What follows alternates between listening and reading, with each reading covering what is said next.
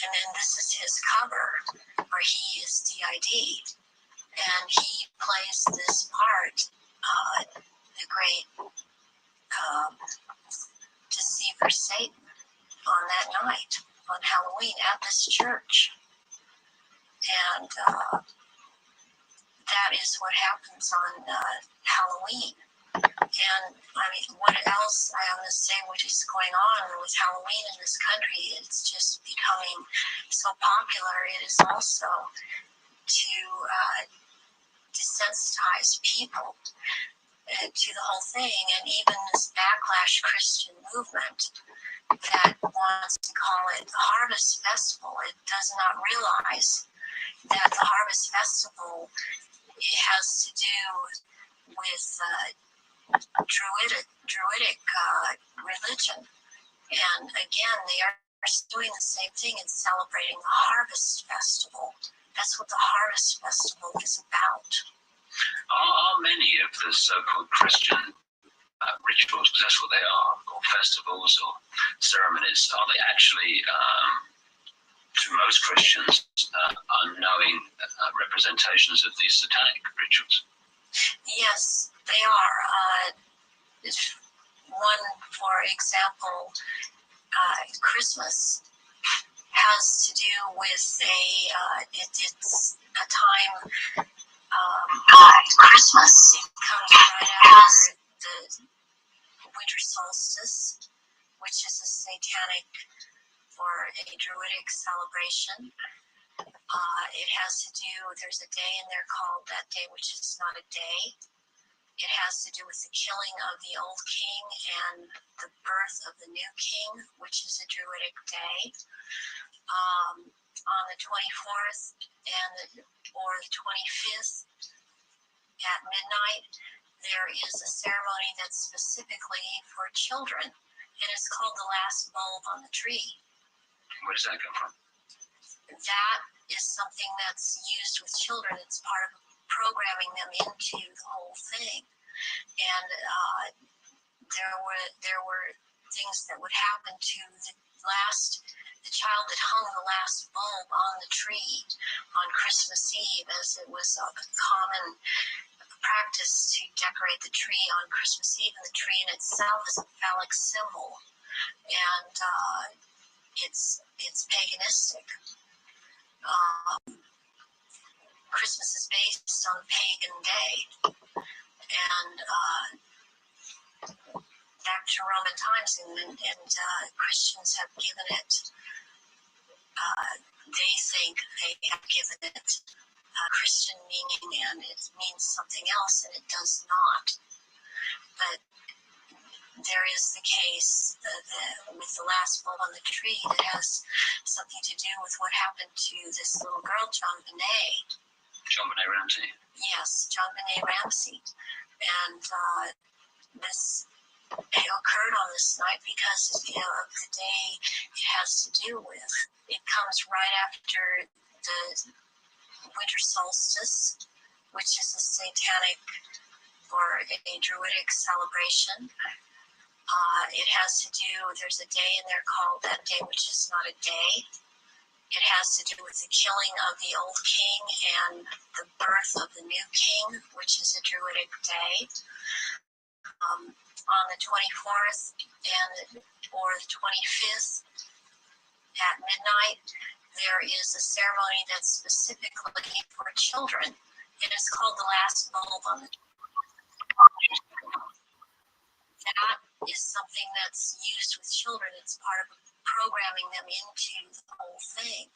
And there were things that would happen to the child that hung the last bulb on the tree on Christmas Eve, as it was a common practice to decorate the tree on Christmas Eve. And the tree in itself is a phallic symbol, and it's paganistic. Christmas is based on pagan day, and back to Roman times, and Christians have given it. They think they have given it Christian meaning and it means something else, and it does not. But there is the case with the last fall on the tree that has something to do with what happened to this little girl, JonBenét. JonBenét Ramsey. Yes, JonBenét Ramsey.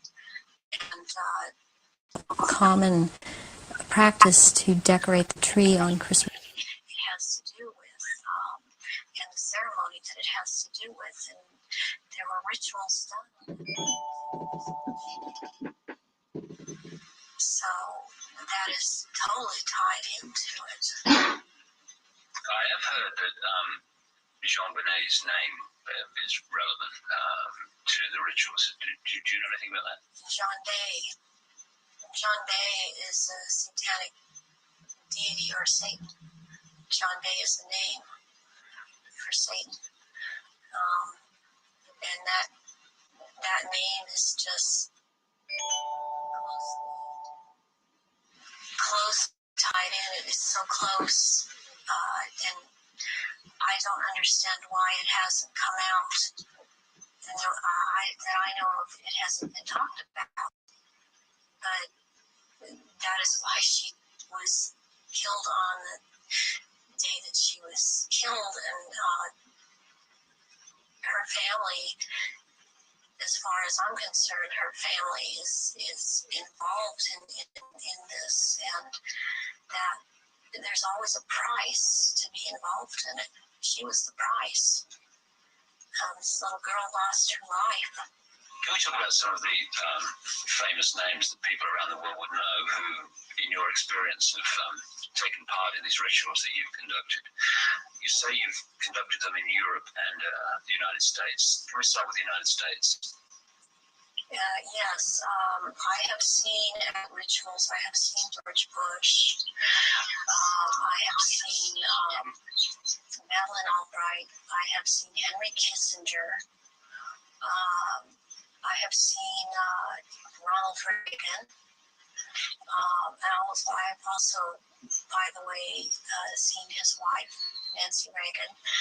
I have seen Hillary Clinton before I knew she was Hillary Clinton. At the time, at these rituals, she is involved. The other people that I have named and I've seen shapeshift into reptilians.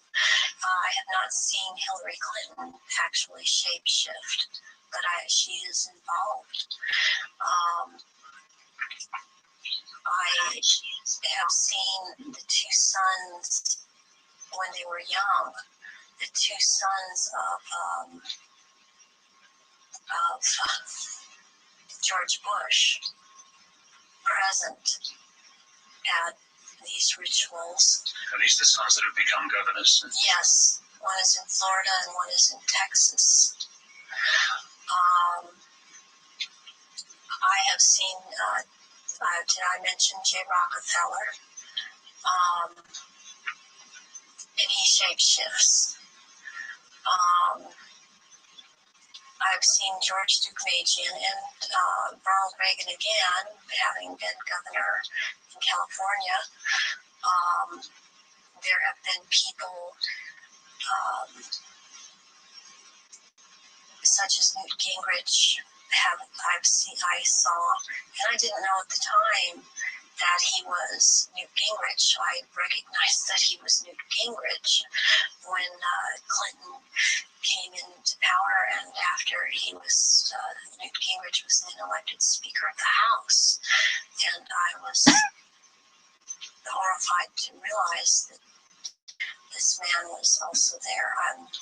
All of this has affected me to the point I don't vote. All of these people seem to all be connected to the Illuminati, and I don't feel like being part of having anything to do with them. Presidents like Carter and Ford and Clinton. I've seen Ford there. Gerald Ford, yes. Are they all reptilian bloodlines? haven't seen Carter shapeshift. You've seen him at rituals, haven't you? Yes. Gerald Ford, I have seen shapeshift. And Johnson, also. Lyndon Johnson. Lyndon Johnson. Also, Dr. Joseph Mengele, who took me around to these rituals a lot of the time, was also a shapeshifter. And there were also people that there are people in the European countries that I've seen shapeshift and be involved. And shapeshift and be involved.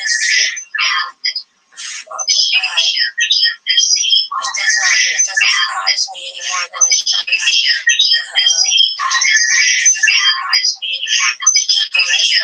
it's just for some reason more shocking, and it cuts even deeper.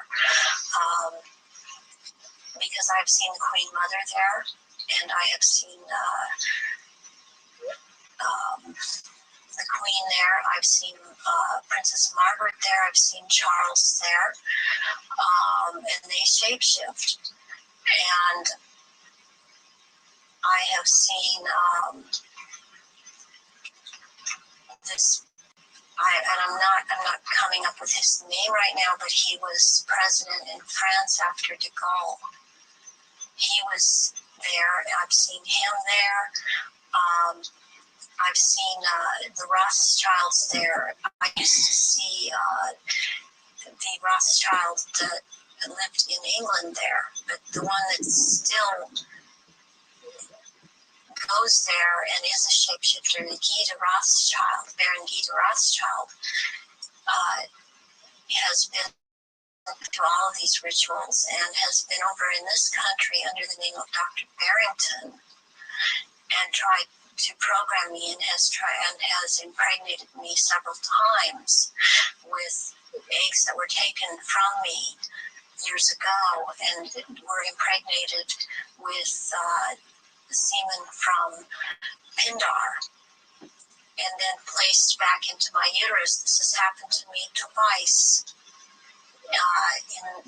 Once at age 39 and this year right before I turned 43. And I had told my therapist ahead of time before I ever could have known that this had been done to me. And it's happened at a certain place in where I have been living in the San Fernando Valley. It's happened at a house on Tyrone Street in Sherman Oaks. And my understanding is that there have been other survivors that have talked about this location as having been involved with programming and so on. And Baron Guy de Rothschild has tried to program me. All these years he has been trying to control me, get me back under control. And the Marquis de Libero is someone else that attends all of these functions and since he is the one in power, he attends all these functions. I have seen Tony Blair there, and he shapeshifts. I have seen Prince Philip there. They all have their quirks as to how they act, even in their reptilian form. And they all, they act. They don't act all like robots, but they have their quirks. They have their so-called personalities, but they are all cold-blooded. They would kill. What beautiful basics. How does it make you feel as well? I mean, even since I've seen a picture of some people on that are talking about this.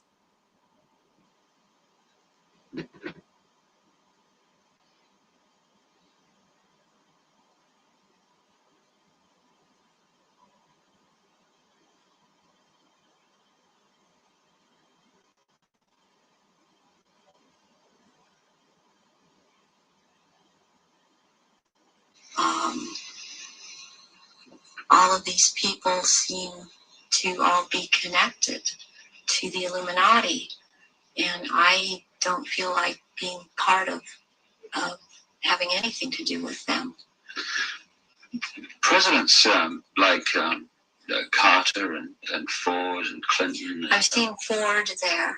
Gerald Ford. Gerald Ford.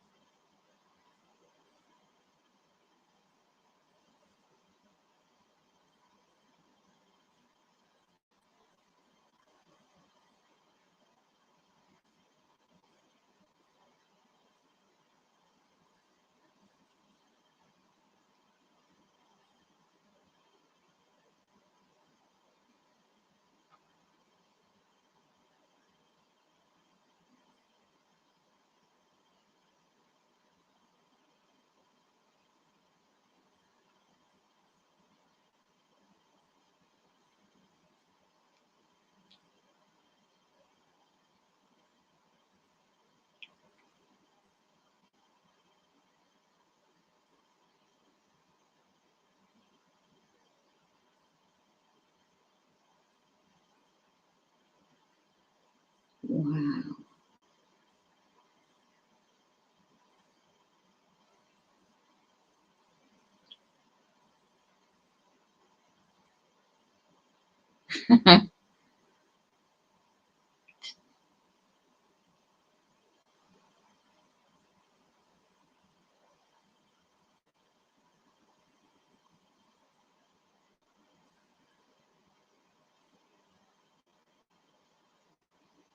Check out Betfred's latest offer.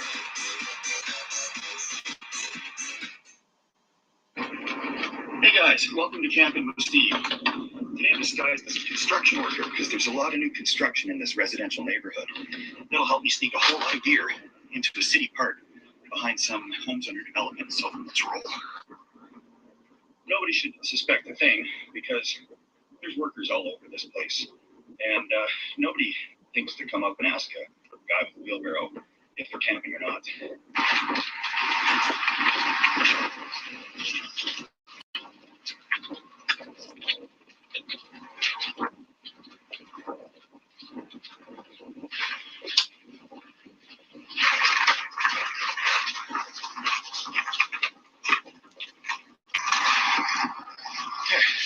We got some porta potties here, so that's awesome news.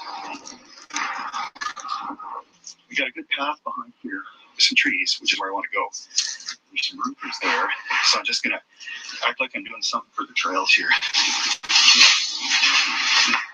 My best disguise is I'm gonna start picking up some garbage here. Look where I am, wheelbarrow.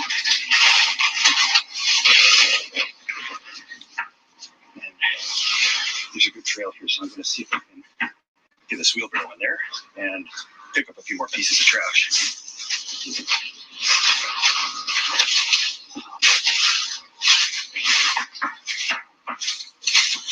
Looks like some pretty good woods in here.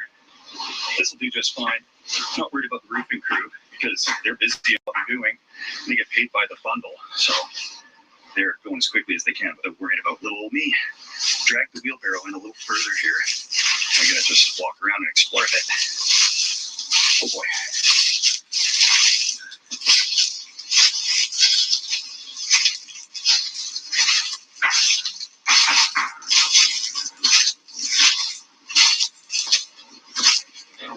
Well, if I haven't found an existing stealth camp, this is obviously some kids just set this up to hang out here. So I got a seat tonight. That's awesome. I'm gonna slowly get that wheelbarrow a little closer and get this high-vis stuff off once I'm in the woods here, and then we'll go into camel mode.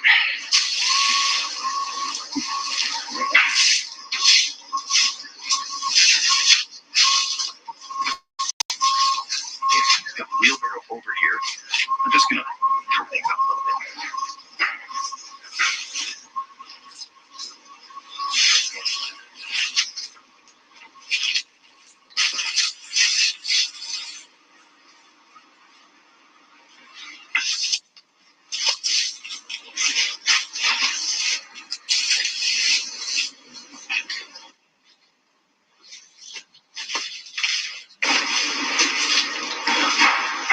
Obviously, this place is gonna need a little bit of cleanup. That's okay. I'm assessing right now if it's hammock territory or not. This kind of looks like not, because there's a lot of dead trees, and I've got enough stuff to rig something up. But time for step 2, because the hardest part's all over. I can just sleep on the ground here. I'll be just fine. Oh, yes. Oh, that's good. Pilsner. Fantastic.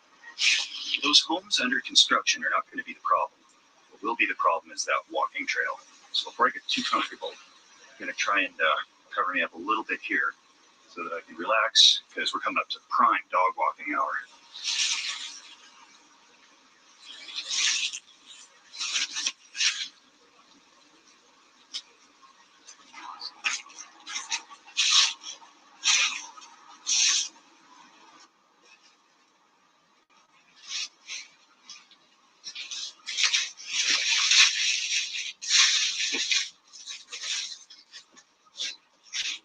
Now I just sit and wait. One of the benefits of this time of year is it gets dark so early. We probably got an hour and a half of daylight left, and sounds like the roofers are just packing up. So as soon as I'm sure they're gone, I can get out to the trail and see just how obvious this is. And I hope it's not very obvious.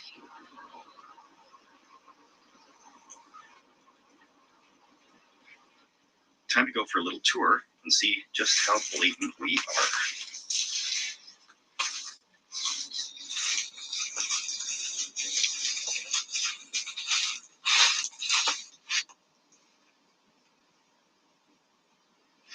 That's awesome. Aside from the table that was already there, I can't see really anything. And I'm probably 20 feet away. Perfect.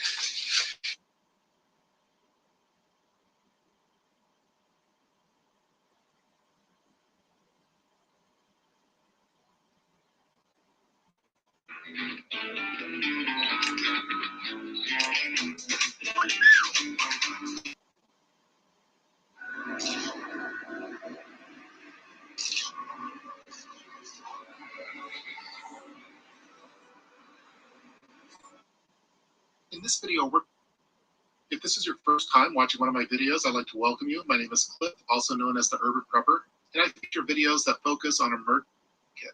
Now let's add what I think are the 10 C's of urban survival that we could add on to those 10 C's of wilderness survival.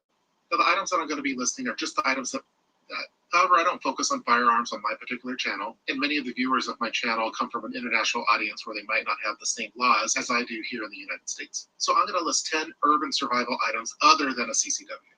Starting off with number 1, we have cash. In an urban environment, I think cash is king, and recommend including various denominations of currency in your emergency kits. So rather than going with $100 bills, for example, you probably want to have smaller bills that you could use for vending machines and other purposes.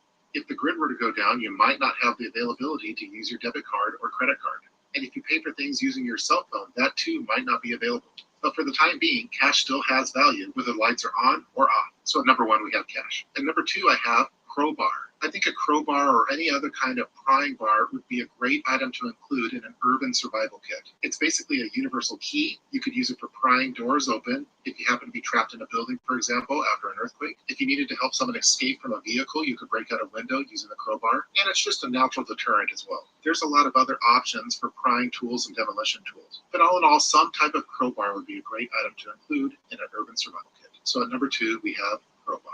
At number 3, I have charge, or a way of charging your cell phone using a USB power bank. Your cell phone is probably the number 1 item that you include as part of your EDC, or everyday carry. During an emergency situation, the power might be out and you might not have a way of charging your cell phone. So I think it would be a good idea to have something like an Anker USB power bank for providing multiple charges to your cell phone and other electronic devices. There's a lot of other brands out there, but Anker is just the best. So again, at number 3, we have charge, for a USB power bank for keeping your cell phone charged. At number 4, I have care. And by care, I mean a first aid kit. During an urban survival situation, you or others may become injured, and you're going to want to be able to provide them with first aid care. You may not have immediate access to first responders, and you're going to want to have the right supplies on you to discuss this in greater detail. Make sure you do these. At number 6, I have clothing. And by this, I mean gray man clothing or even PPE items. In an urban survival situation, it would be ideal to have gray man clothes when you're out and about. You probably don't want to be in a suit and tie, for example, as you'll see with a lot of emergency preparedness chat. At number 8, I have chow, for food. In a lot of wilderness survival situations, you'll see that they're going to start looking for food after a couple days, either by hunting or trapping or fishing. In an urban environment, you're probably not going to find a lot of deer walking around in the street. So I think it's good to have some food in your emergency survival kit, so you don't have to immediately start searching for food items. What I think works best in an urban environment are ready-to-go food items. So individual items that are wrapped up in a package that don't require you to cook them. While a lot of preppers like including things like an MRE, which is a valid food item to include, I'm thinking something more along the lines of individually wrapped beef jerky, granola bars, packets of peanut butter, and other items that will provide you with quick, on-the-go calories. During stressful emergency situations, you're probably not going to want to take the time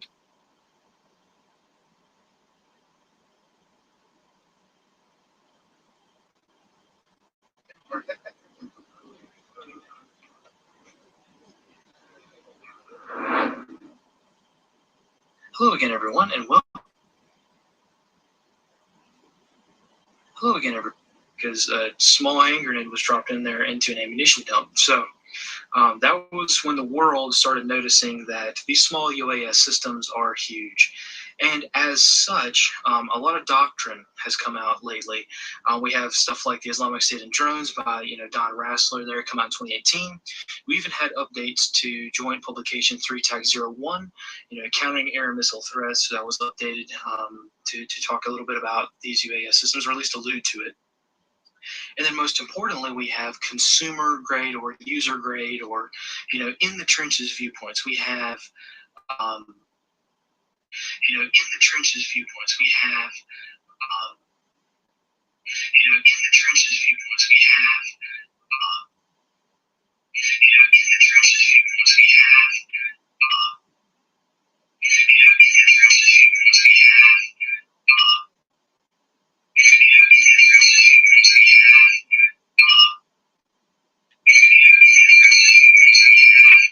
And Ford and Clinton. I've seen Ford there. Gerald Ford. Gerald Ford. Yes. Are they all reptilian bloodlines? I haven't seen Carter shapeshift. You've seen him at rituals, haven't Yes. Gerald Ford, I have seen shapeshift. And Johnson also. Lyndon Johnson. Lyndon Johnson. Also, Dr. Joseph Mengele, who took me around to these rituals a lot of the time, was also a shapeshifter. And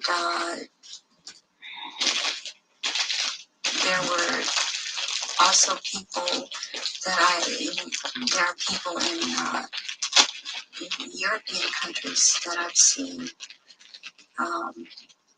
shapeshift and be involved. And this it doesn't surprise me any more than it does the people in this country doing it. It's just for some reason more shocking, and it cuts even deeper. Because I've seen the Queen Mother there, and I have seen the Queen there. I've seen Princess Margaret there. I've seen Charles there, and they shapeshift. And I have seen this. I'm not coming up with his name right now, but he was president in France after de Gaulle. He was there. I've seen him there. I've seen the Rothschilds there. I used to see the Rothschild that lived in England there, but the one that still goes there and is a shapeshifter, Guy de Rothschild, Baron Guy de Rothschild, has been to all of these rituals and has been over in this country under the name of Dr. Barrington and tried to program me and has impregnated me several times with eggs that were taken from me years ago and were impregnated with semen from Pindar and then placed back into my uterus. This has happened to me twice, once at age 39 and this year right before I turned 43. And I had told my therapist ahead of time before I ever could have known that this had been done to me. And it's happened at a certain place in where I have been living in the San Fernando Valley. It's happened at a house on Tyrone Street in Sherman Oaks. And my understanding is that there have been other survivors that have talked about this location as having been involved with programming and so on. And Baron Guy de Rothschild has tried to program me. All these years he has been trying to control me, get me back under control. And the Marquis de Libero is someone else that attends all of these functions and since he is the one in power, he attends all these functions. I have seen Tony Blair there, and he shapeshifts. I have seen Prince Philip there.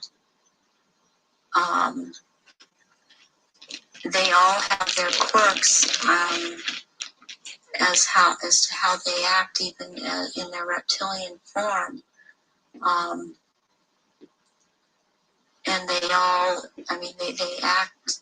They don't act all like robots, but they have their quirks. They have their so-called personalities, but they are all cold-blooded. They would kill at the drop of a hat. I have even, since I've seen a picture of some people that are talking about this subject, I've seen them. When I've seen their pictures, I've recognized them.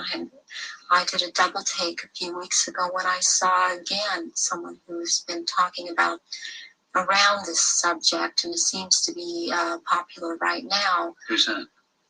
This man by the last name of Sitchin. I've seen at rituals, and he is a shapeshifter. And I did a double take when I saw when I saw the picture of him, because I recognize him. And there's another person that I've seen, this Gardner, Sir Gardner. That Lawrence Gardner. Sir Lawrence Gardner. And he had recently written an article that was out in Nexus magazine. Part of it was about the menstrual blood, and what really triggered me was when he called it Starfire, because that is the name of one of the aspects of the three addressed Mother Christ as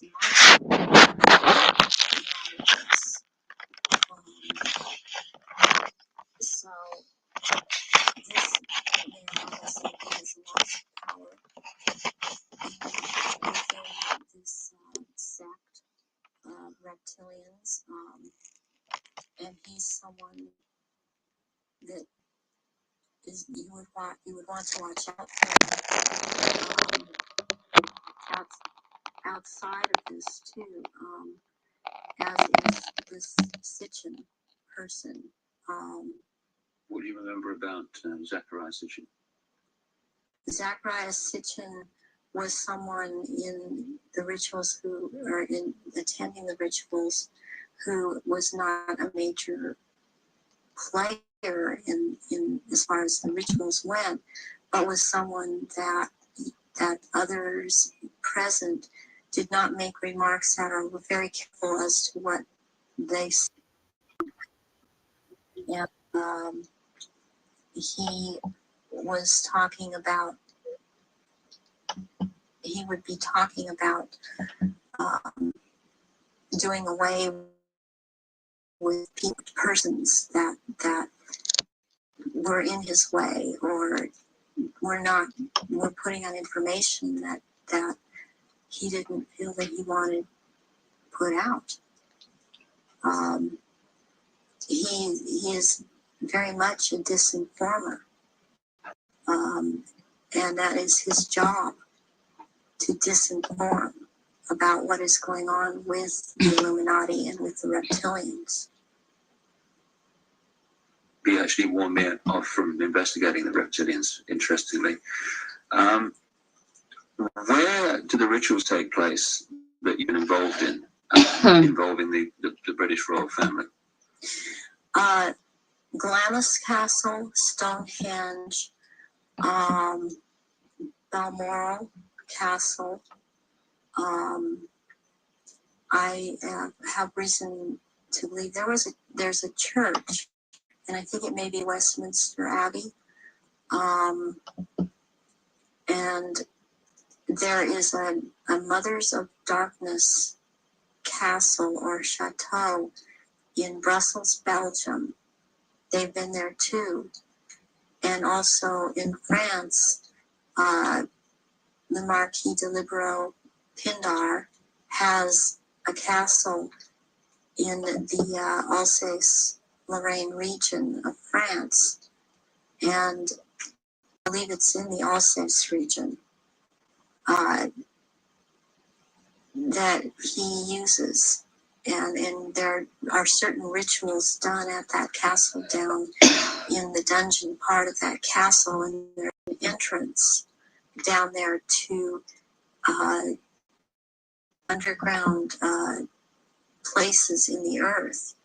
And there is a natural formation of rocks that kind of glow green, and they keep menstrual blood in that formation, and this green glowing from these rocks actually turns the blood a darker color, and it's called black blood, and it's used in certain rituals.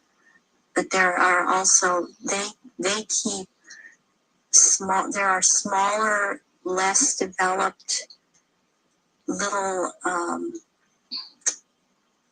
reptilians that are kept down there. They're kind of pets, But one other thing that's also down there, there are eggs.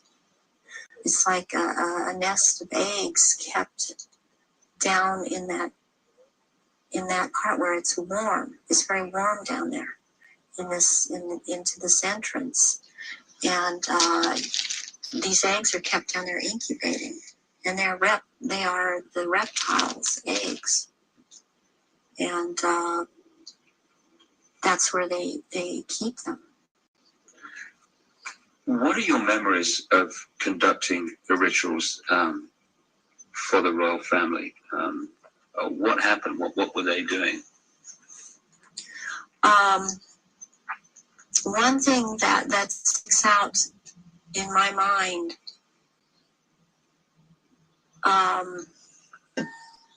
is that there was before.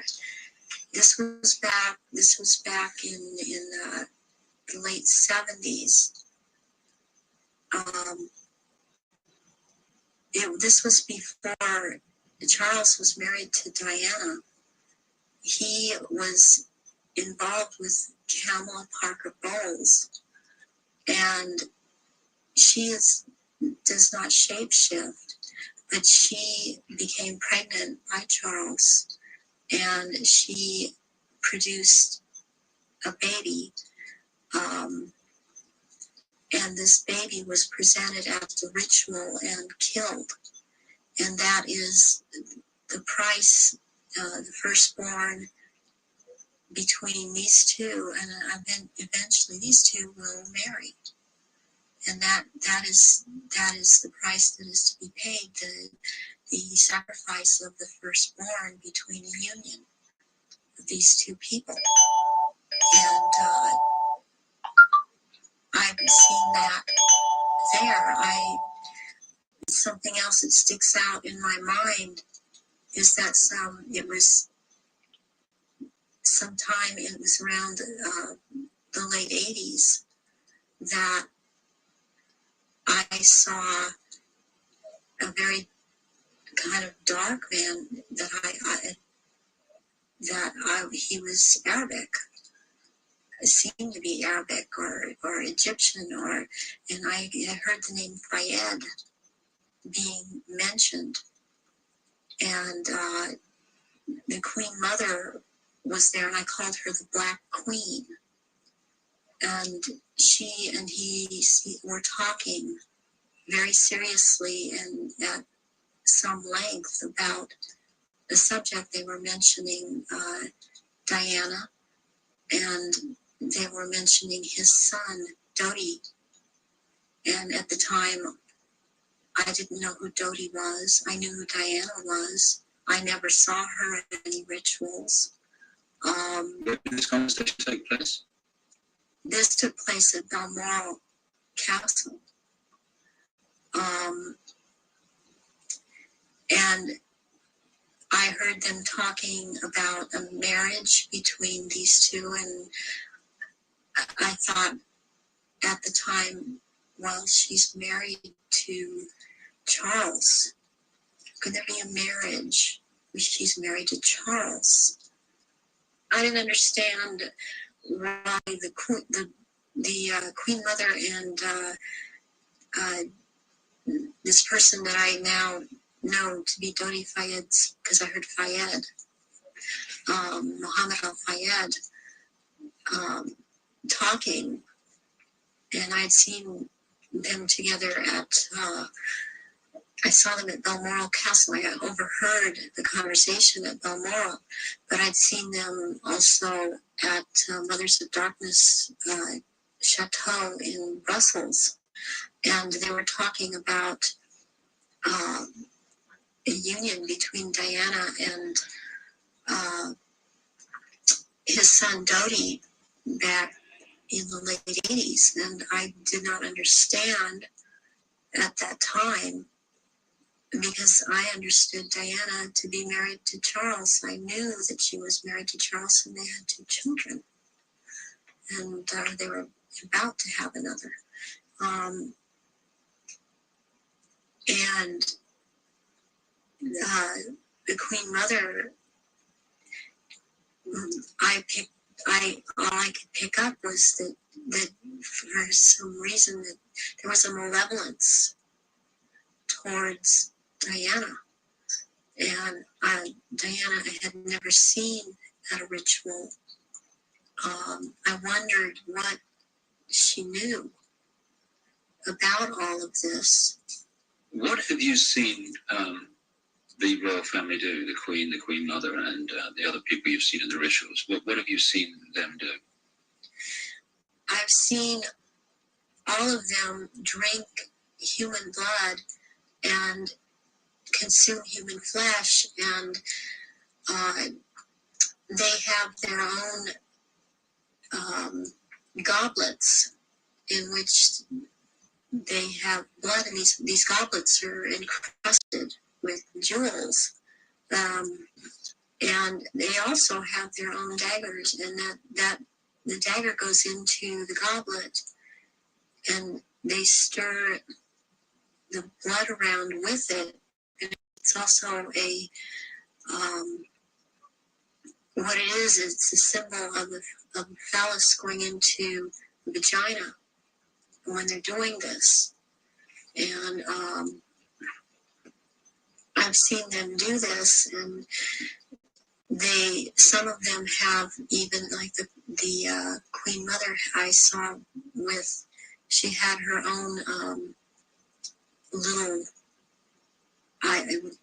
like almost it's between a very elaborate ornate chair or a throne kind of thing brought in for her to sit.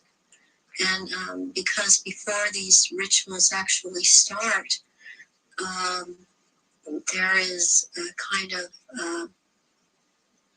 people move around the room and talk, or recognize one another. It's a formal kind of a ritualistic setup, the way they talk and the way they're introduced. They introduce each other. It's like a court.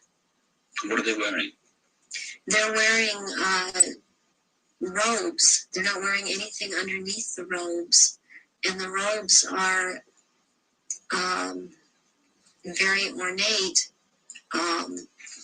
They all have, the one thing in common they have is they have the red color like blood, and some of them have purple, and they have gold kinds of lines running through them. They have the Merovingian symbol of France, the fleur-de-lis, and there are jewels that are sewn in at certain points on these robes, and they wear these robes, but they don't wear anything underneath the robes, because what is going to happen, what the rituals are all about, they're going to shapeshift, and they can't have anything on under the robes, and there are orgy kind of things that go on at the rituals also. And involving the royal family of Britain. Yes, involving the royal family of Britain, and the sacrifice and the eating of, consuming the sacrifice, and they are involved in that. You've seen them do that? Yes, I have seen them do that. People in Britain, listening to what you're saying, would obviously be staggered, I guess, anywhere in the world. But what would stagger them mostly is in Britain, the Queen Mother has an image of being the nation's grandmother, a nice old lady, and good old Queen Mum, what a lovely lady. What's your experience of the Queen Mother? She is very cold in reality, and she is very cruel, and she is very different than she comes across to the public. She's cold-blooded. If she feels that you are someone beneath her, even in the Illuminati, that you're at her equal or your station is above her, she will not speak to you. She will not recognize you. She obviously from what I see, enjoys consuming human flesh. It's sickening. The one person that she seems to be afraid of is Pindar.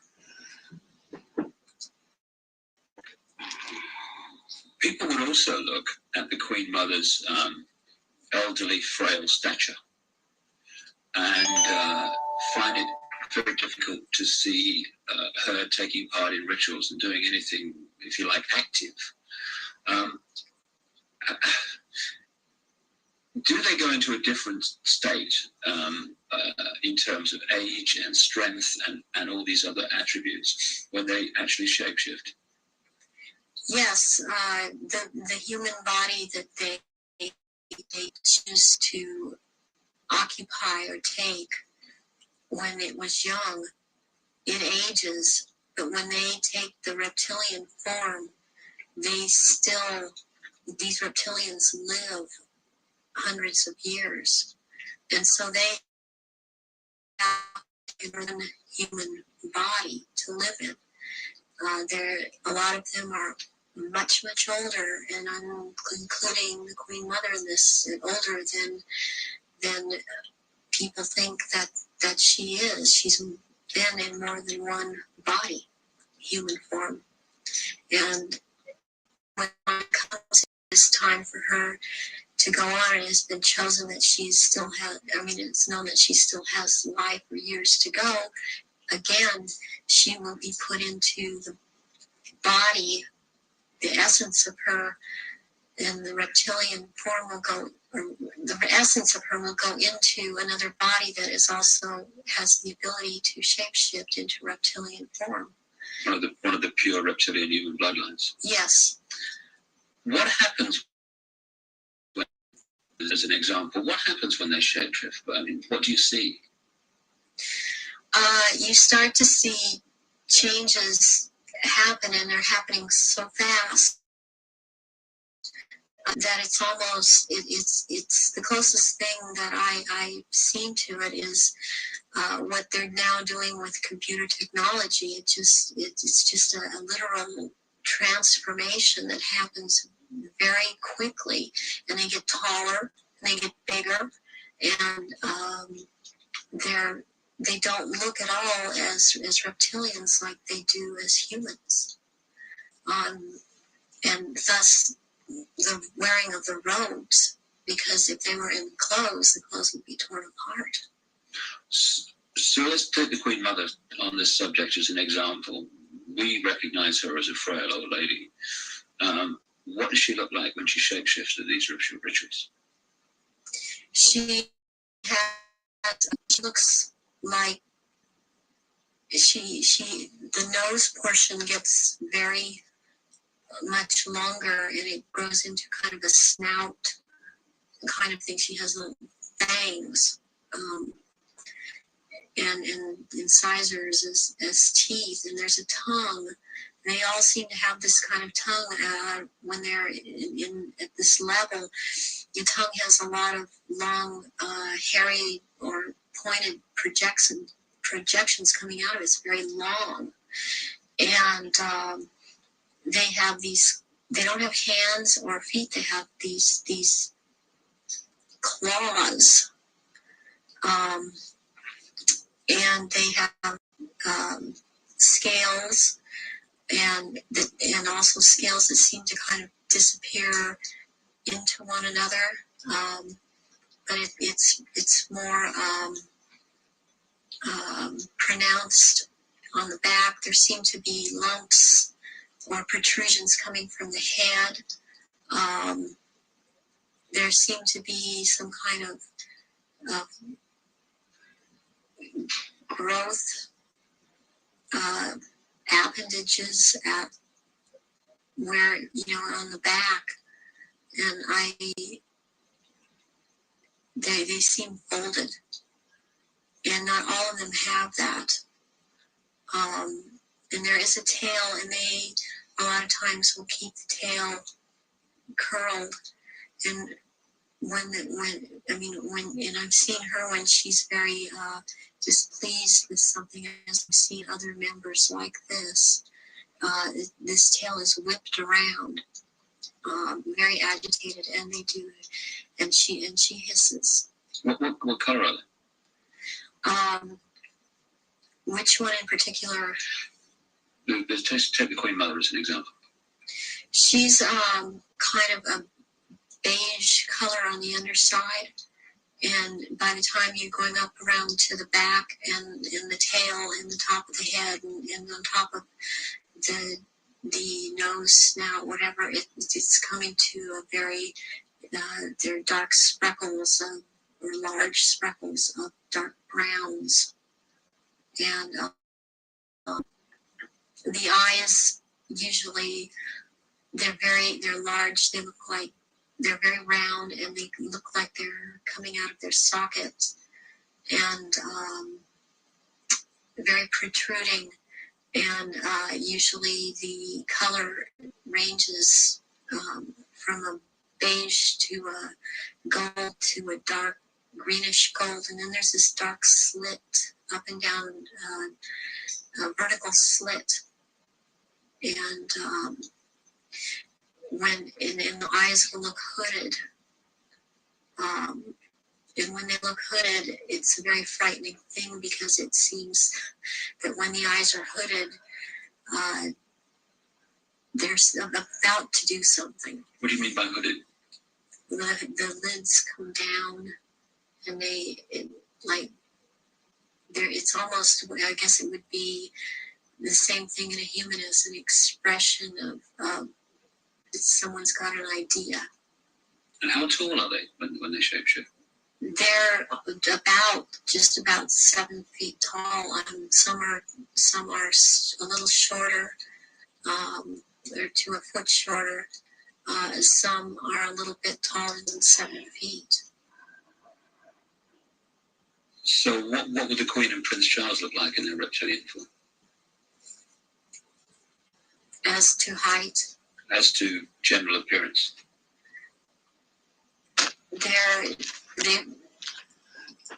Charles resembles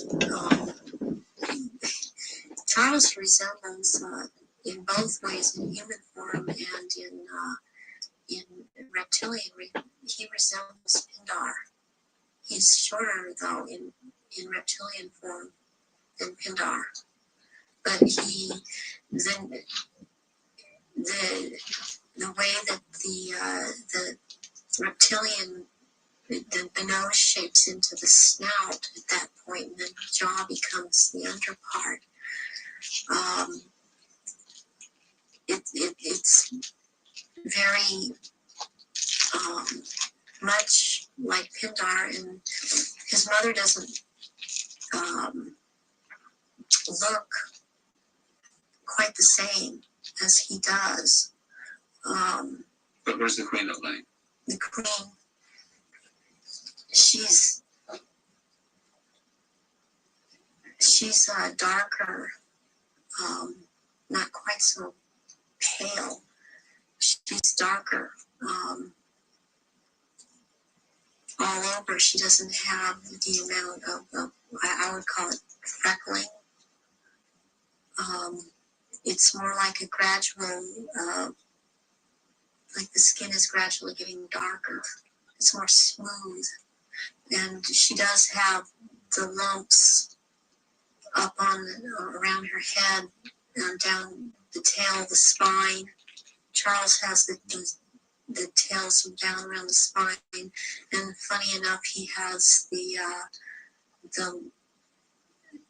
protrusions from the skull in the reptilian form, where about or above, right above where it seems like his ears would have been. What is it about the rituals that allow the shapeshifting to happen? When the victims are starting to be sacrificed, it's the scent of the blood, and they start shape-shifting at that point in time, and they can hardly wait to get to the blood. It's like they're addicted to the blood, and then the consumption of human flesh that follows. What have you seen the Queen or any of the royal family do in relation to that? Have you seen them sacrifice and consume human flesh? There are certain times when they will actually do a sacrifice, or there will have been someone doing a sacrifice, and it's not happening fast enough for them. So they will step in and finish it themselves, because the ritual has to be gone through. It's sacrificially, ritualistically, it has to have been gone through. And they will step right in and just start tearing the throat out. And they're getting all this blood from the jugular at the same time. And that has happened when there are many there that are going to be sacrificed, and they just can't wait. And then tearing into the contents of the abdomen and stomach of a victim afterwards. Who have you seen do that? I've seen the Queen Mother do that, and Prince Philip and Charles. I've seen Guy de Rothschild do this. It seems that I've seen it more among royalty, or some so-called royalty do this, than people that are not titled. That they don't seem to. They seem like it feels like they don't dare, but they shapeshift nonetheless. But it's like royals that step in and just start tearing away because they can hardly wait. How long can they hold the reptilian form in these occasions?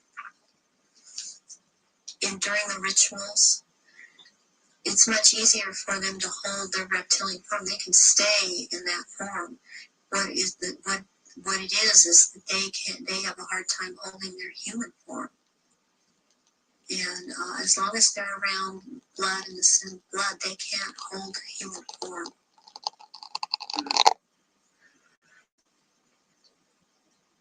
Where do you think the story of Diana fits into all this? In terms of the ritual that you know about and the royal family background that you know about. What was all that about? What happened in Paris? Diana was a ritual sacrifice because she's named after the goddess Diana. She was chosen from before birth for the purpose of which she served. I understand and very well, and am very empathetic towards Diana, because in a way it parallels what happened to me, to have served your purpose, had 2 children, and then be tossed aside. And to her horror, though, she obviously never attending a ritual, she knew something was happening, and she knew what was going on and could not be trusted to be in a ritual anyways. I don't think that Diana would have attended a ritual.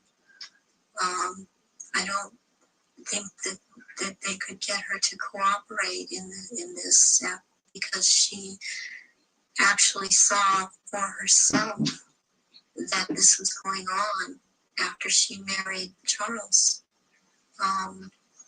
Is there any way, when Diana was married to Charles, without attending a blood ritual, that she could have seen him or one of the others become a reptile?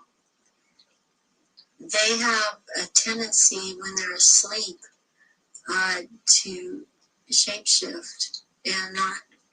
They have to consciously hold their form, and when they're asleep, they have a tendency to not hold human form and to shapeshift into reptilians. And there could be other things that happen. You know, I'm thinking about the times that Diana would have gone through a menstrual period. Well, that would have also really triggered some of these people in the royal family that are reptilian around her to want to shapeshift, or any woman, any human woman in that household that would be having a period would tend, that scent of blood would tend to cause a momentary shapeshift. What was the whole, what appears to be a ceremony surrounding her assassination? What was that about? The rumors that she was pregnant, the Egyptian Dodi fired, and the place where it all happened, which is an ancient sacrificial site to the goddess Diana. How does all that fit together in the rituals that you know about? Okay, the crone aspect of the goddess is Hecate, and the day of Hecate is on August 13th. And what is very prevalent in this with Illuminati and what they've done with the Druidism and other and Egypt, the Egyptian religions, is they like to mirror the numbers. And so as like, for example, with the goddess Isis, her number is 18. When you mirror it, it's 81, and that is the number of the sister of Isis, Nephthys. And Nephthys was considered the evil sister to Isis. With Hecate, what I think happened here is that she was sacrificed, and it was a very important sacrifice because 3 people died, and it was a picture of the triad of Isis, Osiris, and Horus to them. Horus being the unborn child of Dodi Fayed that Diana carried, and was 3 months old, which is another very important fact and number that's important to them, to be 3 months old. Sacrificial babies are taken in utero at 3, 5, and 7 months. And when I heard about this was a deal that I understood had gone down, and she had to die in that tunnel because that tunnel is a passageway for Diana, the goddess. And she died at the 13th pillar again because of Hecate. And she died on the 31st because it's the mirror image of 13. And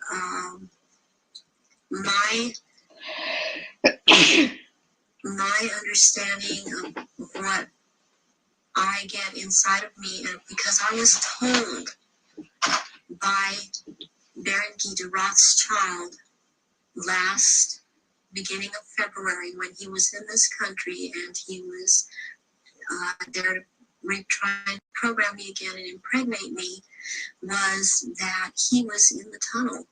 That night he had to be there because not only was it a ritual death of Diana, this was also about taking her soul. And he was taking the soul of Diana, which no one else there could do. Whoever was present there could not do it. He could do it. And he was in France. This is the hypnotic stare you talk about. Yes.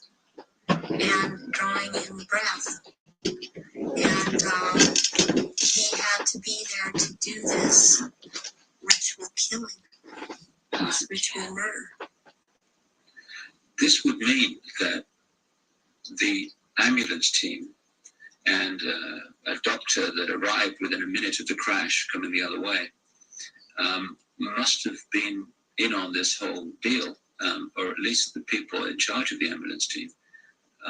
From your experience of the kind of people involved in this Illuminati satanic network, do you think that's possible that they could set that up? Yes, I do. Yeah. I've seen a lot of things set up that if you did not know, if you weren't in on the so-called inner circle, or know what the Illuminati can do, because they depend on people not believing they're really there, you would not, you would have a hard time believing it. Yeah. This has been such a secretive group and worked in such insidious ways to infiltrate and control. And there are so many unanswered questions they don't seem to be able to answer about Diana that keep coming up in spite of all the reports that come out, because there are people that don't believe what they're hearing. What would have been the purpose of creating such a clear and definite ritual in the assassination of Diana? What would be the purpose of that when they could have killed her in another way? Because it had to be done as a ritual, because they were going to take her soul. And it had to happen in the tunnel. It had to happen that way. It had to happen in that year. And this is all, there's all a timeline to all of this. There's been many rumors that she was pregnant. But as I understand it, one of her friends says that that was not possible because she knew that very shortly before she'd had a menstrual period. Is it possible to be pregnant and for that to still happen? Yes, it is. This happened to me. I was impregnated with one of my own fertilized egg that was fertilized by the sperm of Pindar. And he sent Guy de Rothschild to impregnate me in this manner. And I was impregnated in October of 94. I had periods up until February when it was discovered, and they seemed normal, not light. And I then was, since I had the background of a nurse, and had worked with a nurse midwife delivering babies, I was, for some reason, it occurred to me to check my stomach, my abdomen, and I realized that I was pregnant. And so I ended up seeing the doctor, who told me, I mean, he verified, you're pregnant. He did it with blood test, with the urine test, and ultrasound exam. And if I don't do an abortion on you tomorrow, you're going to have to go through a different type of abortion, which probably would have been a saline abortion. And I knew what I was pregnant with by that time. And so I was terrified to go through with it. And I could not go through with it, knowing what I knew. And so I had the abortion, but I had periods the whole time. You were impregnated at the point that it happened without you having any knowledge of it. No, I did not. Is it possible that that happened to Diana if she was, as the evidence that I've looked at suggests, also mind controlled and a multiple from the early part of her life? That is definitely more than a probability. The thing about being multiple or dissociative identity disorder is that the host person doesn't know that they are. but they have missing time, but then they have amnesia for the missing time. They don't realize they're missing time. They don't realize things are happening to them. They show up, pregnant. They show up with marks on their bodies. They don't know, I think I must have bumped myself, and that's not actually how it happened. Or they have needle marks on their body when they've been gotten a hold of and drugged.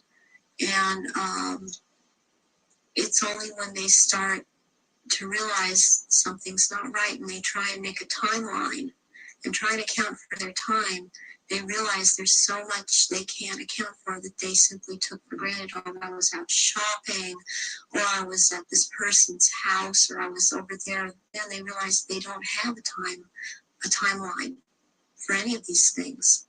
Do you think that Diana's two children were Prince Charles's children? I do not believe that William is, I've heard that he was Charles's son. I've heard about someone else, and I believe that it was neither.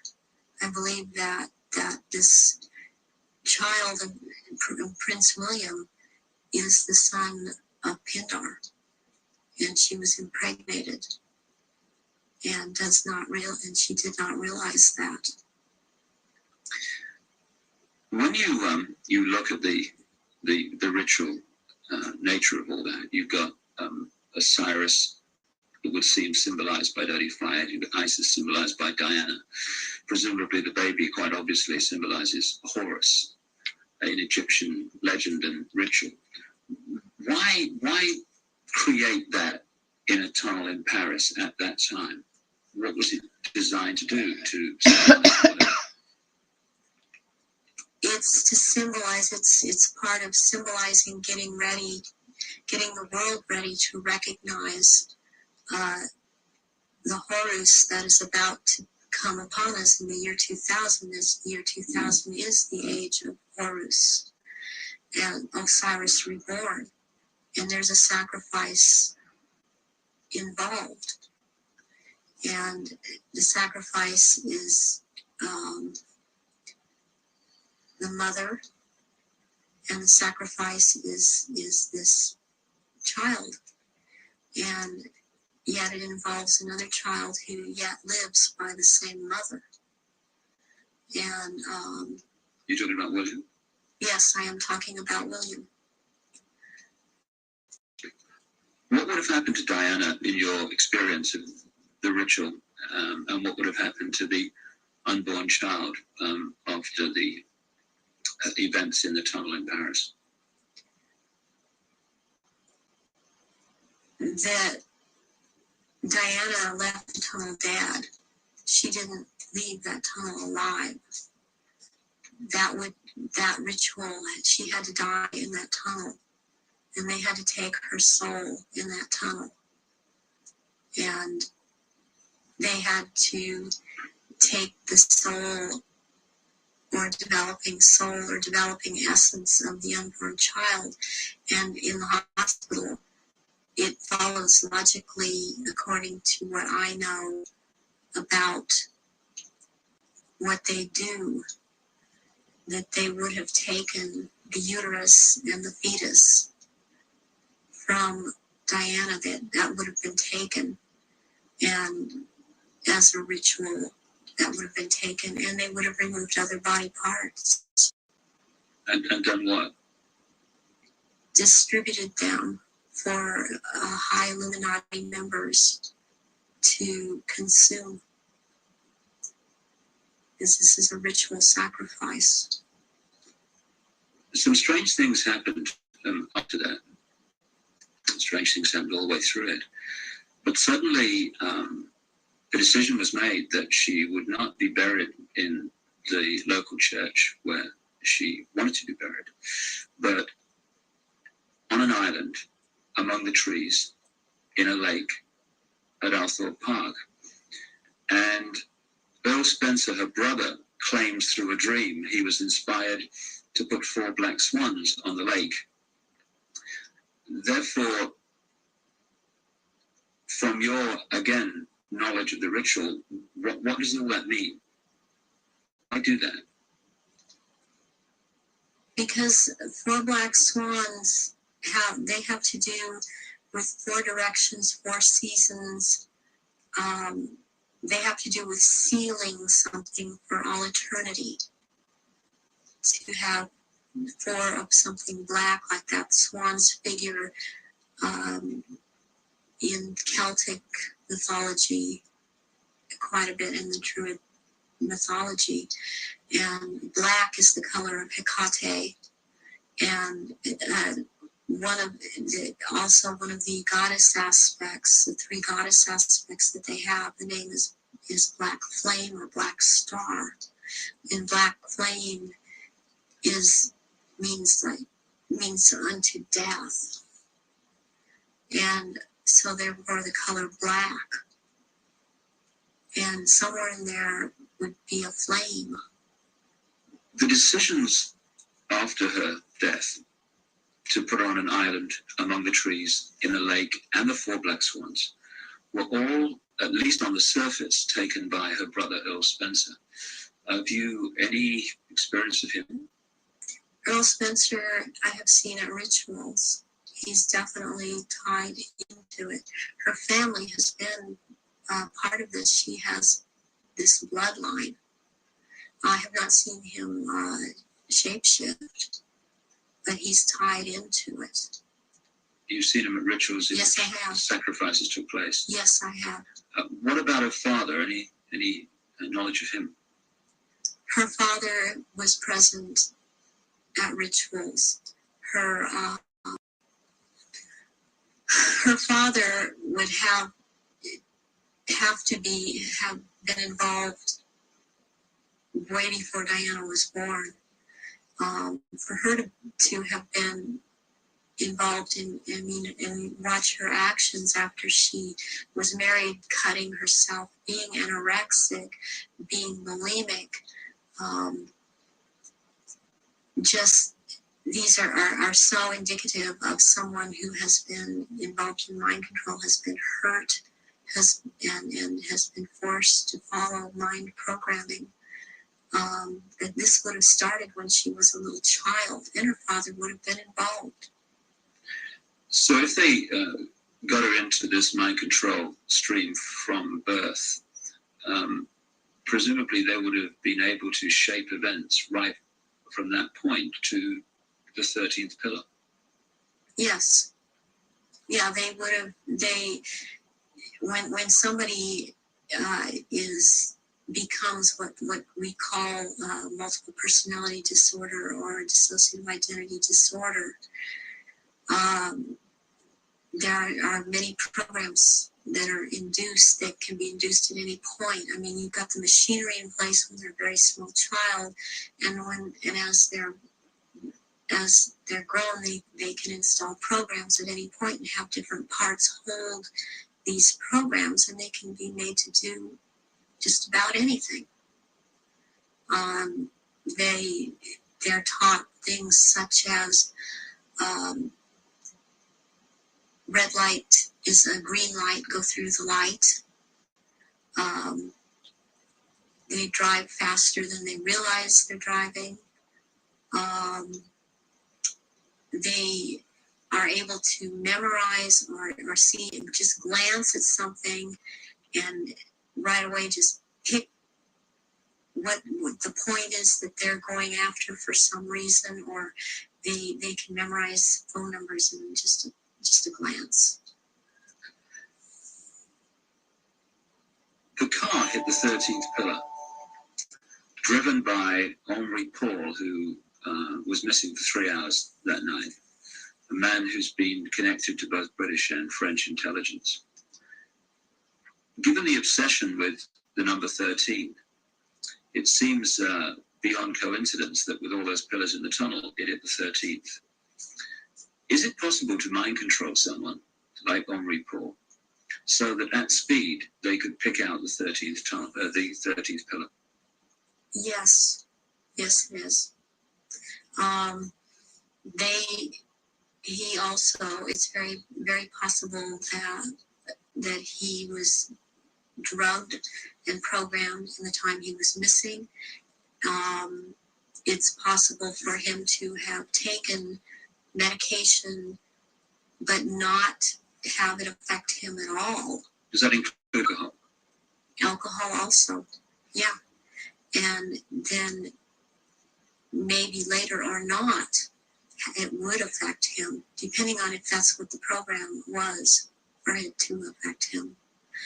But it might not affect someone at all. I've been through this myself, so I know this to be true. And what happened to you in this instance? It was a very bad time in my life. The one time in particular I'm speaking of, where my then husband told me that he wanted a divorce, and I took approximately 8. I don't remember what the dosage was, but 8 Xanax pills in front of him, and I drove from where I lived in Orange County to the Norwalk area and went to see my therapist, who was holding some groups in this area. And I did not feel the effects of the pills at all. When I drove to see him, I did not feel the effects of the pills at all when I left there an hour and a half later. And I had no car accidents. I wasn't stopped. My driving skills were very good. And I've seen this happen with other people that have had mind control programming and this DID, and you just swallow up medication and then one part holds on to it and it does not affect the body. So if you're in a compartment that is not connected to taking the pills, you're not affected by it. But if you were put into that compartment that took the pills, if you like, you would be affected by them. Yes, and you can also have, what they can do with you is have a whole bunch of alters or parts lined up that, okay, you will be out from this point to this point, and then this next part, will be out from this point to this point. They can keep going like that. It can be a very complicated, long thing, but they can line them up that way. That's the way the programming goes. Do you think this could explain the apparent mystery of a alcohol reading of Henri Paul that was equivalent to 8 Scottish on an empty stomach, while the video evidence of the Ritz Hotel security cameras is that this was not a man in the minutes before he drove Diana into the tunnel that was in any way at that level of drunkenness? Yes, that can very well explain it. With this kind of mind control programming that they do, once you go into that mode that they want you in, you can be hurt and in a lot of pain, or you can be drugged to the gills, or have drunk too much, and you appear to be in no pain at all, appear to be perfectly with it, and you don't feel it. You feel all right. People would find it difficult, just coming from their own experience and observation, that someone could drive a car into a tunnel at considerable speed and pick out among 30 after 13. How is that possible to program someone to do that? Because that someone has been taught and programmed and taught and programmed and taught for quite a while how to do this at a very fast speed. The mind works very fast, and if they have the mind and body connected the right way, they can drive this person would have been able to drive into the 13th pillar at a fast speed. Would that have been happening on a conscious level, or would the subconscious have been pulling the strings? This would be on a subconscious level, and the person would not be aware themselves of what they were doing. In those crucial minutes before Henri Paul got in the car and drove away, would someone have had to have given him the trigger to access and activate the programming then? Or could he have been in some way pre-programmed to be triggered at that time? And if so, what would that be? Well, he was probably programmed to do all of this at a trigger signal. And so what happened is that somebody triggered him with a preset signal that he was told, when you are given this signal, you will act out. But the program was already set to go off when the trigger, when he saw the trigger. What form could this trigger have taken? It could have been a hand signal. It could have been a certain type of handshake. It could have been color that he saw that was flashed in front of his face. It could have been a certain person doing a hand signal. It's most likely that there was a person present that he was to react to when this person said something or signaled him in some way. Given the extent of your programming from birth, how was it possible for you to break out of it, as you appear to have done now? One thing that happened is that in 1989, my programmer handler died, who was Mengele. And he was in this country so much, and I was around him so much, and he had a lot of control over me. And what happens when a programmer handler dies,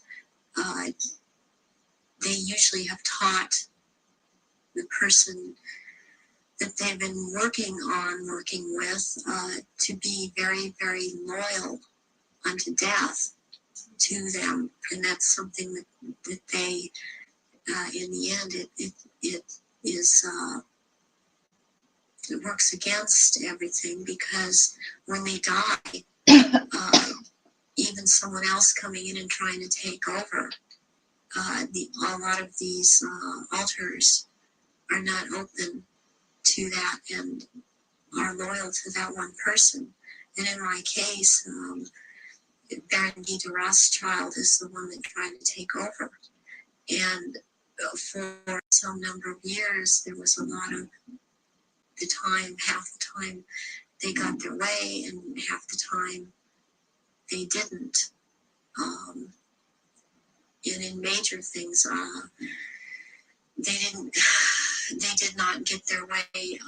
One of the things that I went out and did in 1993 was I cut my hair off, and because I was publicly seen and known to have very, very long hair,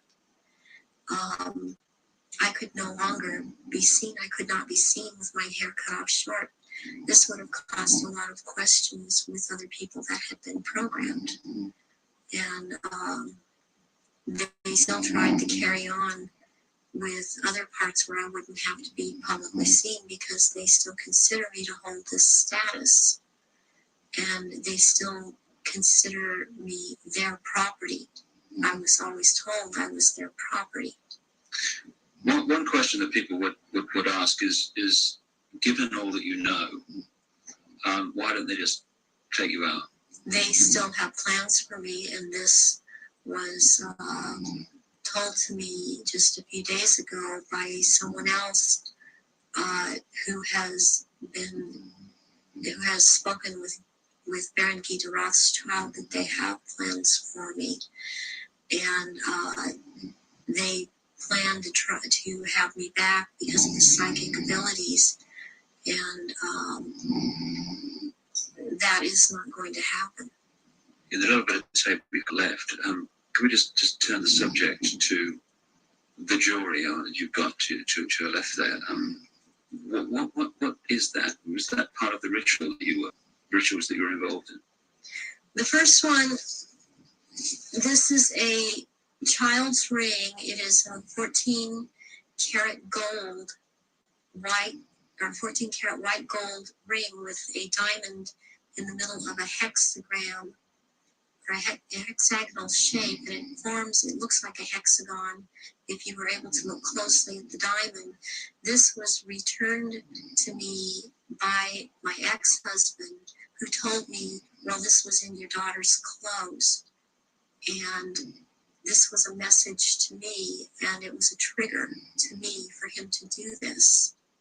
Very well, any high-ranking survivors that I have talked to that know of this ring know that it's from Mothers of Darkness. And it would be very unusual. I mean, I don't know of anyone else that has a ring like this in their possession at this point in time. And what's the necklace? The necklace here is made out of copper, and it's very Egyptian, and it was given to me when I turned 19, and that's an important age because you really start at the position I was at, having these psychic powers in full effect and being allowed to do this in full effect during rituals, and this was worn during certain rituals. Why copper, and why have it at all? Copper is a transmitter. Copper has always been used in the occult. It has a specific meaning. The meaning it has is because I had a triad of altars that were very active in a lot of rituals, and the triad was Isis, Osiris, and Horus. And Isis was the part that drew down the moon, and Osiris performed the rituals, and Horus was what was born of performing those rituals. Just in the literally 3 minutes we got left, or 3 or 4 minutes, I know it's difficult, but I want people to understand the nature of what's going on to so many people today. What sort of things were done to you as part of your traumatization as a child and later? I was electroshocked to the extent that my parents were told when I was in first grade that my IQ was 70 and that I was retarded, and they said I would be retarded. I always had trouble in school because I missed so much school. My school records are missing. They've just disappeared. I have medical records that are missing. My birth certificate appears to have been tampered with. I have had my eyelids taped open, and so I couldn't shut my eyes. I have been electroshocked. I've been put into a narcoleptic sleep and had earphones placed over my ears and had messages repeated and repeated for days. I've had drugs injected into my body so that my nerves were just like on fire, and then they would just touch me. Since I wasn't allowed to have marks on my body, they couldn't use a cattle prod on me, but they do use cattle prods on people in torturing them, and they do use electrical stimulation to the genitals and also on the teeth. And they like to inject between toes and under the fingernails and up in the gums. I've also had some kind of scarring done up through the roof of my mouth all the way to the brain stem back here that gives me a photographic memory. And I have calcium blocks around the pineal gland that seem to be perfectly spaced and even, and it's very, very curious. Doctors can't seem to come up with a reason for that. I have been programmed to be anorexic, to be bulimic, For the government programming, since I was also used by the government in this country, I was programmed to cut my arms. I started to remember, which I was punished for by the Illuminati, as I was not to have these marks upon myself. I was made to eat my own feces as a little child. I was made to drink my own urine. I was not allowed to go to the bathroom. I was placed in a sensory deprivation tank. I had my shoulders, my knees, my toes, and my fingers, my elbows dislocated and then put back into place when they wanted me to be traumatized. I've repeatedly had phone calls of tones coming over my phone, and tones that you can't make by pressing telephone buttons, tones that sound like sonar sounds from a submarine, tones that sound like they were made by some type of instrument. And I have had directed energy used on me, ELF, low frequency electric waves used on me, microwave energy, and this in turn has created two different. I would hear one tone in one ear, one tone in different tone in the other ear. It creates a third tone. They're called tritones. They change the electrical activity of your brainwaves and to put you in the state they want you in. I have been programmed to run through red light, thinking it's green. There's been a lot of programming done around my children that used my children against me. And it's a very painful subject with me, to know that this is happening to my children. The same thing that's happened to me. It's hard, it's easier. I don't know if I can make people understand this. It's easier for me to have, okay, I can handle that I went through this.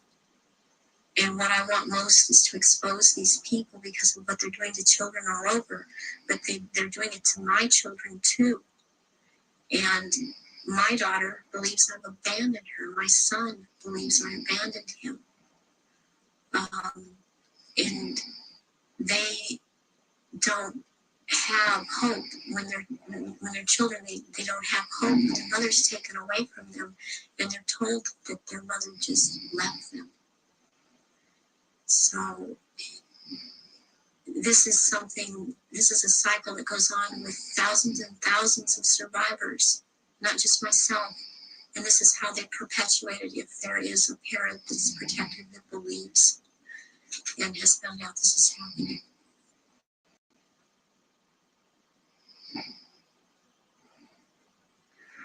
The astonishing revelations of Arizona Wilder, a very, very brave lady who's chosen to stand up and be counted. And only by enough people doing that is this nonsense and this manipulation going to be brought to an end, as it is in the next few years.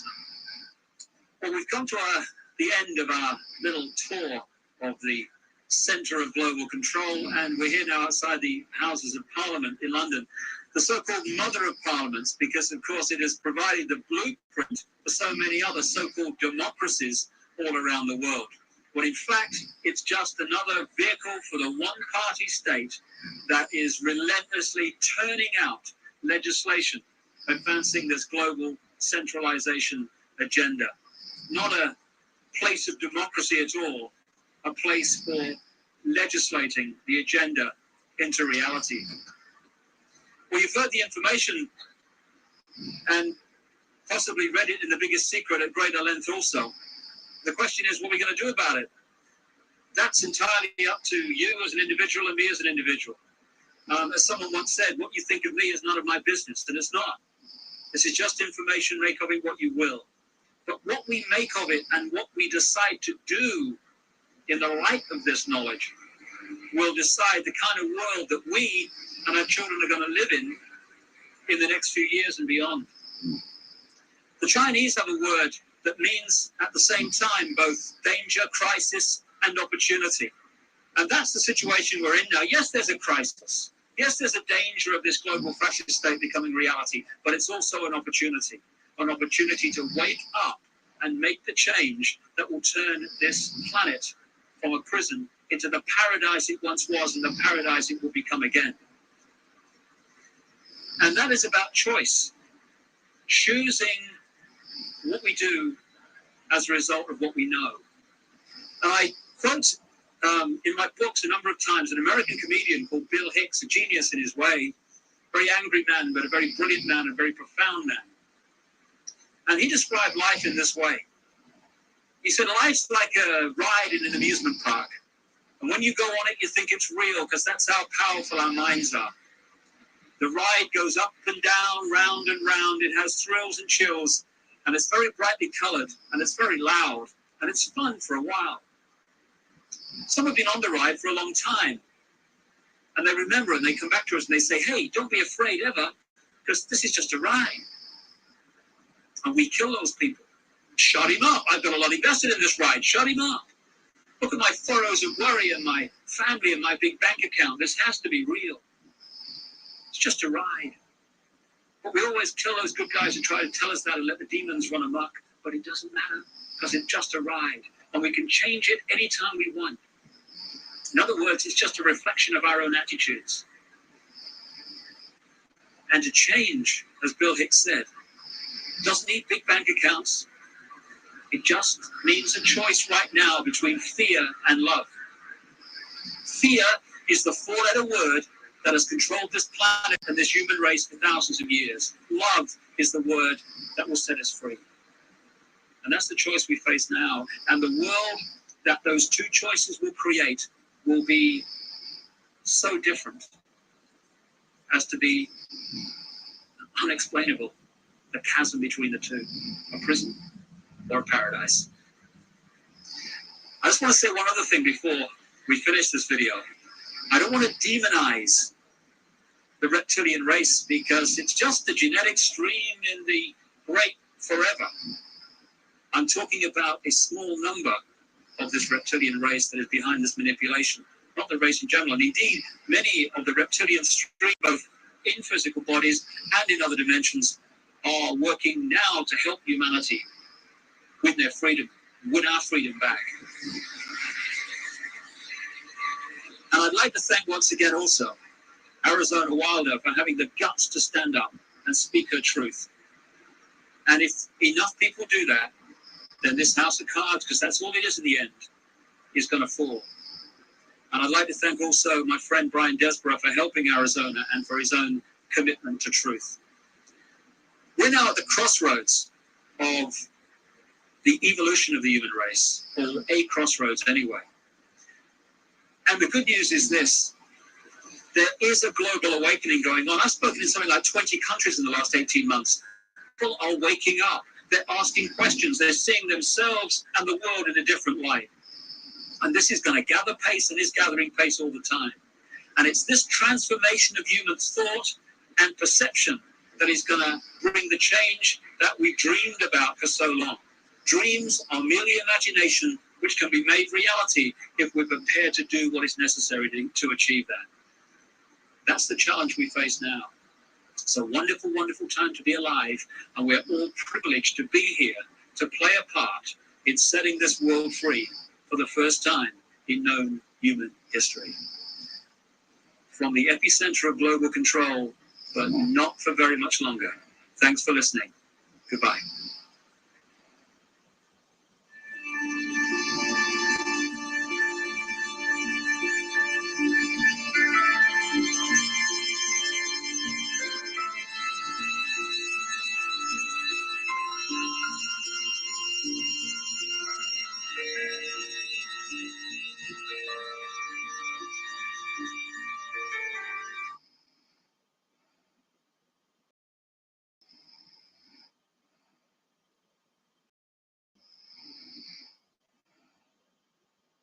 From the Library of Congress in Washington, D.C.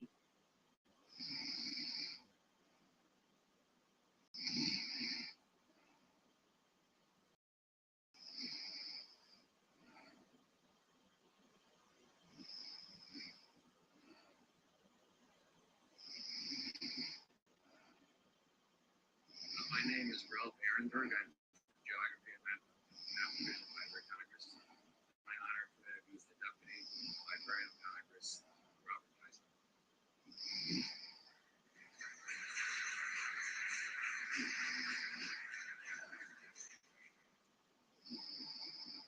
morning. It's my pleasure just to take a couple of minutes at the start of the conference to welcome you to the Library of Congress for this conference devoted to the history of 20th century cartography and to the future of cartography. As I'm sure many of you know, maps and atlases have formed part of the library's collections since Congress established the library in 1800 to provide its members the information and the knowledge required to govern a new country. In the very act removing the government from Washington, D.C., there was a provision to establish a library. You're in the results of that provision right now.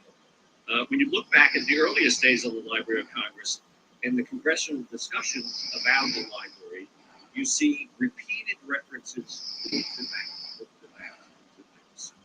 Maps were there from the very beginning. They were here from the very beginning. And I would note one of the first rules of the library was that, well, books could be loaned. Maps were not to be removed. You see that very emphatically too.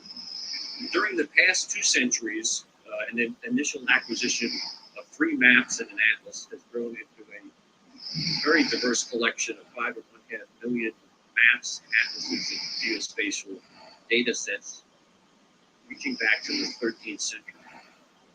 The Library of Congress today, as it has in the past, is responding to the changes and challenges in cartography as it becomes more and more dominated by developments in geographic information systems and visualization tools that have advanced spatial analysis and mapping in ways that few would have predicted 2 or 3 decades ago. We here at the library are currently collecting vast amounts of digital geographic data from all over the world, especially for those hotspots that continue to drive questions of foreign policy, foreign conflicts, and natural disasters. I just mentioned the emphasis on maps in the congressional arena at the very start of the library, and I can see and I expect that the capabilities of today's cartography will play an increasingly important role in the national legislative process. There are tremendous opportunities for cartography to help in the legislative process here on Capitol Hill. Let me also take this opportunity to mention a couple of current items of note in the geography and map division. Interested in, I think. First, the division's research center in the library's Madison building is currently being completely renovated. Upgrades will include high-end GIS workstations that will provide our patrons with this digital data, an interactive, digitally connected seminar room for study groups, and a public lecture area designed specifically for presentations devoted to geography and cartography. That work is going on right as we speak. Hopefully will be completed in the next few months. Second, the Congress has funded and we're nearing completion of construction of a secure storage facility in the Geography and Map Division for our extensive collection of rare atlases. I will also note that we are working in a coordinated effort to strengthen our GIS capabilities across the library, as there are so many of our divisions and offices here that can use that capability and need that capability in their own work. Over the next 2 days, you will hear about the modern history of cartography. You will get a close-up view of how we arrived at this moment in the long history of map making, and learn from the scholars gathered here about the cartographers, scientists, engineers, geographers, and visionaries who turned the field into what it is today. More importantly, perhaps, you will also hear about the future of map making and how geographic analysis is changing how we picture and analyze our world, and how these tools provide insights into the complex problems facing an increasingly global system. Before I close, I also want to take an opportunity to thank the Philip E. Phillips Map Society of the Library of Congress for co-sponsoring this event with the Geography and Map Division. The Phillips Society has been a tremendous asset to the library since its establishment in 1995 as the Geography and Maps Division's friend group. We encourage your participation in your nation's library through support of the Phillips Society. just again welcome you to the library. It really is our pleasure to have you here. Thank you.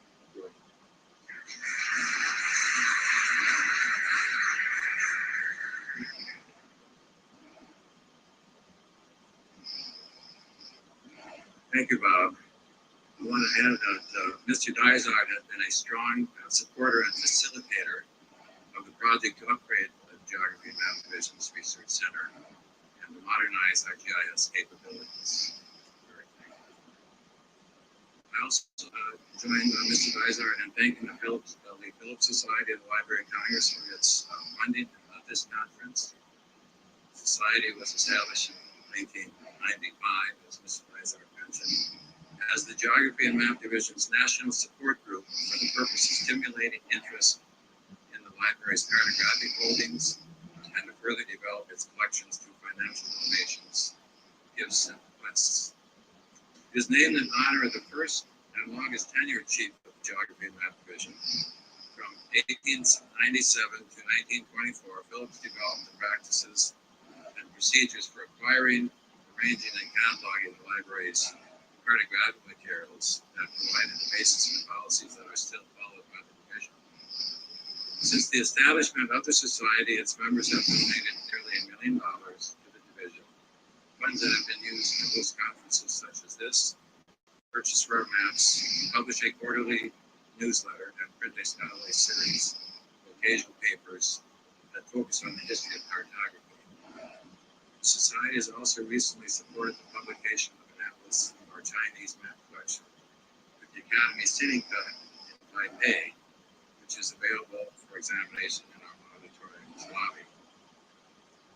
Please take time over the next 2 days to examine the Phillips Society's newsletter and occasional papers that you received in your packet. And if you are interested in continuing to receive such publications, we encourage you to fill out the form and join the society. We also have back copies of some of our major finding aids, catalogs, and research papers in the lobby, and they're available to you for free. We have time to examine those.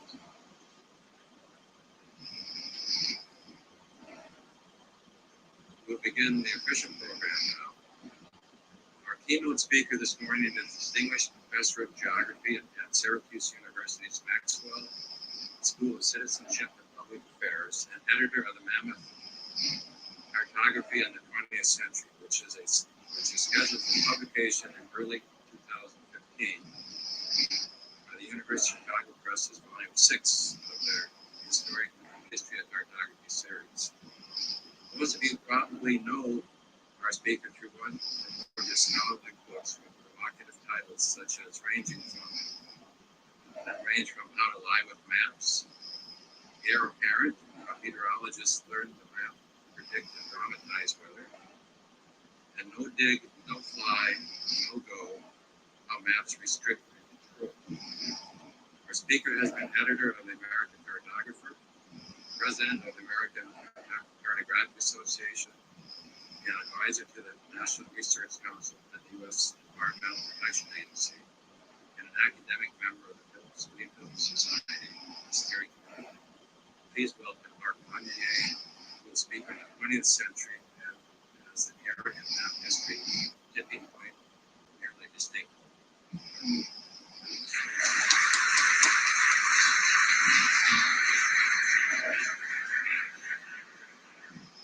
Thank you, Ralph.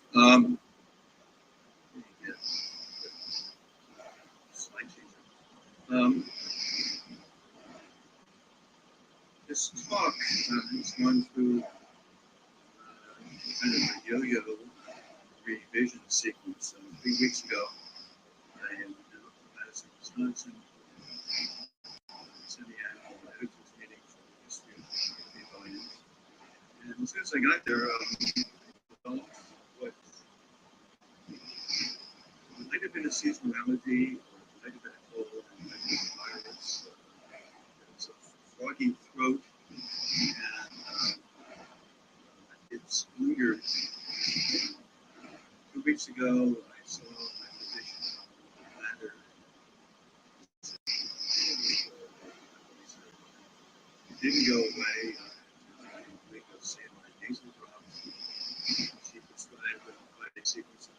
mathematics figure at this point. What's coming up might be good for trying anything. And apparently it worked, except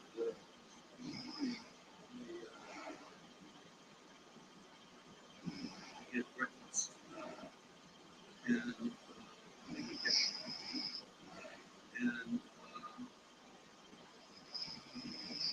hydrated. So anything goes.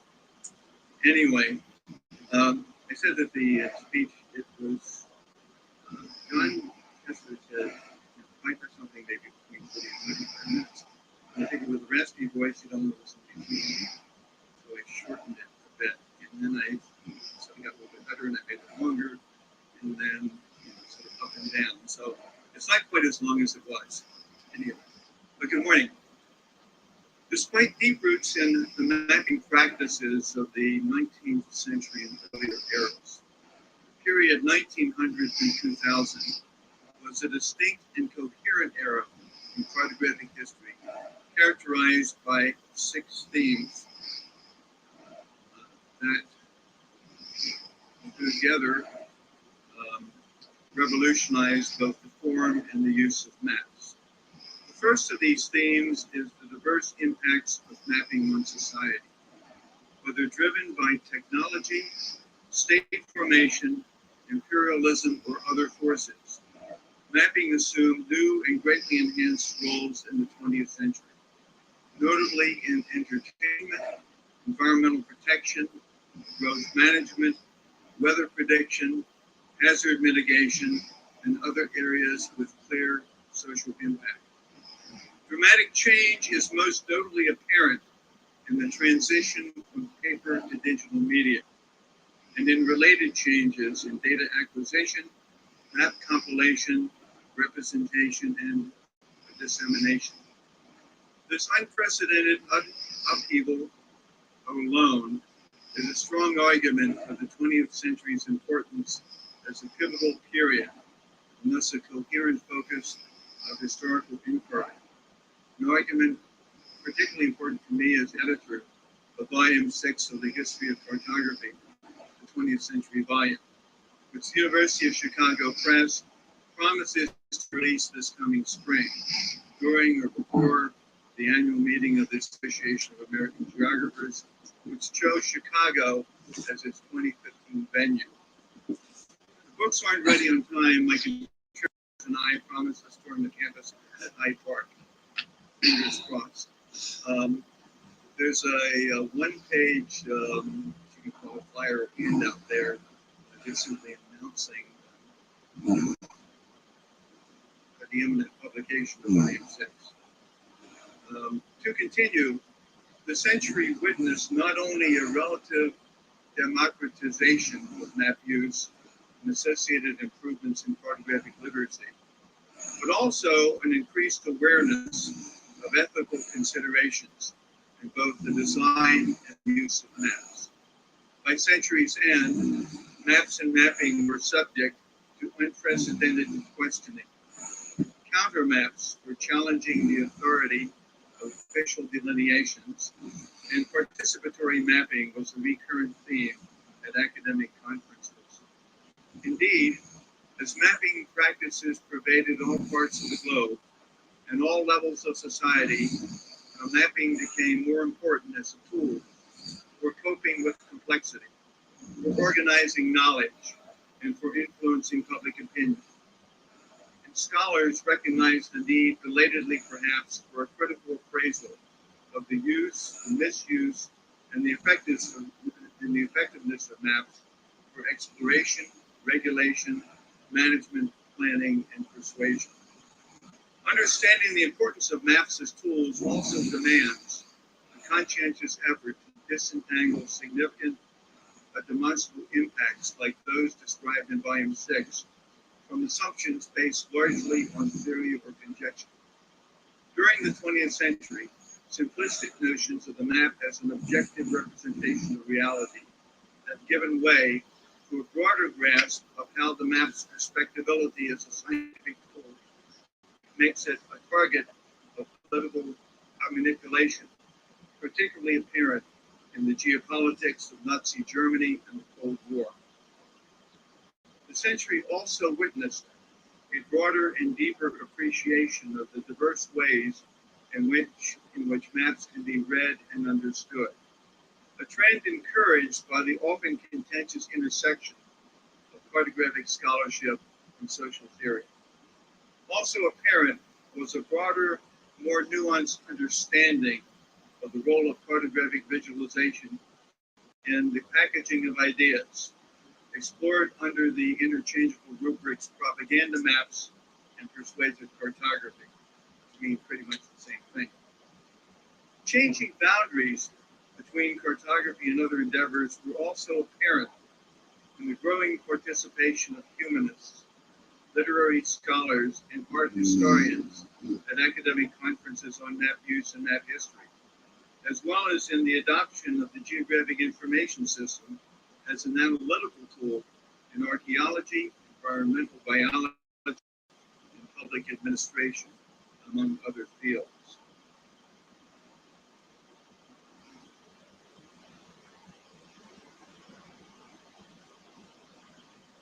The second key theme is overhead imaging. Technologies for imaging Earth from aircraft, satellites, balloons, and rockets not only enhanced the efficiency of mapping and surveillance, but also had diverse scientific, social, military, and political impacts, exemplified in the early 21st century by an increased use of unmanned aerial vehicles as tools of surveillance and weapons of attack. Improved technologies for capturing image data and extracting cartographic features spearheaded a proliferation of geospatial databases, which in turn fostered the revitalized use of maps in older, more traditional fields of application, such as energy exploration, transportation, and urban planning. During the 20th century, aerial mapping and photogrammetry expanded the reach of large and intermediate scale topographic mapping so effectively that terra incognita no longer meant the absence of any modern maps, but a relative dearth of the censuses, detailed land use surveys, and environmental assessments essential to the Western world's managed spaces. In addition, remote sensing of other heavenly bodies helped redefine exploration.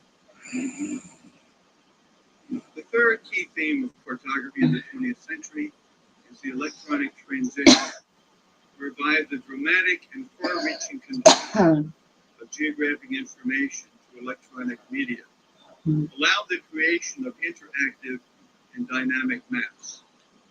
Although the products of this technology were not necessarily less expensive or more reliable, the GIS and the internet radically altered cartographic institutions and lowered the skill required to be a map author.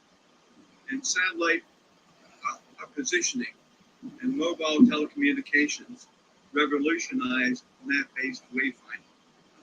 Moreover, web-based technology not only undermined the traditional role of the state in topographic mapping, but also made zooming in and out a widely pervasive and intrinsically interactive means of changing map scale. Extension everyday use of the elegant but static bird's-eye views that had begun to proliferate in the 19th century. Our connections with earlier periods of map history are also apparent in the increased role of government in collecting, mapping, and using scientific data, the heightened concern for data quality, the rise and decline of truly mass production in the 20th century, and the conflation of geographical, thematic, and topographic mapping, whereby users could toggle between different layers or coverages while interactively manipulating map scale. Astute implementation of digital technologies, though never straightforward and far from complete by century's end, had moved cartography farther beyond description and delineation and closer to the more ambitious goals of seeing and knowing.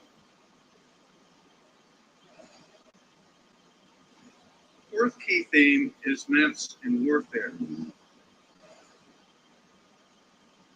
Noteworthy because the long-standing relationship between cartography and warfare became ever more prominent in the 20th century. Along with the greater efficacy of precisely targeted cruise missiles and the trickle-down of military technology into civilian applications, this development brought impulsive aggression, the diversion of funds from beneficial public investment, and a reduced reliance on diplomacy.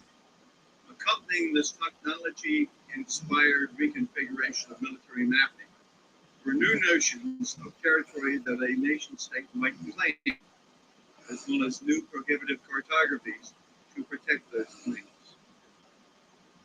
Chief among these prohibitive genres is aeronautical charting, which arose during the 20th century to produce, reproduce, and regulate navigable airspace, and later became a defensive strategy through the declaration of no-fly zones, actively enforced in some cases, but largely rhetorical in others.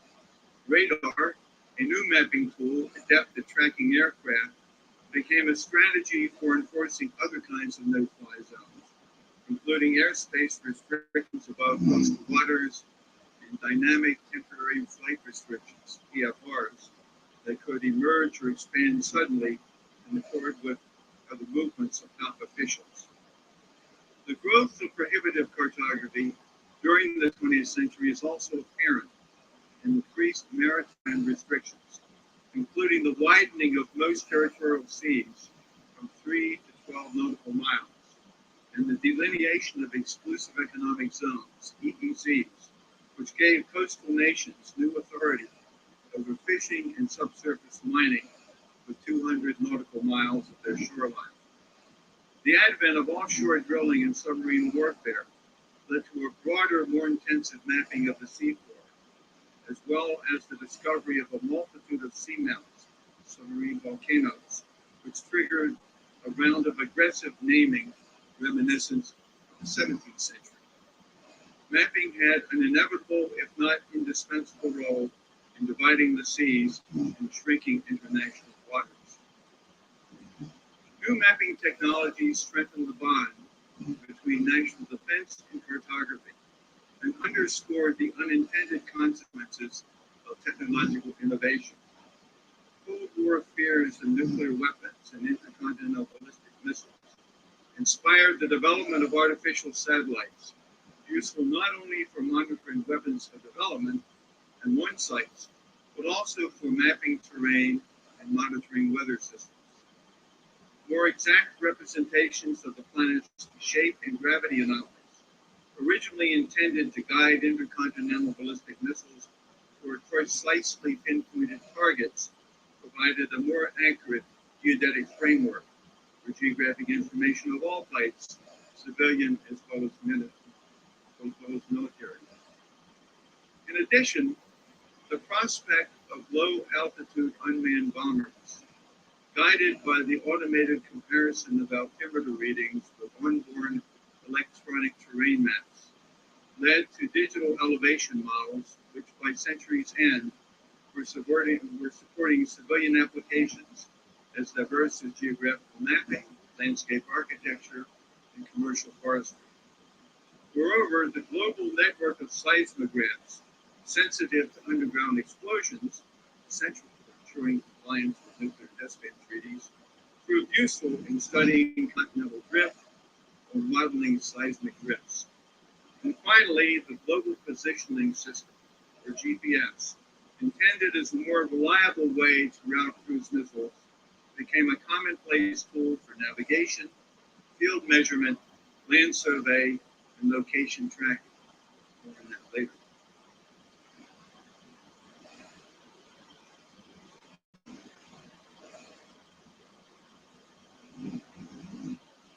The fifth key theme is the paradox of globalized practices and customized content. While the globalization of mapping technology and cartographic practice are diminished international differences among cartographic products, fuller customization of map design and content, fostered a broader range of cartographic applications, an unprecedented diversity of map types, significant changes in the form and appearance of maps, and the increased prominence of maps in the mass media. The globalization imperative was already apparent in commercial and institutional arenas at the end of the 19th century. Perhaps the quintessential example of these is the International Map of the World, proposed in Bern in 1891 at the Fifth International Geographical Congress by Albert Beck.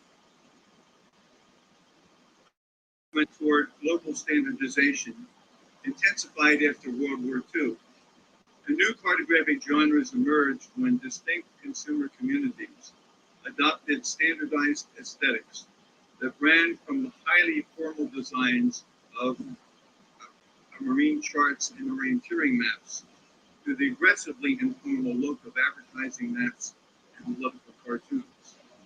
Prominent examples of international standardization include soils maps and the World Aeronautical Chart, which outlived the comparatively purposeless International Map of the World. The coexistence of global standardization and increased customization is epitomized by impetuously innovative designs, instantly recognizable to map collectors and cartophiles worldwide. Distinctively functional examples include the London Underground map and Irwin Royce's physiographic diagrams. Preeminently ideological examples include the Earth from Space perspective for Richard Eads Harrison, whose dramatic illustration of the proximity of the United States and the Soviet Union fostered the notion of air-age globalism, and the Peters Map of the World, which triggered a media scrum between third world advocates and professional cartographers. Digital technologies intensified these trends, but globalization often superseded customization. Although illustration and map projection software encouraged map authors to customize their designs for specific audiences, GIS software and web-based mapping typically constrain graphic style while simultaneously supporting flexibility in content and geographic scope. Maps produced using ArcInfo and other products of the Environmental Systems Research Institute, now known as ESRI, had a distinctive look epitomized by line symbols in the key that resembled a giant italic letter N. No less distinctive was MapQuest.com, which introduced millions of do-it-yourself online map makers to the interactive zoom-in, zoom-out graphic scale.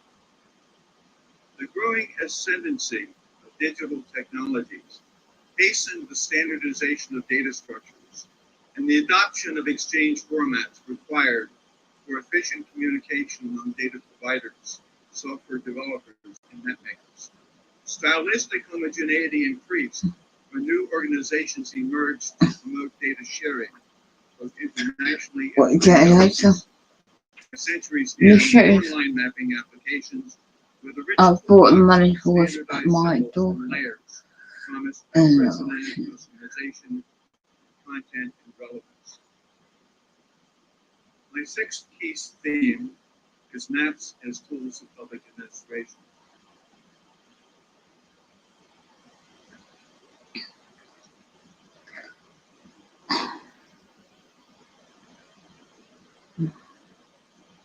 Although maps were used in urban governance during the 19th century, they assumed greater importance during the 20th century in local and national public administration, regional planning, and the representation of national identity. Key roles at the municipal level include land use planning and code enforcement, emergency response, the delineation and publication of election district boundaries, the delivery of regionalized municipal services, the assessment, taxation, and sale of real property, the design, management, and promotion of public transit networks, the analysis and control of crime, the management of network infrastructure for electronic communication, energy distribution, water supply, and sewage, and the delineation of historic districts established to preserve a city's architectural heritage. Efficient municipal administration came to depend heavily on reliable, large-scale maps. At regional and national levels, mapping activities have evolved during the 20th century to include map-intensive systems for monitoring weather and water quality, for predicting environmental disasters, and for planning and orchestrating evacuations. Numerical simulation models became particularly important when mitigating flooding, seismic activity, other hazards, and land use regulation and insurance. Accompanying this increased usage of maps was a growing awareness among scholars of the map's value as an instrument of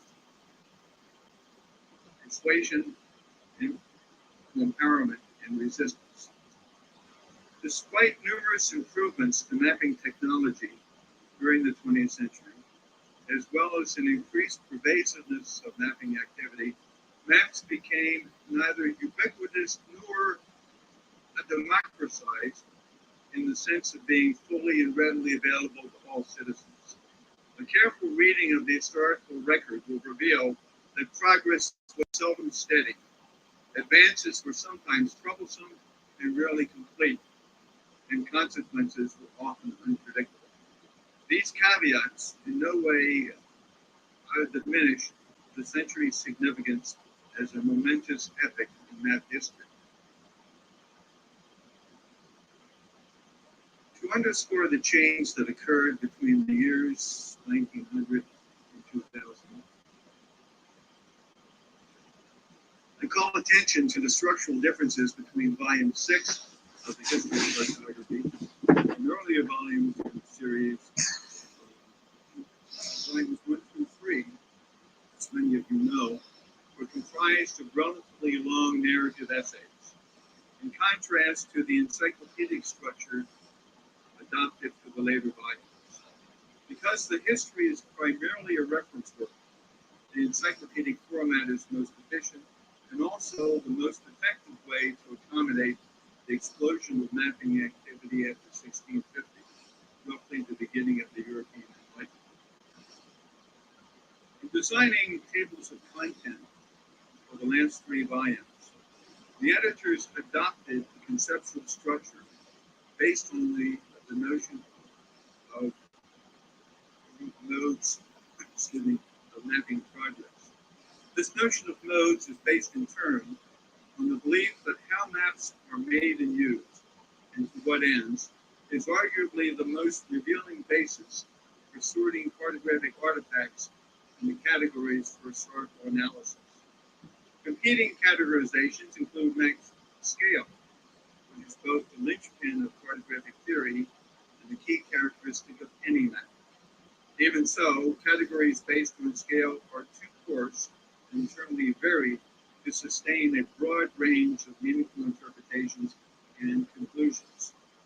Similarly limited are categorizations based upon whether the map maker is a governmental or a private sector entity, whether the map is circulated on paper or electronically, or whether replicated images were copied by hand, engraved on copper plate or lithographic stone, or transferred photographically. Although the reproduction method leaves distinctive marks on the artifact, these differences in appearance are less socially and intellectually significant than differences among cartographic modes, such as property mapping, marine charting, and geodetic surveying. The concept of cartographic modes was introduced by Matthew Edney in 1993 as a framework for studying the development of European cartography between 1500 and 1850, which includes the Age of Discovery and the rise of capitalism. The schema initially consisted of 9 modes of mapping practice.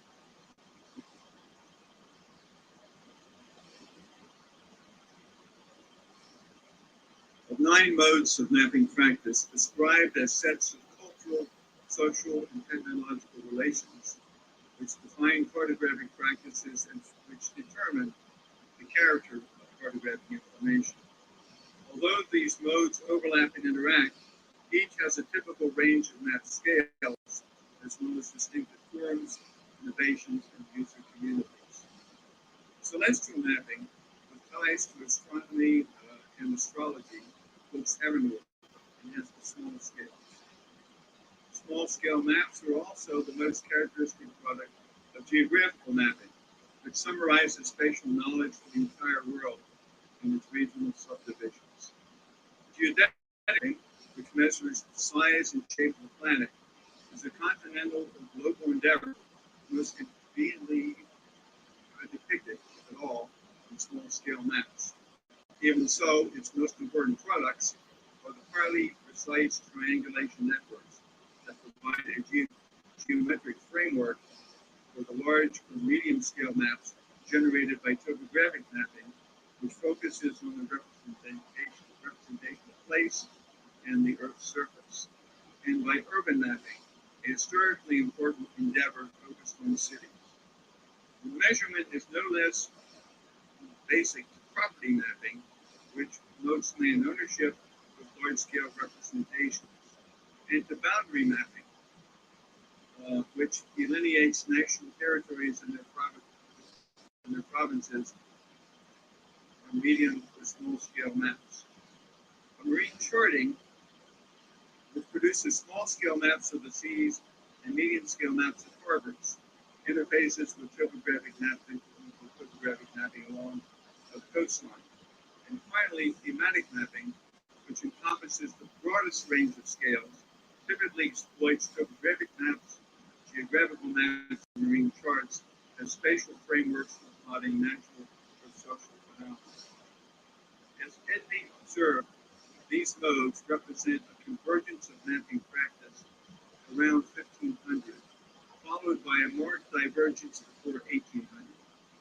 By the 16th century, the collective emergence of mercantilism, printing, and the commodification of land and of the modern territorial state led What kind of boats on? charting, geodesy, Kind of look along when with preparation.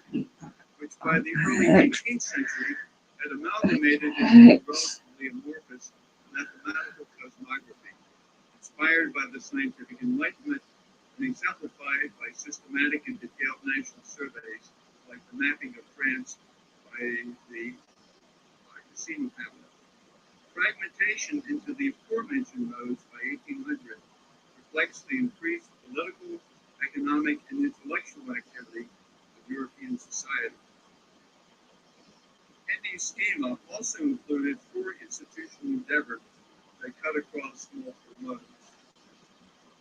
Military cartography, for instance, employs geographical maps for strategic planning, topographic maps for tactical operations, and marine charts for naval activities. At local as well as provincial or national scale, administrative cartography intersects property mapping, thematic mapping, topographic mapping, and urban mapping. The map trade, which became map publishing after printing and engraving technologies vastly expanded the cartographic marketplace in the 16th century, encompasses the commercial distribution of maps of all types, and map collecting, by institutions and individuals, brings together maps useful for military intelligence, general reference, and scholarly research. And in the 20th century in particular, antiquarian dealers have touted rare and nearly old maps as aesthetically attractive investments. Technological advances in the 20th century required 2 additional modes of cartographic practice. Overhead imaging, whereby aircraft and satellite platforms and diverse imaging technologies vastly increased cartographic coverage and content. And dynamic cartography, whereby interactive and animated displays offer comparatively complete and often engaging representations of temporal or complex phenomena. In addition, academic cartography emerged as a distinct institutional endeavor focused on the systematic scholarly study of not only the design and collection of maps, but also the cultural connotations and societal impacts of mapping activities. Two overarching trends illustrate how the six aforementioned themes and these two new modes of graphic practice characterize the distinctiveness of the 20th century. The second of these trends merits mention here, and if time and stamina were available, I would be pleased to highlight in greater detail. Its impacts are obvious to anyone who regularly watches television and other programs, and to public officials or scientists concerned with coastal flooding, wildland fire, groundwater contamination, air pollution, or nuclear meltdown. It's important as a strategy for extending the map's time frame forward into the future. The first of these trends is more interesting to me as a social scientist and more germane to the notion of tipping point. The subtitle of this talk insofar as the intensification of prohibitive cartography as obvious, if not ominous, social overtones.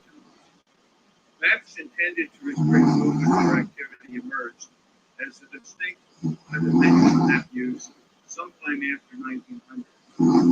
They increased markedly in variety, pervasiveness, and impact. Although this intensification has roots in Roman property maps, partly intended to thwart trespass. Any map with boundary lines delineating a territory as small as a farm or as large as a nation state is fundamentally a restrictive map. Familiarity with these long-standing uses likely underlies an expectation that a wider, more intensive use of prohibitive maps would be understood and accepted. Factors underlying this expansion include advances in transportation technology and public administration, as well as an increased wariness of urban growth and hazardous geographical environments. Whereas maps portraying historic districts and marine protected areas are necessarily prohibitive, recreation maps, nautical charts, and other maps intended to facilitate access and travel often include restrictive elements. Prohibitive elements are now apparent in most of the cartographic modes and institutional practices. Property mapping,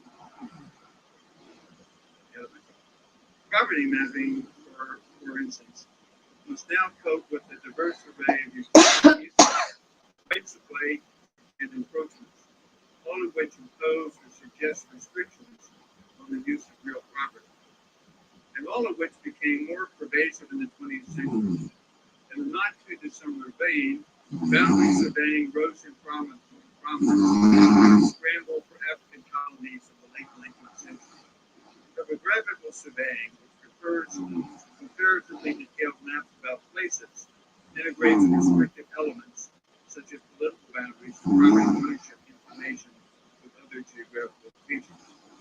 This example from a 1992 U.S. Central Intelligence Agency map of the West Bank relates settlements, roads, and terrain as broad and contentious border zones, vague in shape and labeled no man's land. The new areas are Israeli settlements, which in the highlighted area increased in number between 1993 and 1999. Urban mapping, which is closely allied with topographical surveying, refers to the mapping of entire urban places. Its importance here lies largely in its contribution to the multi-mode institutional administrative mapping. Even so, a municipal boundary is a prohibitive map insofar as it reflects activities not allowed within the city proper, or services available only to this example from a landmark decision by the United States Supreme Court. The justices ruled unanimously that a city could not redraw its boundaries to most of its African American residents. Geographical mapping refers to medium to small scale maps of regions or larger units, including the entire world. It thus includes wayfinding and travel maps, most notably the aeronautical chart, a distinctively 20th century innovation. Indeed, few prohibitive maps are as historically significant as the aeronautical chart. Before World War I, some European nations had equated the skies to the high seas, to which everyone had unimpeded access. But by war's end, airspace sovereignty was largely linked to national boundaries. This is one of numerous instances of what I call borrowed borders. Formal prohibitions did not appear on U.S. aeronautical charts until the late 1920s. This slide shows the symbol sanctioned by the U.S. Coast and Geodetic Survey, which was assigned responsibility for federal aeronautical charting in 1926. Prohibited airspace was represented in red by a pattern of closely spaced diagonal lines.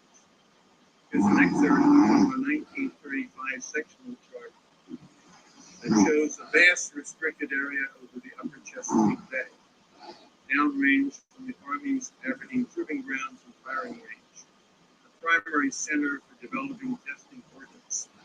Safety was a greater concern than espionage. As the century progressed, aeronautical charts evolved to include dynamic maps showing temporary restrictions in the vicinity of special events, such as air shows, as well as the mountain retreat of Camp David when the president was in residence. Complex and often ephemeral restrictions embedded in contemporary aeronautical charts reflect a historically significant transition of the map from the map as a tool for exploration, discovery, and navigation to maps as comparatively complex instruments, roles that include public safety, growth management, and environmental protection. Thematic mapping, which refers to the compilation of medium to small scale distribution maps for physical phenomena, include census maps and geologic maps, provide a basis for cartographic restrictions embodied in land use zoning and floodplain management. In seismically active parts of the United States, fault lines taken from geologic maps were repurposed for regulating land use. Marine charting, which defined high and low water shorelines in the 19th century, provided baselines for extending territorial claims seaward during the 20th century.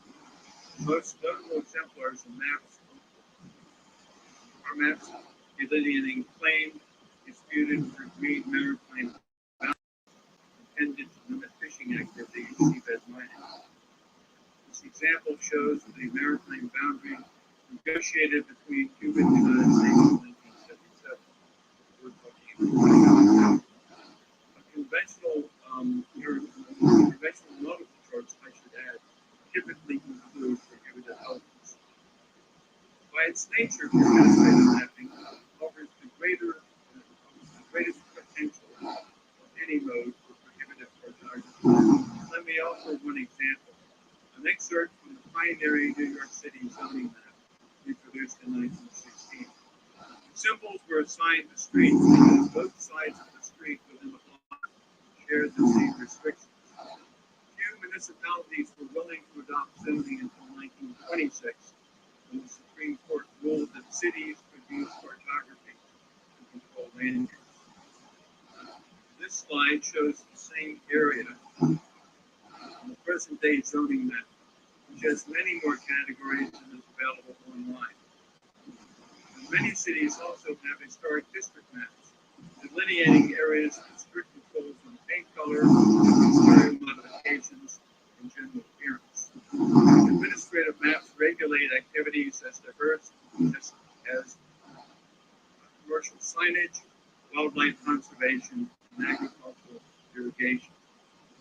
No less prominent is military mapping, which encompasses a diverse range of activities related to warfare and national defense. Prominent among the prohibited applications of military mapping is the no-fly zone, declared over northern Iraq in April 1991 by the United States, Britain, and France to provide a safe haven for Iraqi Kurds.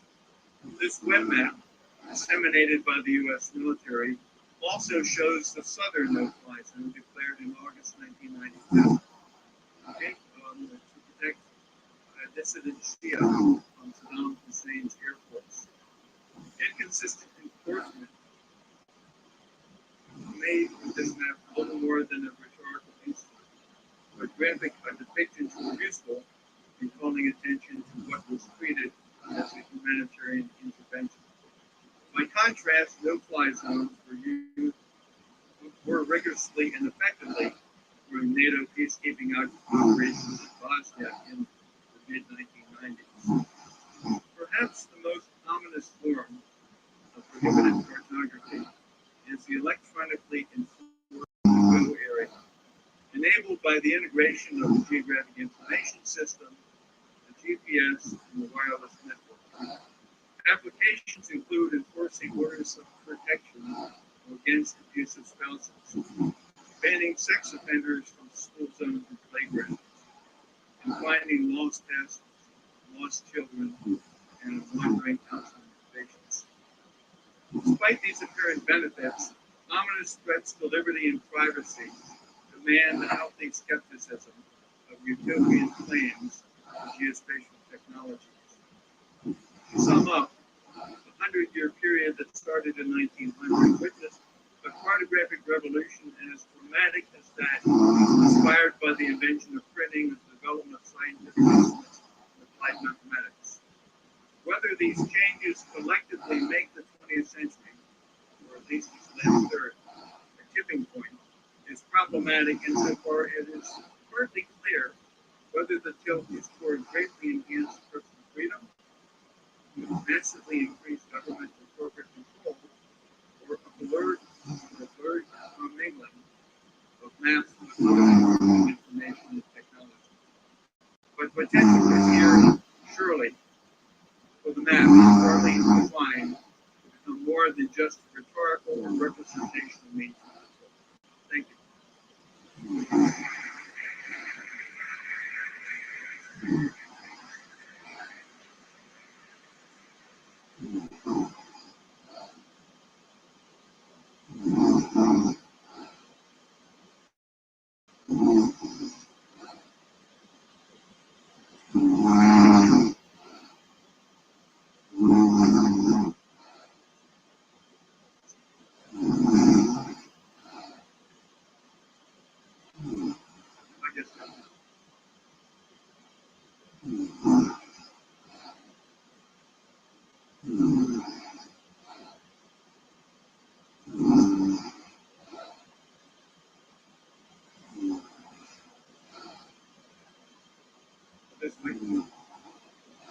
Sorry.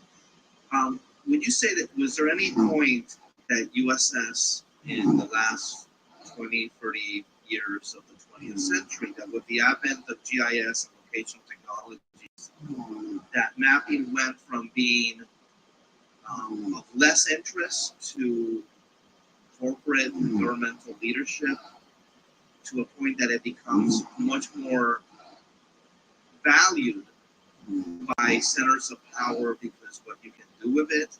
And I've been to many corporations that they leaders get excited by GIS and throw tons of money at it, where prior to the advent of that technology, what little mapping they did was relegated to the back. Is there any year that you would say would be kind of going back to the tipping point?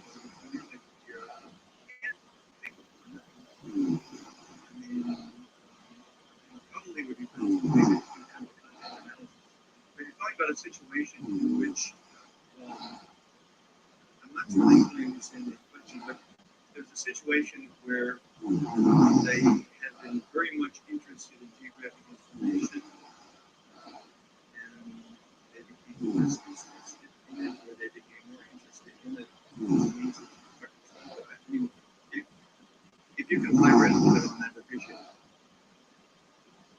example might know. Hello.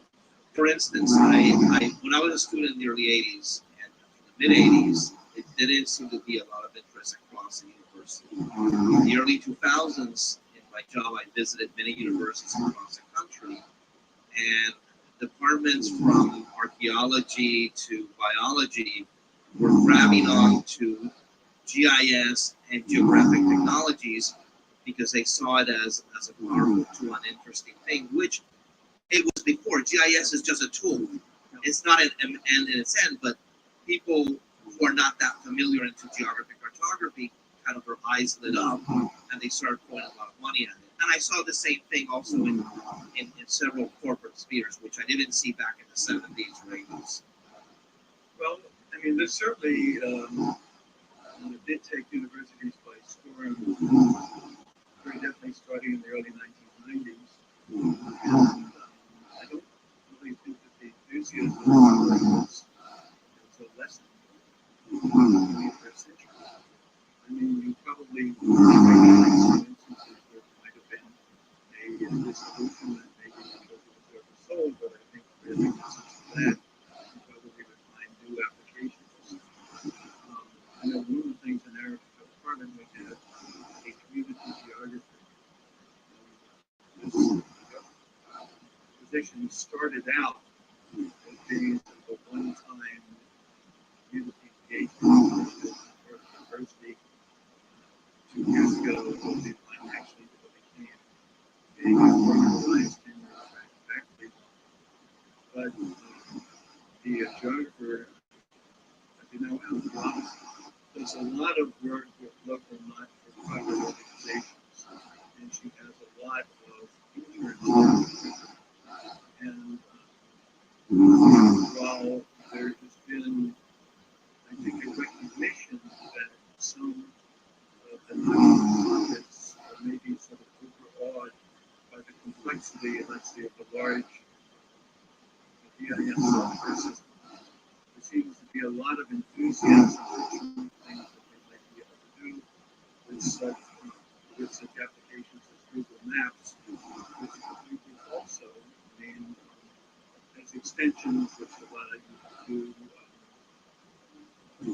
address mapping, address distribution. And I think this technology is going to be with us for a long time. In the corporate world, you know, it has become incredibly valuable, especially when linked with GPS. And I think, let's say, organizations, GPS, when FedEx would use it to keep track of their trucks, to keep track of when packages are being delivered. You also keep track of how many turns the driver makes, trying to create optimized routes. Whether it's kind of application I think that it will, in the general sense, that we're not there yet. I don't think we see anything like this. Does that help? Okay. Other questions? My name is George Shalou. My question is, you've spent a lot of time preparing for this keynote address. I would like to have your answer to be more merely distinctive. Your answer to the question. And if my answer to the question, though, tipping point. You're not going to like this answer, I don't know. I mean, you know, seriously, I mean, I think that we're at a stage where things can go in a variety of different directions. If you want to get a very Orwellian scenario, I can foresee a situation where human beings are chipped. Okay? And I think they might voluntarily buy into this because there will be lots of advantages. It's a technology which could be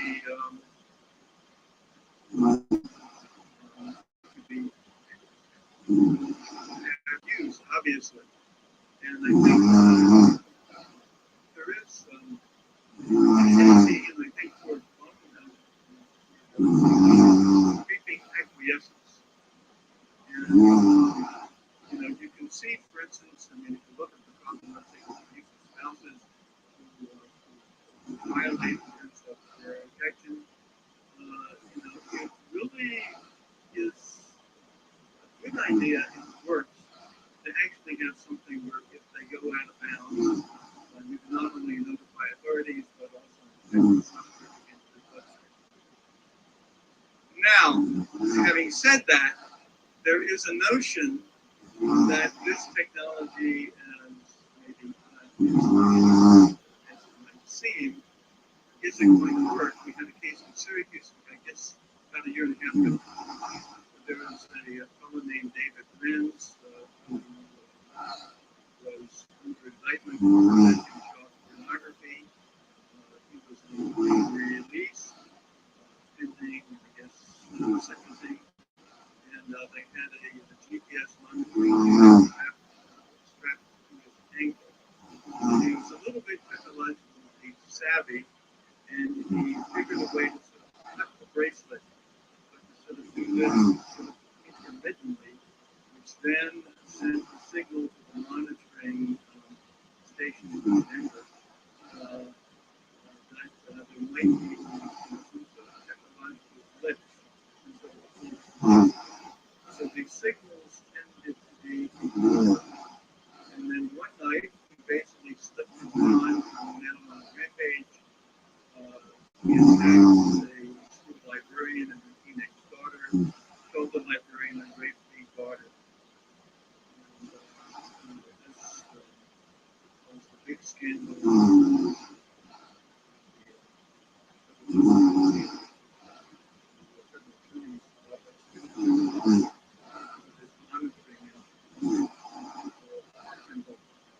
And there is a tendency sometimes to think that technology it can be very restrictive, but there's also a situation where the police working might be misplaced. In some cases, it can be an electronic nudge.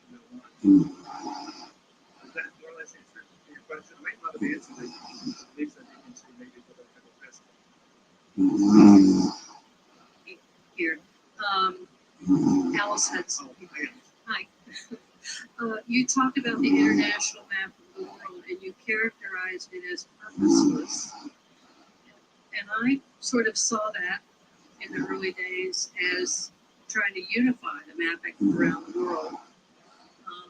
Secondly, as a result of the international map of the world, in the 1970s, I found that in some map collections that were serving the public, the International Map of the World sheets provided coverage for especially third world areas that we just didn't have in any map collection. And so it was a helpful close-up, not more, but back in the 70s, a helpful close-up, say the Central African mapping or something. So IMW, was it really purposeless? Sort of coming from my notes here, I thought that I might have prefaced that by saying comparatively pointless. It obviously was not purposeless. It had a purpose, but it certainly did not live up to the rather broad claims that had been made for it. It was useful definitely as a reference map. It was useful in many situations as a compilation tool. I think the fact that the series languished was never really completed, probably in as meaningful evidence of the fact that its purpose was simply not clear. I understand what you're saying. Good point. I'll go back to what I said, namely that it was comparatively pointless, certainly in terms of the World Aeronautical Chart, which had a very functionality.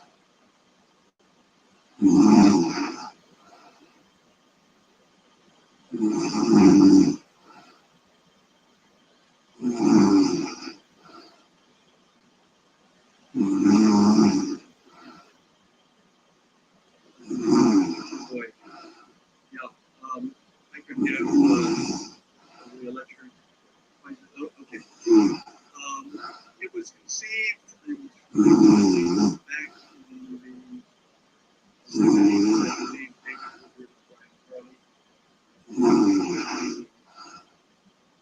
referred to as JP. And they thought it might be a great idea to have sort of a general history of the Brian had been working on a multi-volume history of mapping of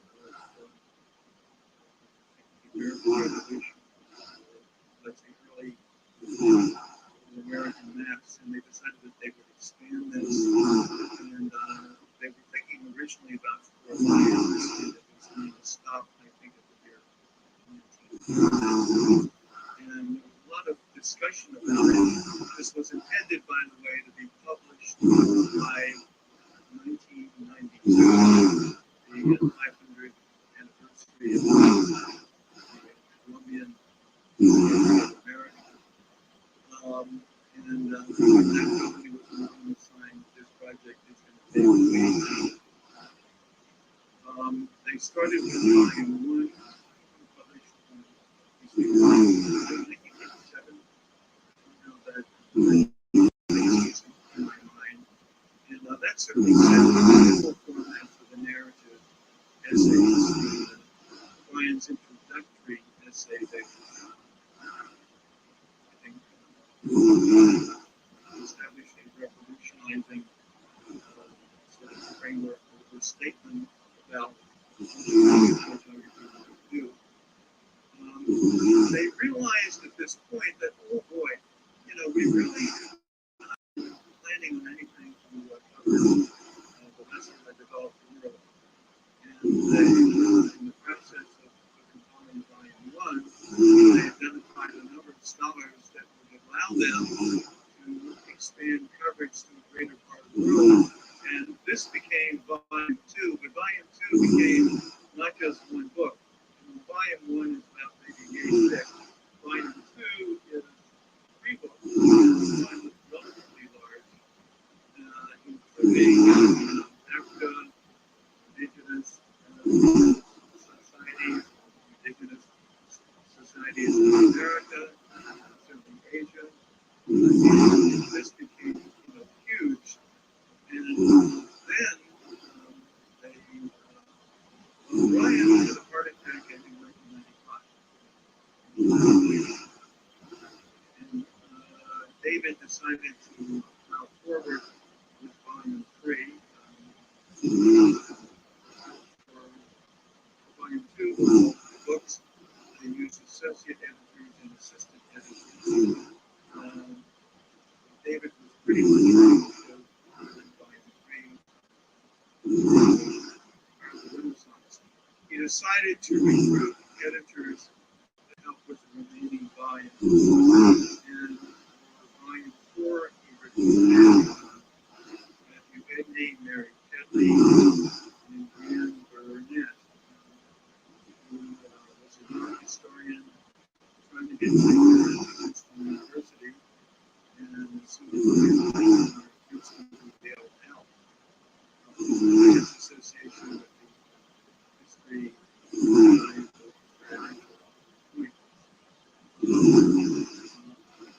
I was engaged to work with volume 6 very early on, back when Brian was still around. I can recall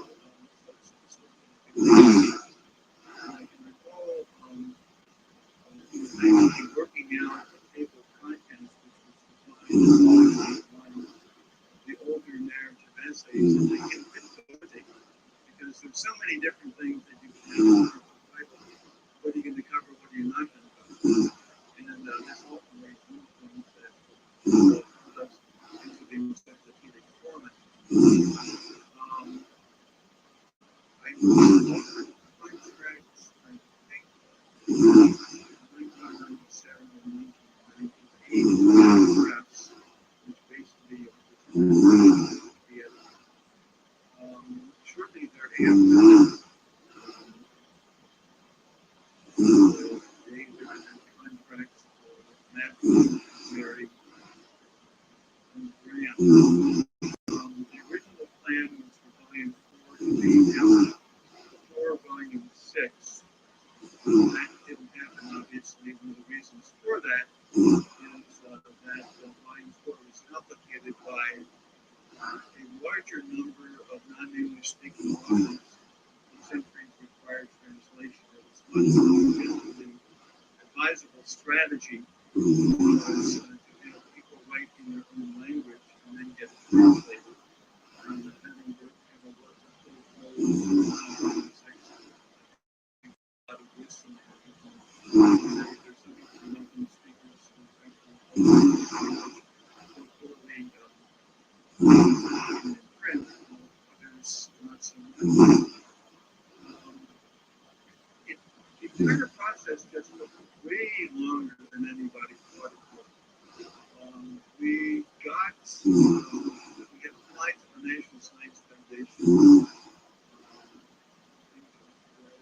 6-year grant that was intended to start in the year 2000. And this is volume 6. Volume 6 was figured to be alive with the National Science Foundation, whereas volume 4 was supposed to be alive with the National Endowment for the Humanities. Well, at that point that we presented the proposal in, we were using the narrative essays format, and we had a tentative outline. It didn't apply that well with the external reviewers that it was sent to. And that was like a setback, and one concern was, well, how many people are there really out there who could really help and write the history of photography in the 20th century? So, I thought, well, this is a problem that the NSF identified. I looked at what the NCGIA was doing. University of Maine, University of Buffalo, University of Santa Barbara, where they have run a number of initiatives. And I thought that would be maybe possible for the NSF to sponsor something called the Exploratory Essays Initiative. And the idea here was to attract 11 scholars who would be recruited to write 10,000-word essays on some aspect of the history of photography in the 20th century, and to recruit, in some cases, people who really did not have much experience in writing photographic history. Some of them have that. And that was a 3-year grant, and that worked. One of the people's essays didn't quite pass muster. It was published as a special issue of Photography Embedded Information System. In the process of doing this, we realized, and I say we, Mary realized that there's no way in which we can do the last 3 volumes using the narrative essays model. The history of photography is way too varied. If we're working on, what we're working on is a reference book, intended as a reference book, the first resort. We really need to make this into something like an encyclopedia. Now, it happened that I think around 1987, we had a conference here at the Library of Congress. And the Library of Congress was a sponsor. The National Endowment for the Humanities provided travel funding, and it was sort of like a 2.5-day conference, basically. In terms of the National Library of Congress focused on photography in the 20th century. And we were fishing for ideas and fishing for authors who might be recruited to actually write chapters. But at that time, we were still thinking about long essays. Well, David died in and before he died, we realized we were going to have to switch to the format. After the Exploratory Essays Initiative, which was successful, we applied to the NSF and got a 5-year contract. We got a 5-year grant. A 5-year grant. that was going to help us finish 5 and 6. Obviously, that hasn't happened. Matter of fact, for this past August, 5-second 5-year grant. The University of Chicago Press had experience with earlier buy-ins. They had never done anything like encyclopedia. The reference editor, Linda Helmerson, had some experience. She had worked with Oxford University Press, and she was extremely helpful.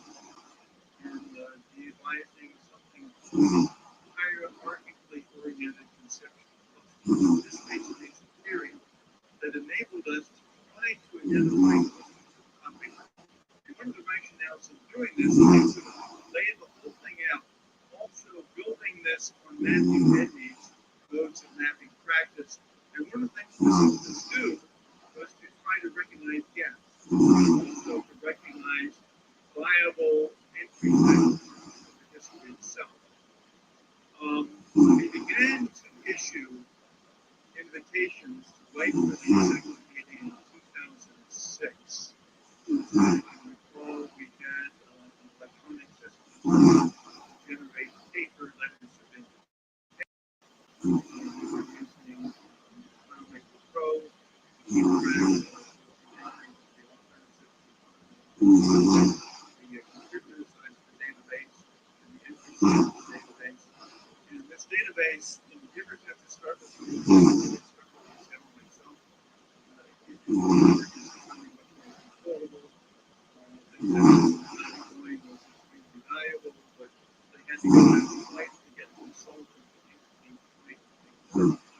And we decided that the first invitations would go out to contributors who would be asked to write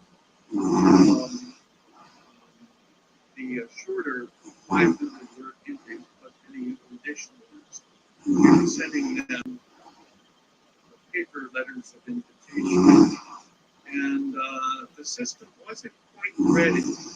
So basically, I had a template and I had a file with addresses and I copy pasted in.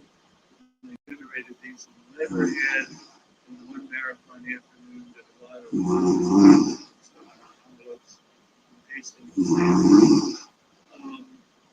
We really, if you try something like this with notes during the session, we had thought that we would be able to get support for coordinators to share things online. And other providers at the university, research office. And David was reasonably confident that some high-tech firms would be able to support lines like this for line 4, line 5, and 6, and that support never came forth. It's very difficult to get people to contribute in the historical project. Where would we be without the movement? Where would we be without the international movement? There were a few other organizations that did. Obviously, there were lots of Congress and providing access to the elections here was enormous. We began to invite contributors in because the idea of people, when they were invited, they were given a due date. We didn't use the term that due date seemed to be sort of a mild requirement. Well, it turned out that some of the entries started arriving. I never did get, at least when I was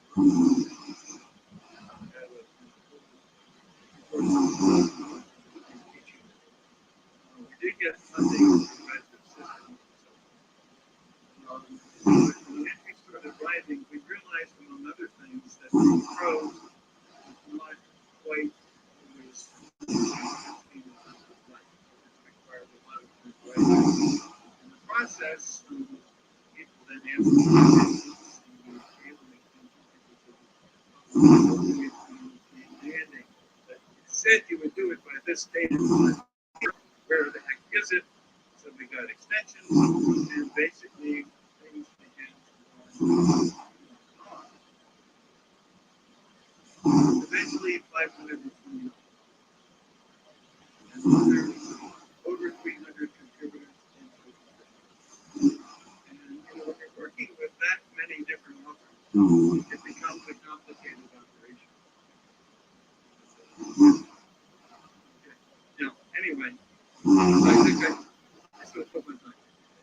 Okay, well, thank you very much. Put out brochures, so take a look at that. Versus somebody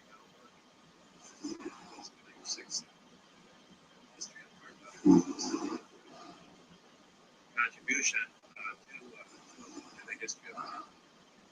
I now want to turn the recording over to our next program. Wes Brown, chair of this. I just want to say that this conference was Wes's original idea. Here he was suggested to me this conference to do on the 20th century. John has organized the whole program.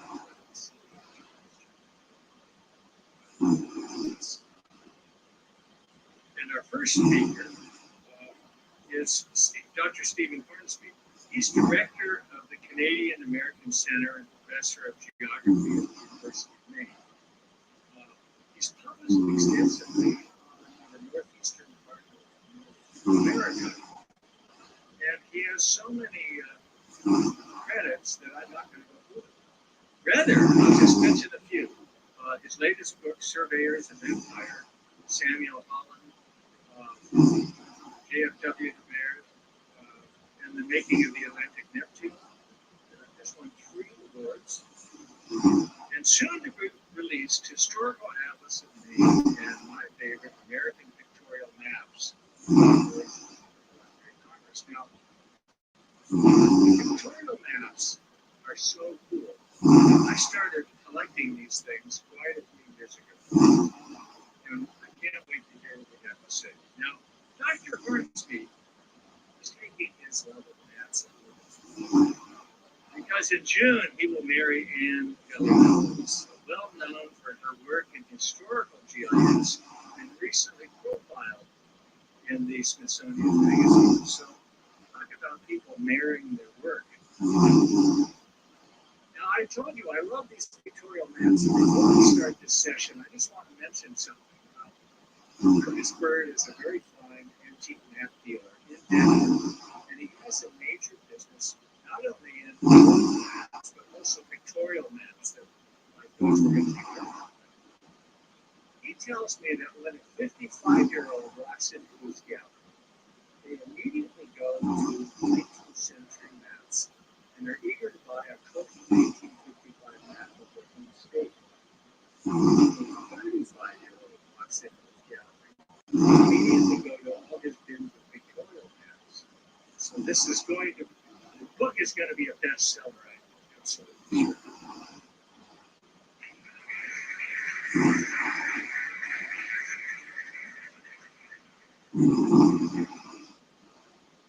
Good morning. Thank you, Wes, for that wonderful introduction, and thank you to Ralph Ehrenberg for the invitation to talk to you this morning about really a passion of mine, as is Wes and American pictorial maps. From the 1920s to the 1960s, American popular culture and commercial mapmaking intersected to produce a remarkably creative period in the history of Western cartography. During those years, dozens of graphic artists and cartographers created hundreds of pictorial maps depicting the history, geography, and culture of the United States and lands overseas. No other country produced the quantity, quality, and variety of pictorial maps as the United States. Although now relatively unknown, pictorial maps were immensely popular during their heyday, decorating homes, schools, and clubs, and appearing in books, magazines, and newspapers. The maps reflected American culture, capturing the dynamism of the nation's burgeoning skyscraper cities, great industrial factories, and streamlined locomotives, airplanes, and automobiles, as well as portraying the country's fascination with its colonial and early war past. Pictorial maps also displayed advances in printing technology, particularly color lithography, and showcased the talents and originality of some of the nation's leading graphic artists. By the Second World War, pictorial maps had created a powerful visual image of the United States, and were beginning to reimagine the look of the world for a mass consumer audience. A great range of map makers designed and produced pictorial maps during this golden age of popular cartography. Staff cartographers at the nation's large map publishing houses such as Rand McNally, General Drafting, and National Geographic created many pictorial maps. Graphic artists and cartographers working on their own or for commission produced significant numbers. Some of these artists, such as Rockwell Kent and Everett Henry, enjoyed considerable success, but many laboured in relative obscurity. Their work hardly known today. Among these artists were Jack Atherton, Arthur Suki, and George Anand. And here we have a picture of George Anand taken in the early 1940s. As you can see, he's at his drafting table and he's living in downtown Manhattan. He rarely smoked cigars. I was told by his daughter that on this occasion, it was a time of celebration. He just produced a map that the people who commissioned it were delighted with it and gave him the cigar, which is why he's puffing the cigar in this picture. Now, women too made pictorial maps. Probably the first time in Western cartography that they played such a significant creative role. Among notable women pictorial map makers were Louise Jefferson, Yolanda Karatz, Elizabeth Shurtleff, and Ruth Taylor White. Unlike staff cartographers working at the large American map publishers, graphic artists were not bound to the strict conventions of scientific mapping. Many of them did a variety of work, ranging from commercial advertising to book illustration, and felt free to experiment with design, content, and scale in their maps. They also drew on several diverse cartographic traditions and artistic movements, including late medieval maps. This is the Cellier world map of about 1550, with their depictions of mythological peoples and animals. American bird's eye views, with their oblique perspectives. This is about 1920, a bird's eye of Fresno County. Look carefully, and you'll see that the publishers called it a pictorial map of Fresno County. Also, MacDonald Gill's influential maps for the London Underground. This is his famous Underground map of 1914. This copy is in the Newbury Library. And the Underground map is generally considered to be the most influential pictorial map ever created. Also, commercial advertising posters with their bold designs. Finally, Art Deco with its simplifying patterns and vibrant colors. This is the outside of the Edison building in downtown Los Angeles. You see these muscular figures, typical of Art Deco, and at the bottom you can see the chevron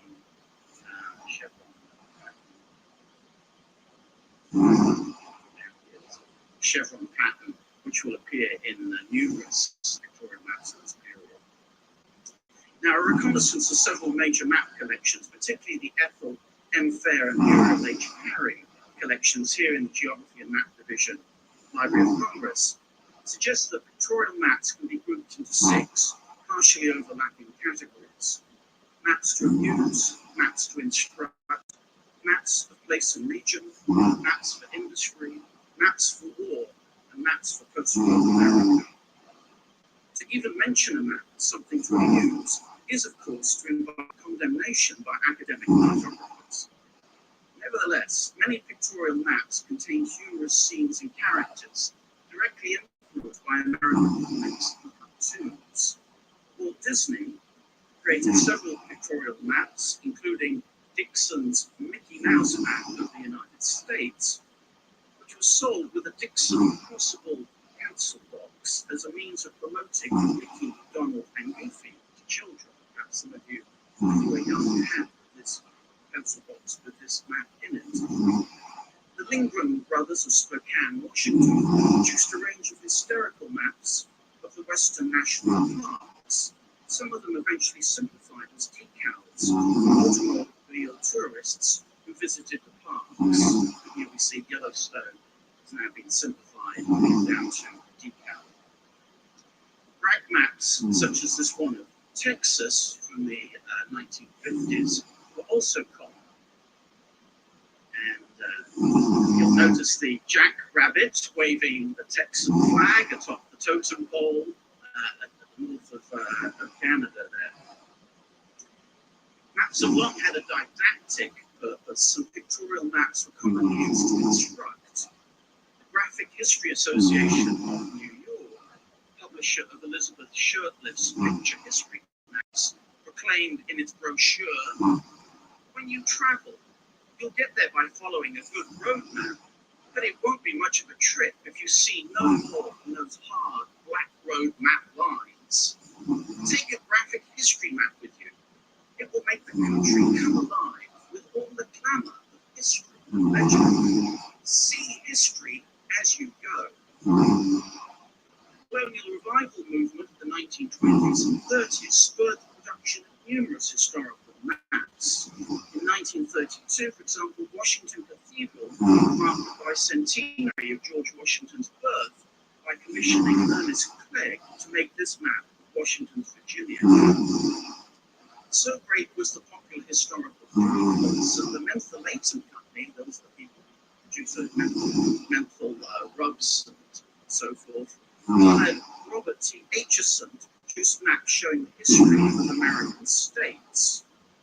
Mentholatum dedicated, quote, this historical compilation to the people of Wisconsin in appreciation of their continued loyalty to mentholatum.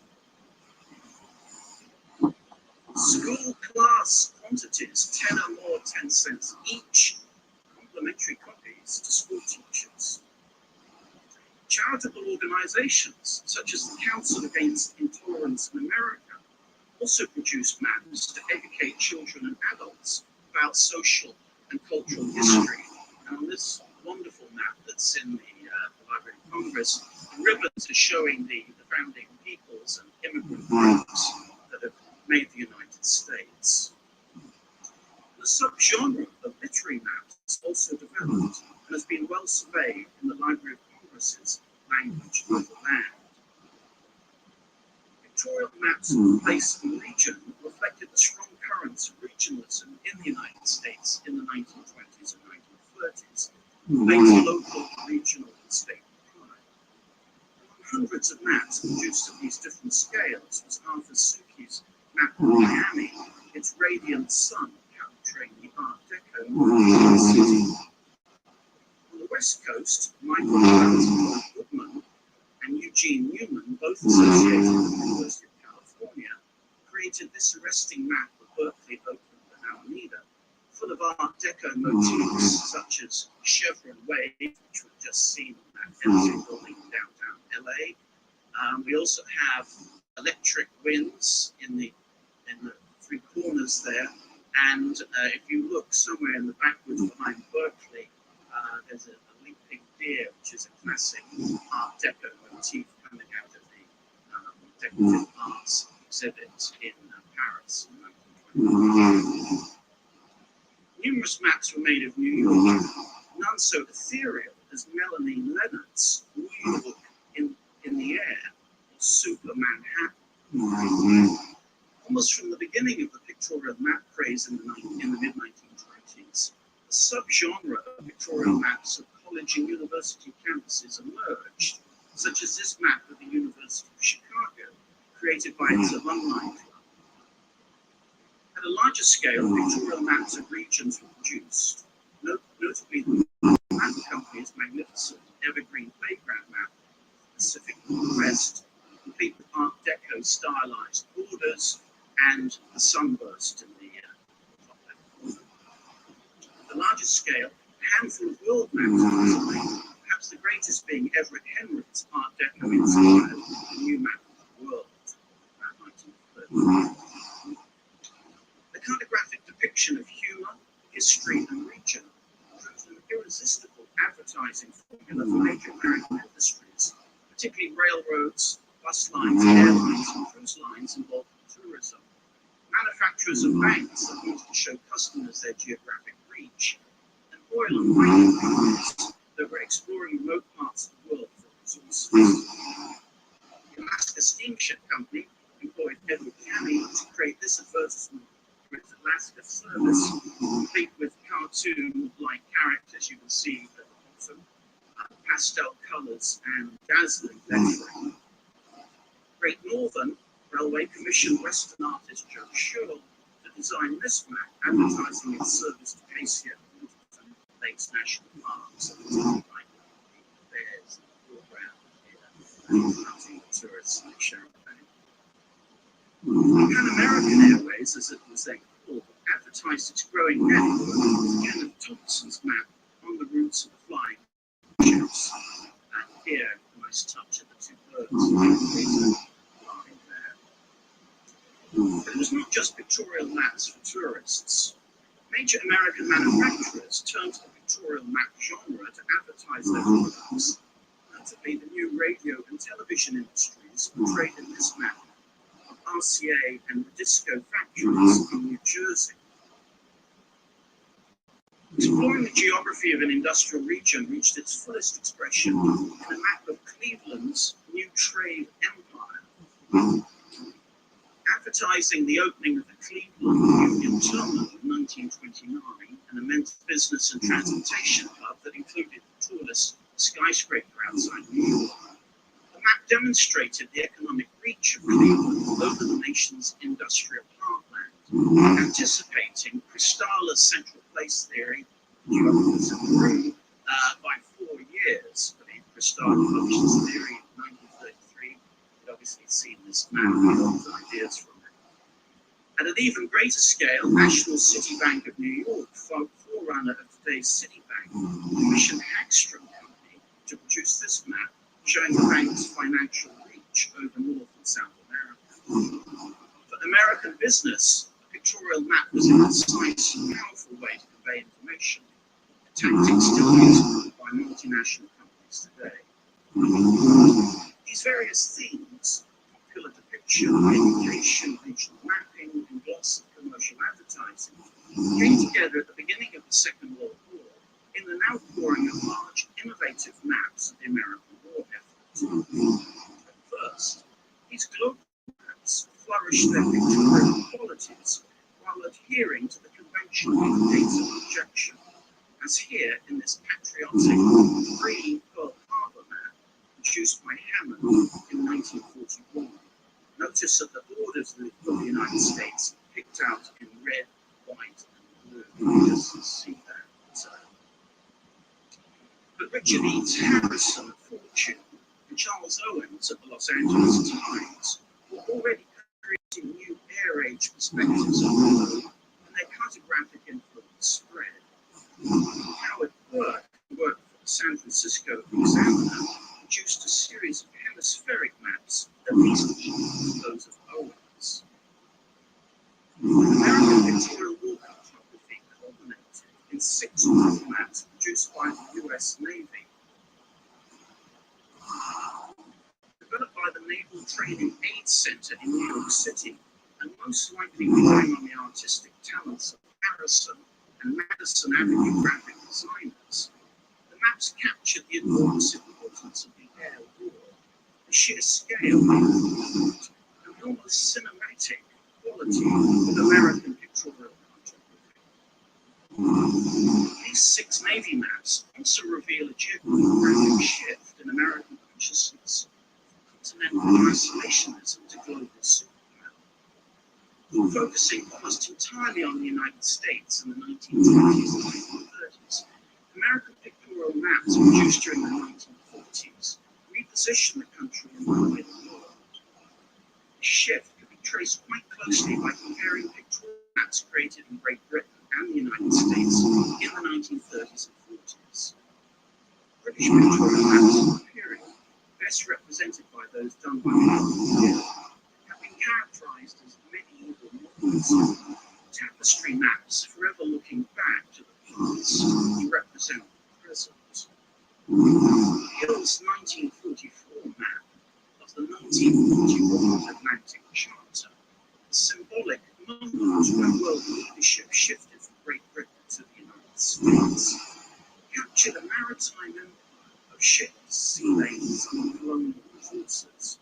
A late 19th century vision that contrasted to the modernity of this US Navy war map, also published in 1994, with its emphasis on air power and naval knowledge. A new, distinctly American view of emerged.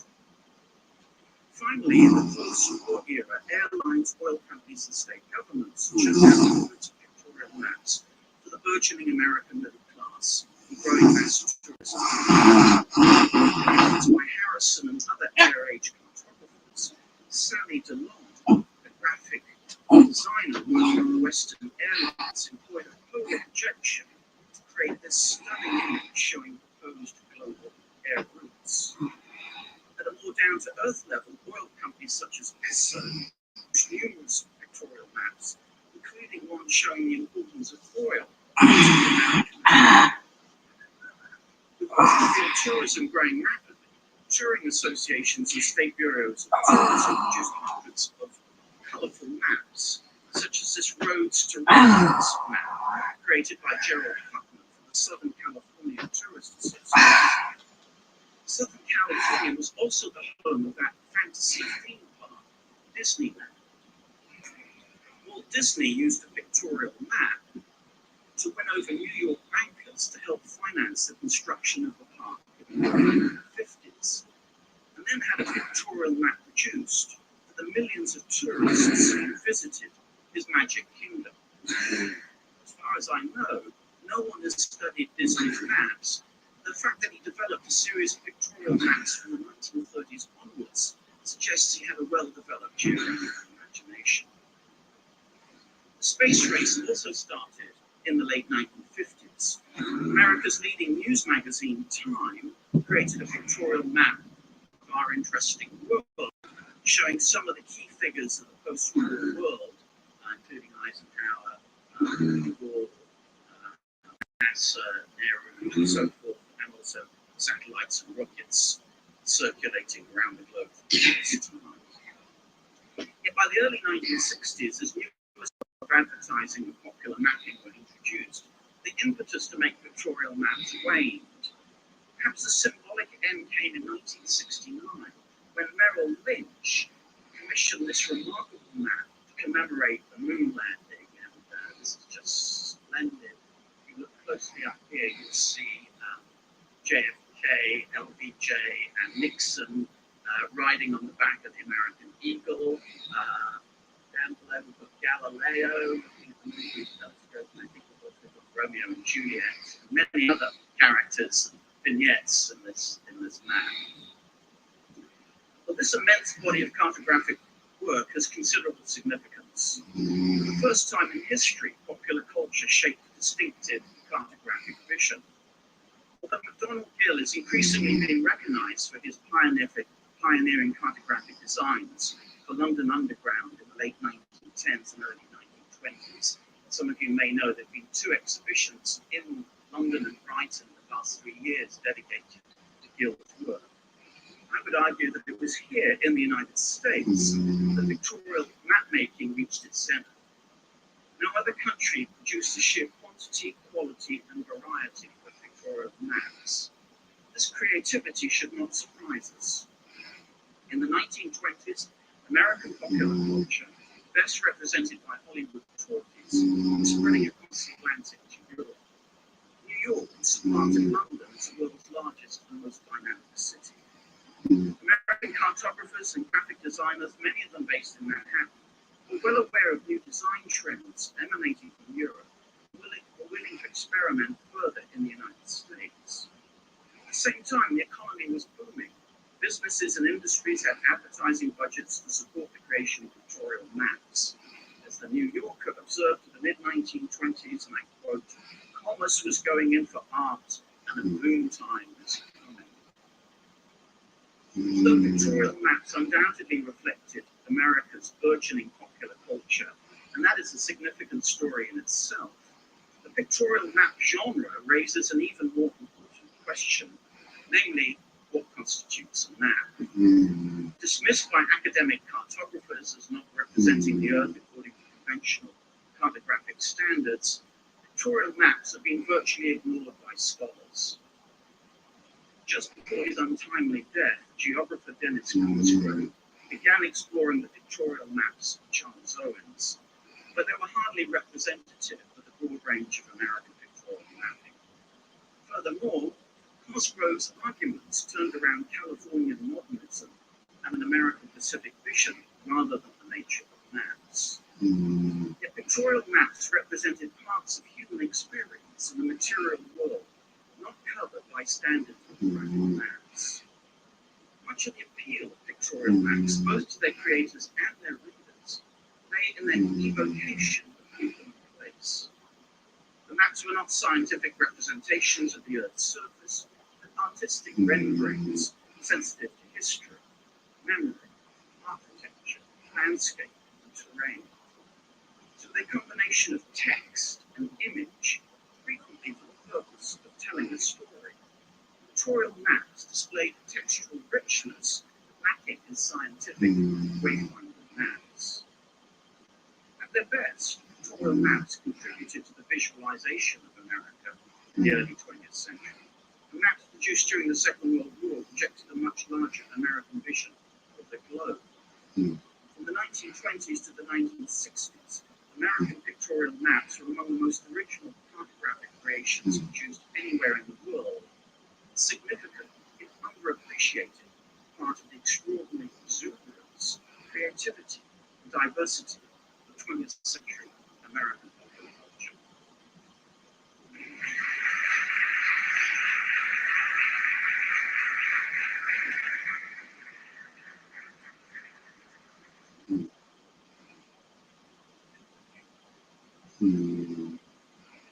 We'll have all three of our speakers give their presentations because they lace so nicely together, you'll see. And then Ralph Ehrenberg will give us questions.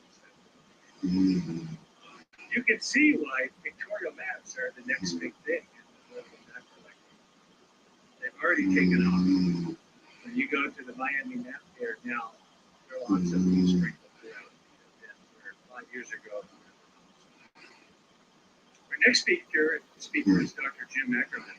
He is director of the Smith Center for the History of Cartography and curator of maps at the Newberry Library. Now, he has toiled in the field of 20th century mapping for a very long time. His specialty, in fact, he is probably the dean of the field of the history of cartography related to transportation, tourism. So we're going to be He has an extensive list of publications, but I'll just mention two. The Imperial Map, which came out in 2005, and Maps Finding Our Place in the World, which was both published by the University of Chicago. He has curated or co-curated 7 different major exhibitions of maps, particularly Chicago's Festival of Maps. You went to the tremendous lots of hands out in Chicago. Was it 2007? 23 different institutions and exhibits. Over 30. It was incredible. You're a major factor in that, and you're grateful for that. He has also embraced the digital world, and he has created many, even award-winning websites with major and prestigious funding sources. Websites relating to mapping, educational, and learning. In fact, you may not know this now, is that he is a very serious player of war board games. And in fact, he says you cannot play them digitally. That doesn't really count. You have to be with other players. You have to get together physically. He has a squad of vicious competitors that get together and they play these war games. And so we're all looking forward to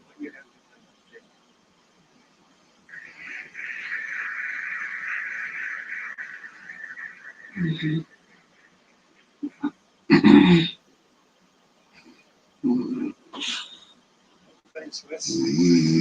Apologize.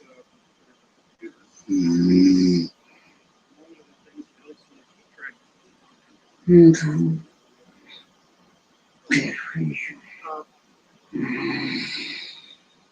never confessed about this war game thing, and Wes asked me to tell him something that was had something different.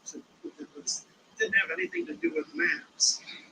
This is what I came up with. Of course, playing a war game is fundamentally a mapping exercise because the board itself is acted out on maps. The first thing I said was travel. And I find that it's very hard to distinguish my personal life from my academic life in many ways. And perhaps this talk is something that comes out of that because as many historians and geographers will confess to you, their lifetime interest begins with reading road maps, at least a certain generation. And after this trip, if I may give a more personal note, I'm about to go to visit my mom, celebrating her 90th birthday on Monday. And we've been asked to, the family's been asked to give them each a gag gift back. That gag gift. So I have in my personal collection a 1962 Miami Valley Road Atlas that I'm giving to her because she long claims that my lifetime illness of being interested in maps came from her act of passing a road map to the back seat so I would quiet. And it obviously worked. Well, normally when people talk about it, when those of you who know my work, earlier work, normally when people talk about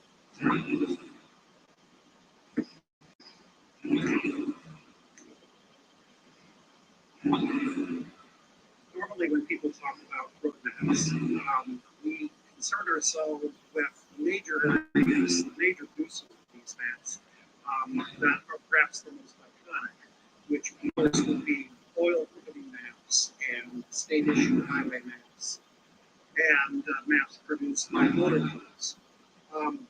These have been focused on because they are somewhat respectable cartographically in the sense that they are more accurate, comprehensive, professionally designed, and trustworthy in their full apparent purposes, making good choices and supporting navigation. They are also promotional in the broad sense, or in a very specific sense, often being produced for particular interests. But just as Stephen was trying to give some more respectability to the pictorial map, I want to talk about another, perhaps larger archive today of maps relating to road mapping.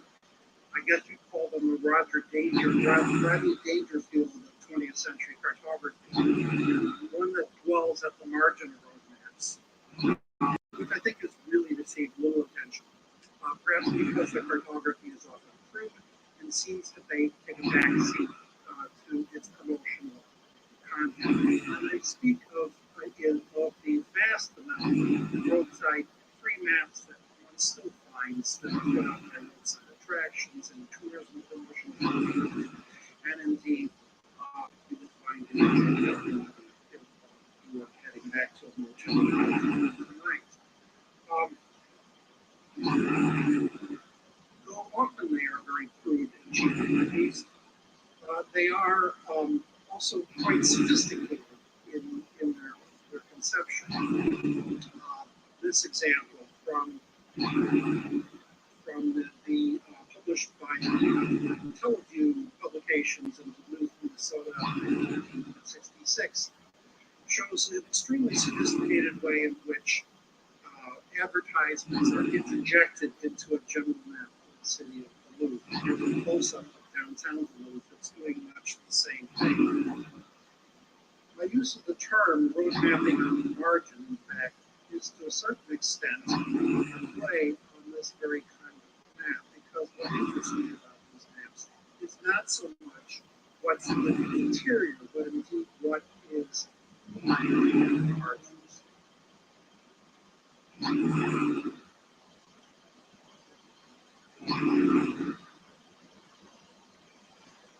They're also at the margins because they are often discarded. They, by their very nature, ephemeral, and they are easily put away by those people who use them, and you find them rarely showing up in respectable archives. Thrown away like so many apple cores.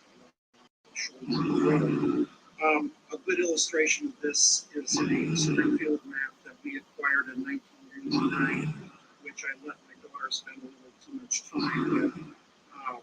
And it still remains in my archive, but I have a feeling it's not going to pass muster. But then again, maybe it will.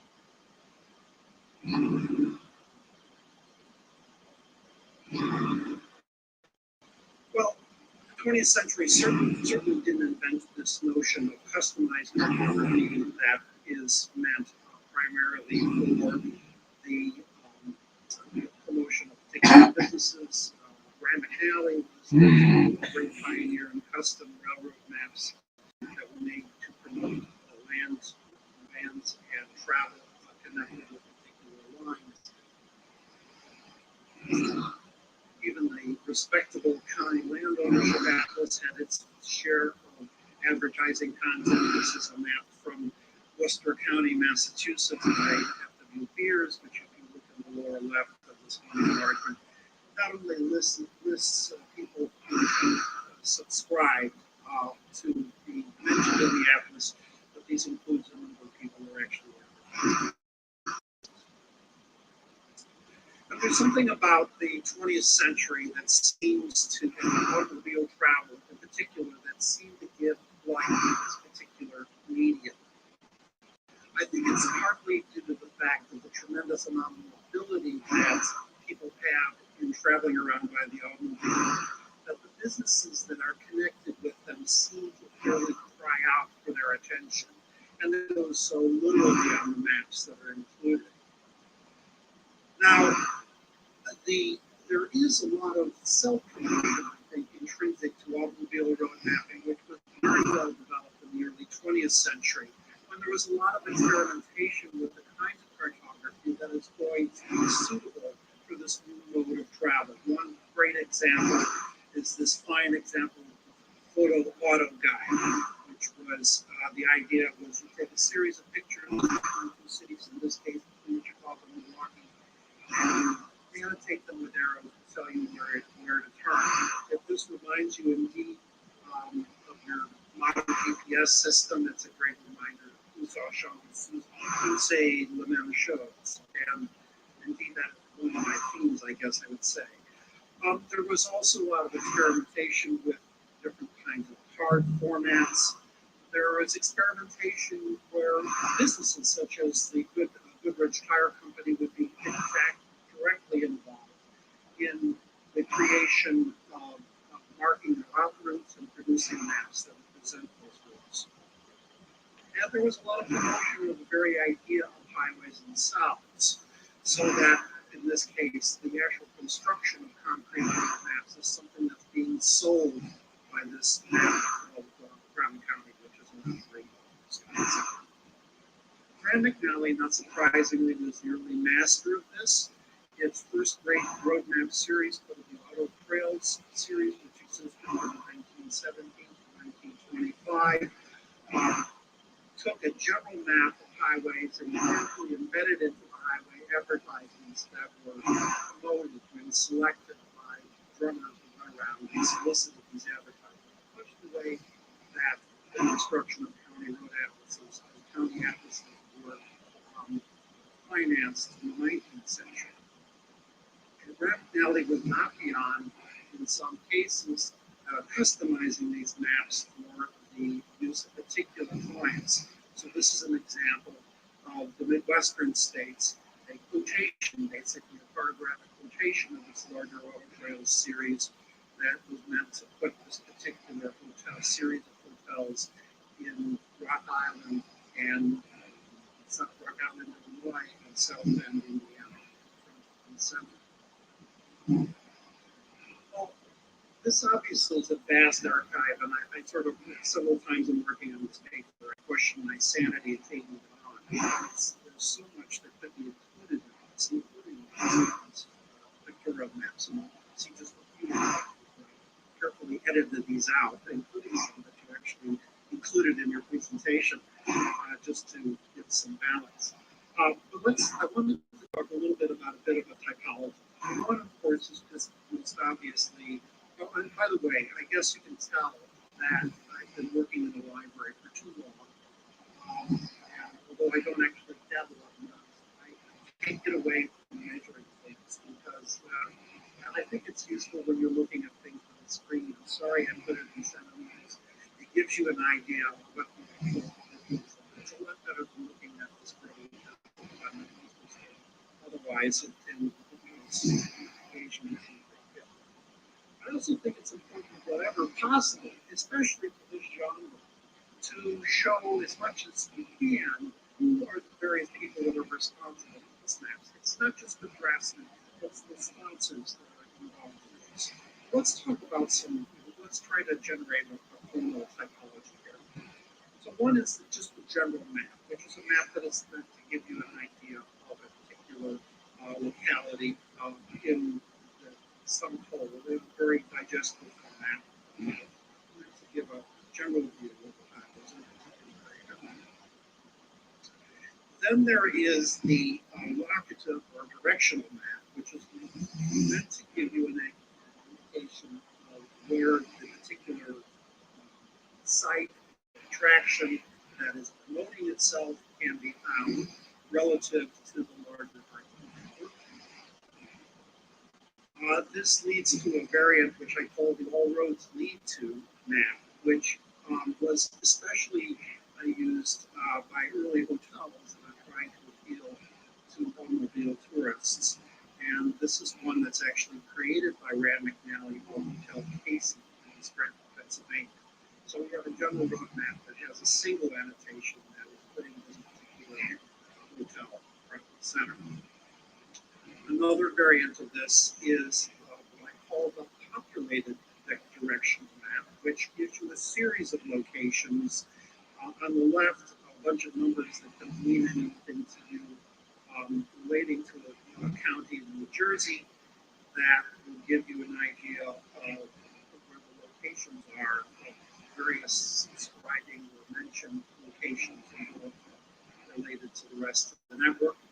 And on the right is the location of Abed and these restaurants in Ohio, which is the epicenter of those restaurants. There is the pictorial, which is a huge quantity. And we happen to have a very, as Stephen has discovered, a very large quantity of these because Rand McNally collected these very assiduously, and Rand McNally Archives capable and very these were incorporated in the collection. But this one is a particular type of pictorial map that is involved in, that is a tour.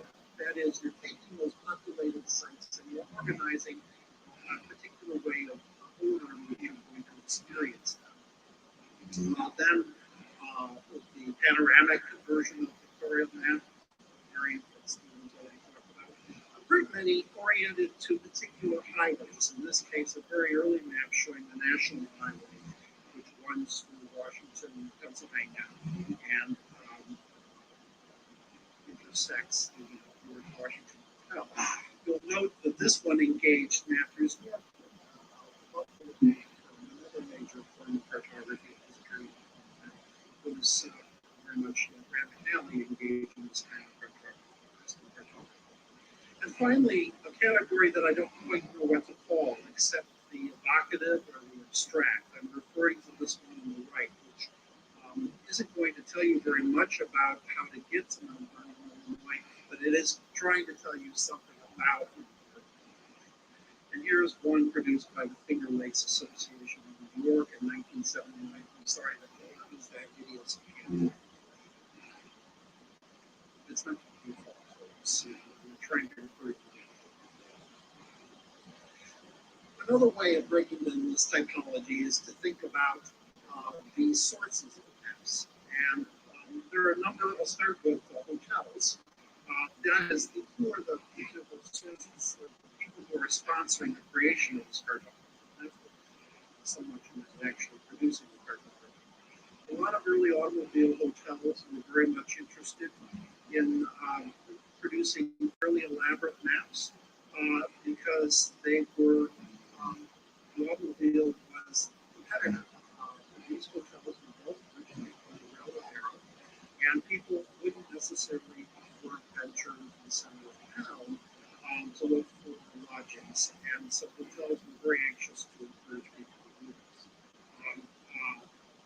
Here's one for the Commodore Perry Hotel in Toledo, Ohio. As we get later on and we get into chain hotels, we find actually notoriously simple, almost ridiculously simple maps. You'll notice the map of the hotel room is actually larger than the plan of the hotel room is actually larger than the map, which is quite a crude thing at all. And it's being produced in this case by a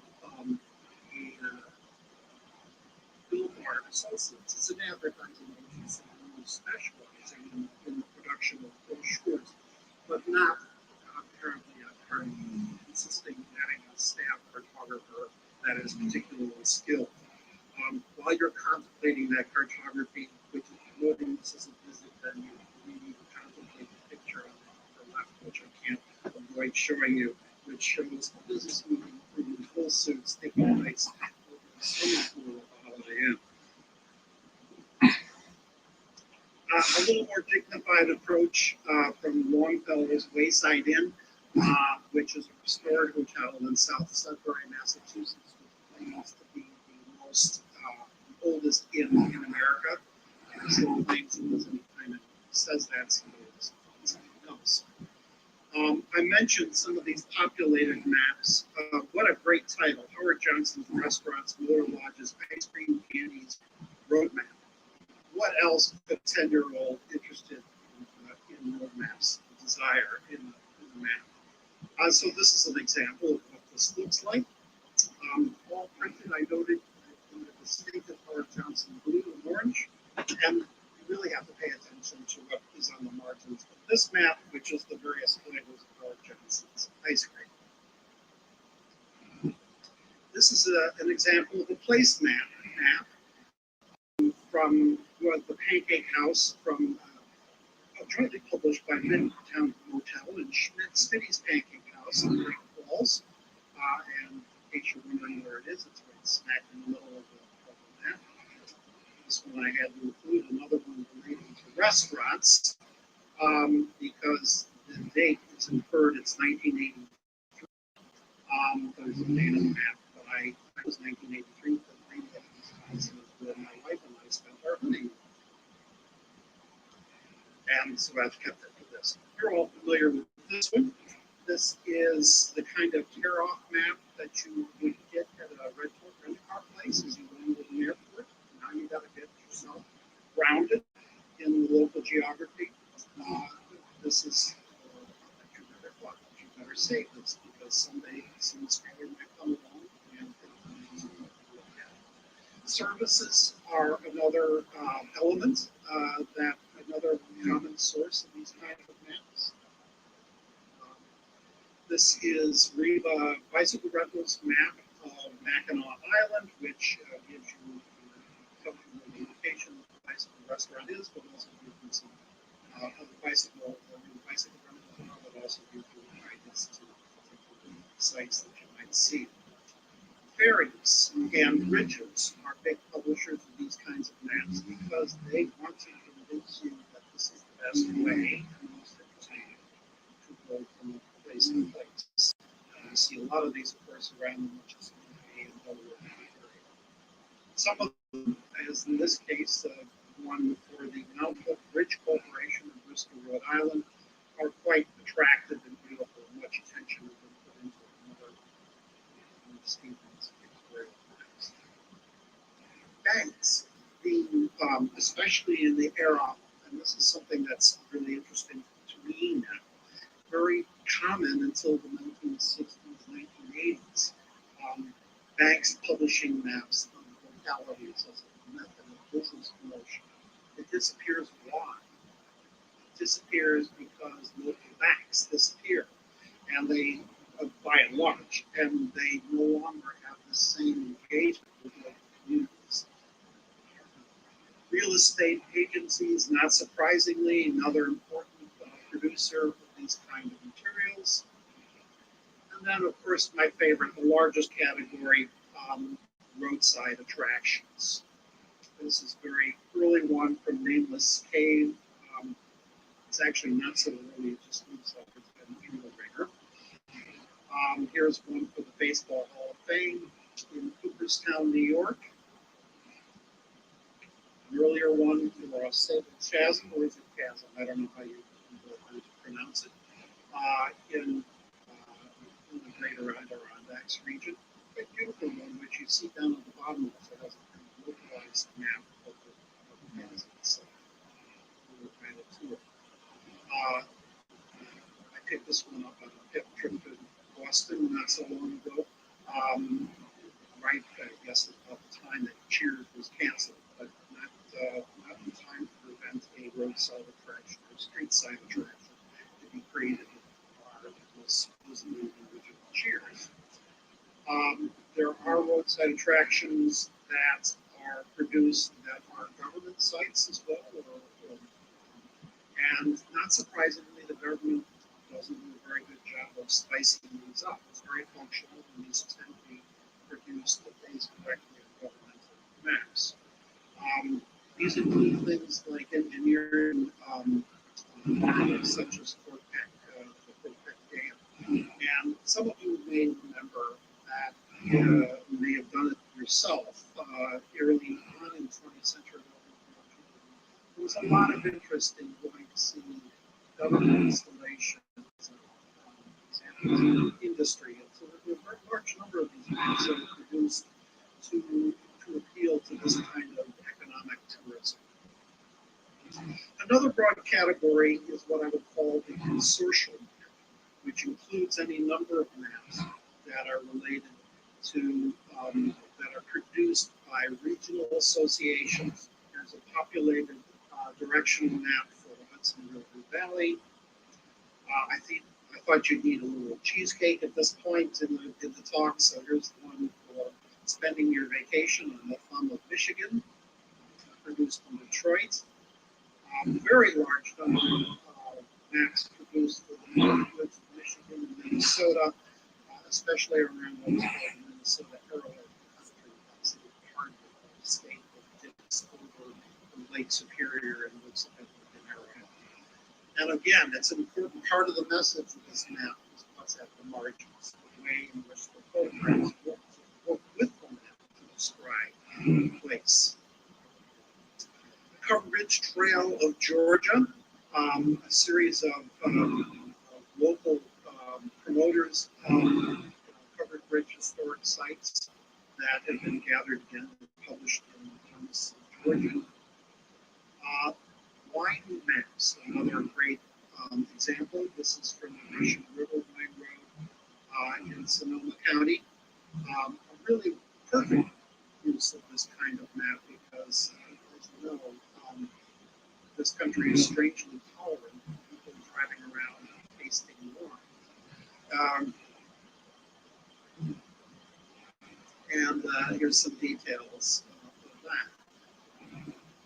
And to get back, and so I hope you get a sense to a certain extent that the entrepreneurial spirit that's reflected in this, in some sense, the entrepreneurial spirit extends to the identification of particular highways as viable entities. This goes back to the early years of the Good Roads movement.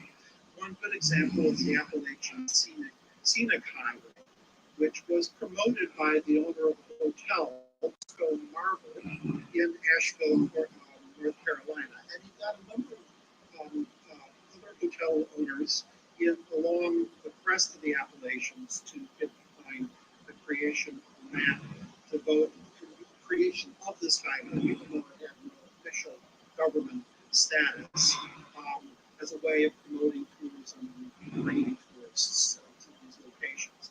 For much simpler, cheaper examples, this one is the US 441, the this route, which is a rather large or rather long strip map, only 10 centimeters wide, but 68 centimeters long.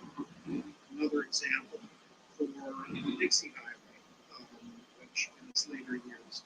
And I wanted to call your attention to often the way these maps are customized is by issuing them to member organizations who then stamp their name, in this case the Shelby Hotel, Shelby Motel, as a way of promoting their particular business. Social maps can also be agreements among the neighboring states, as is the case for the Heritage Trail after the Illinois and bureaus. They can also produce rather beautiful, they can also be particular cities. This may be one that Stephen knows, a beautiful map of St. Paul with wonderful Art Deco, modernist motifs. This one is specifically for Wes's benefit. It's the Denver Convention and Visitors Bureau from the 1950s. And they can be somewhat more prosaic in their presentation, as in the case of this simple map of Gallia County, Ohio, which is basically where the public transportation agency. The last category that I'd like to talk about is maps that are produced by niche publishers that are specifically catering to this trade.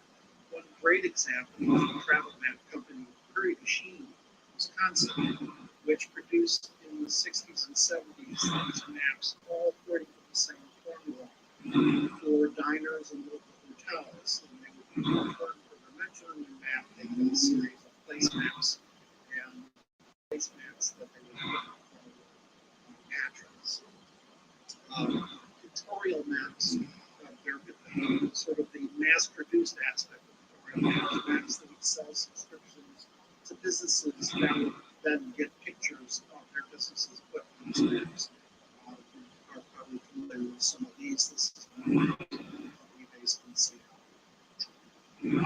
During the 1920s and 1930s, individual entrepreneurs, in this case Ray Walker, would solicit listings of hotels and produce maps for areas that would combine this. Then there are the examples of what I call labors of love. This is a wonderful key guide to the Key West, and Stevenson, which marries a kind of itinerary with great discourse on the flora, fauna, and natural history of the entire U.S. border that stretches out to the Florida Keys. Now, if we look back at county maps, we see that they began fairly, which is the genre I want to conclude with. They began as fairly prosaic maps that were produced by county engineers. And these kinds of maps still exist, but very quickly they realized the potential for tourism in getting behind the rather glossy kinds of publications. And so here's one that's produced by May County. Sometimes they promote industrial development. This one did a very fine job, the Santa Clara County in 1956, on the eve of the decade or so before the arrival of the digital industry. The bicentennials for a lot of counties to produce historical maps of their locations. This is Dallas County. Not the finest example in terms of cartography. It's extremely hard to read. This one is a map that was put together in New Jersey County, and real PhDs were highlighting results on the places of cultural and historical interest.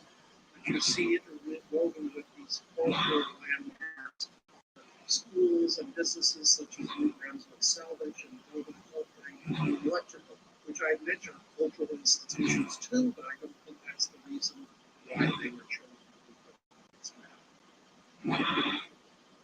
Finally, before I conclude, I want to look at an example produced by by the Delaware people, Bay and Branch Complex, which was produced. It was actually produced by General Drafting Company, which is a very well-known publisher.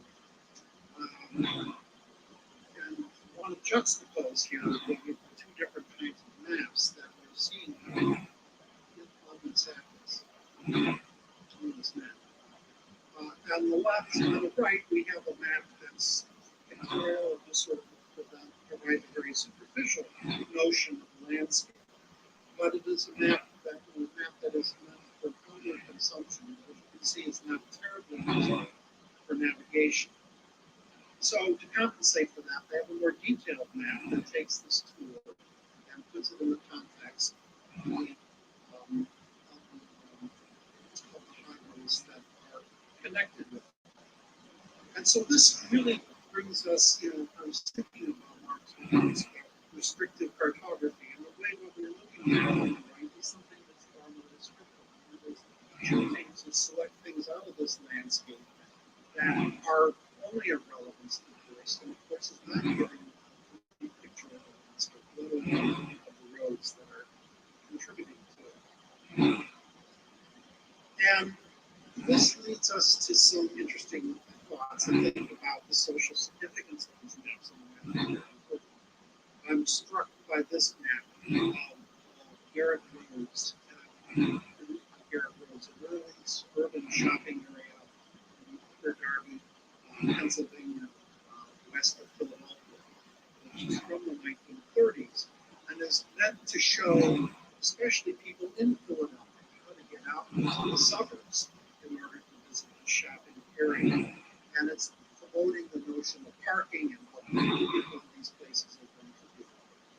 Really great figures. In a way, it's taking an active role in reshaping the landscape and the landscape. It does lead us to wonder a bit about what exactly these maps are producing and what they're doing for us. A little farther to the west of Philadelphia is a well-known tourist area, the Amish country of Lancaster County, Pennsylvania. There's an endless stream of maps and brochures, all meant to organize this space in terms of what is thought to be true Amish culture.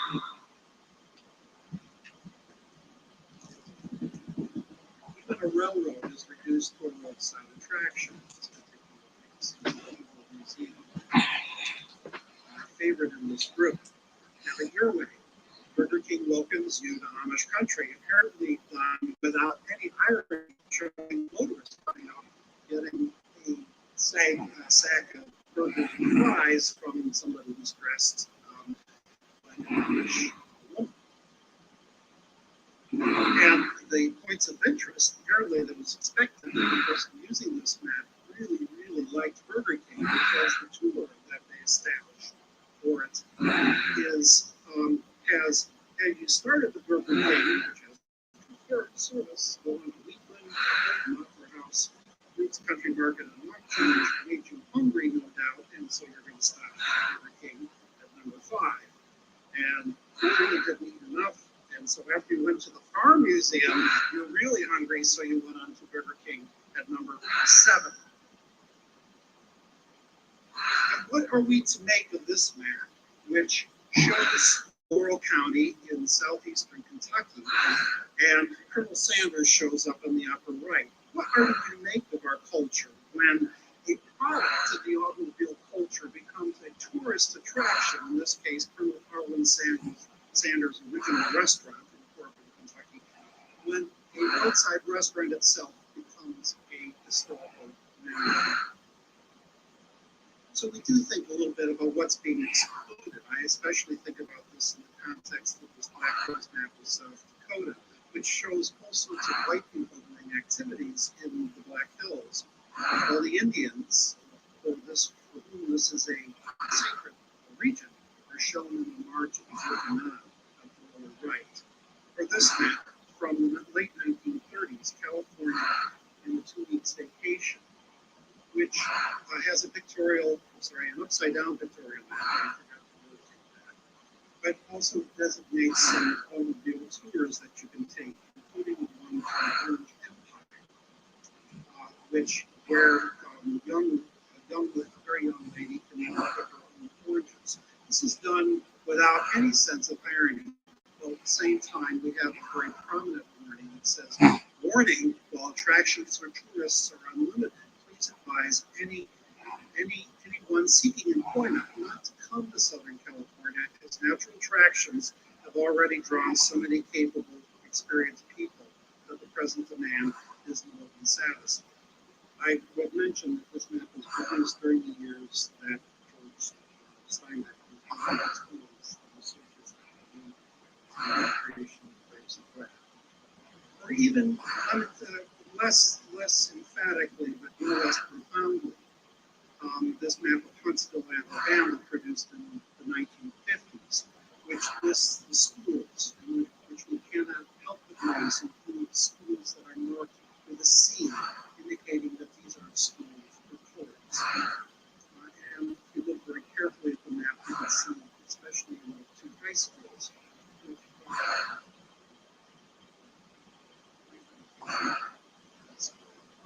very much smaller. So,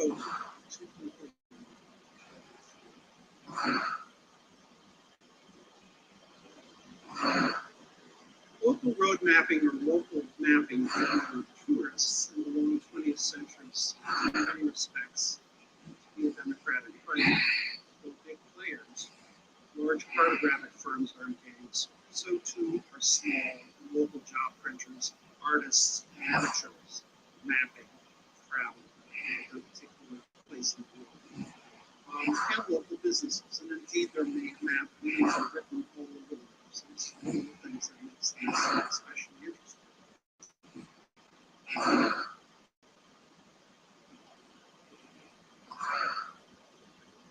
But as these last examples show, as the historical record of American life, map on the margins of road mapping, highlighting social geography is not simply about leisure travel. Neither is it about simply meeting maps and marketing. Nor, and perhaps most importantly, is it really local in its significance. Thank you very much.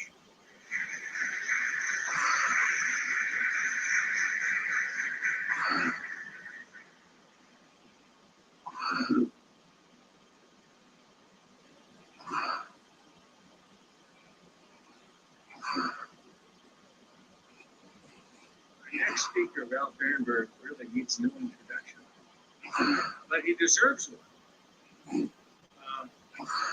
He began his interest in the field of aerial photography immediately after high school. He joined the Navy to work in aerial photography. And he spent several years doing that in the Asia and Pacific area. And then, being in Minnesota, he went back to college at the University of Minnesota, and he majored in history and geography. So, in 1966, he began working at the National Archives and eventually became the director of the area collecting the maps and worked there from 1966 to 1979. He joined the Library of Congress in 1979 and later became chief of the Geography Division. He was chief of this area when the Flood Society started. That was his idea, among many others. And he finally retired with honors in 1998. Now, Mr. Ehrenberg was appointed during Hawaiian by three successive secretaries of the Interior to the U.S. Board of Campaigns, and he was elected the chairman of that. He has so many publications that he's been involved in, but I'll mention two of my favorites that are on my own bookshelf. Mapping the World, an illustrated geography. This was produced not too many years ago for the National Geographic. And the well-known Mapping of America, which he co-authored with Seymour Schwartz. Now, after his retirement in 1991, he continued to be involved in maps and did lots of research, particularly in his But in 2001, tests, his wife of the last half century, allowed him to return to his other love, and that was the geography and mathematician. Now we know that, and you will see that Ralph really knows maps, but I believe his true gift is actually as an energetic and competent, effective, and fair manager of people. And you see what he's been able to do with the Library of Congress. It is, when we were talking about special interests, Ralph said this about outside interests.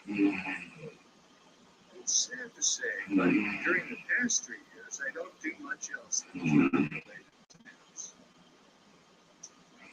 That reminds me of my 87-year-old father, who spends every day reading medical journals and goes many times a week to medical lectures. He recently told me, it has been my great fortune that my life's work of medicine is also my life hobby. So Ralph has been the nation's great fortune. Your life's hobby has also been your life's work out there.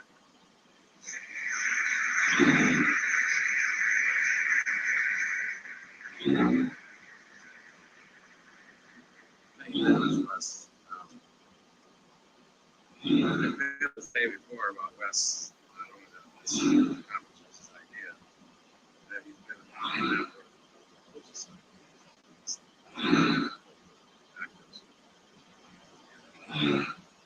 Appreciate that.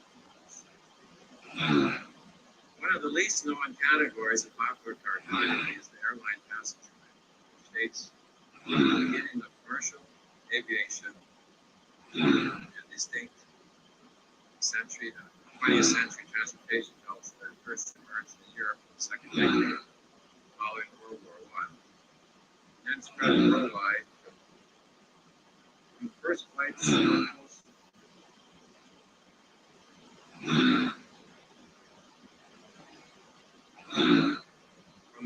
flights of post-World War I bombers to the end of the 20th century, when some 230 commercial airliners worldwide carried 2 billion passengers annually. Airlines produce a variety of maps. These maps can be defined as medium to small scale geographical maps that depict airline routes, systems, and airport destinations. And they were designed to aid travelers in planning and following their flights. I will begin my presentation briefly by discussing the impact of flight itself on air travel on the design of airline maps, and then examine 3 major types of airline maps. The souvenir and entertainment maps, which were popular from the 1920s to the 1970s.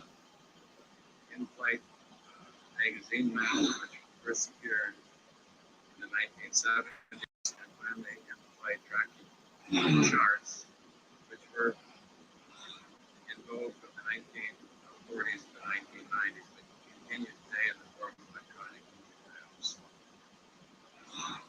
While the appearance of airline maps may seem similar to the contemporary road maps that tourists study, their form and content were greatly influenced in 3 basic and subtle ways by the process of flight and aircraft design.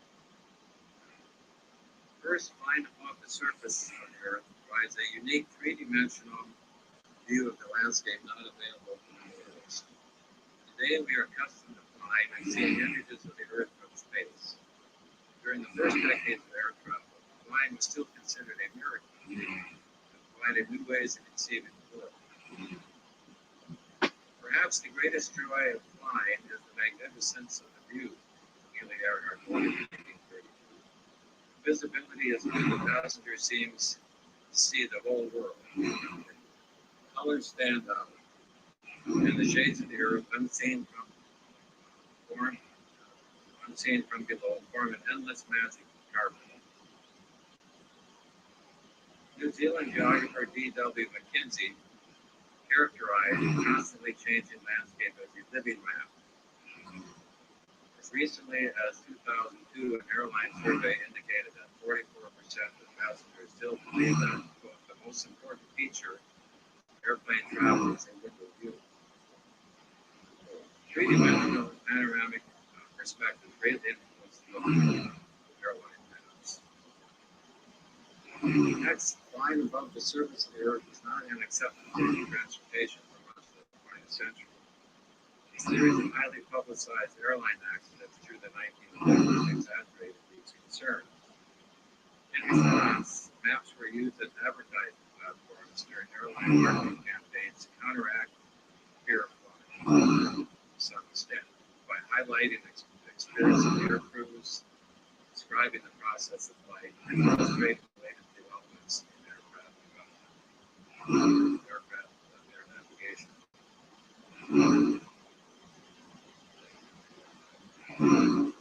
Finally, an airliner's speed, range, service ceiling, and cabin configuration greatly influence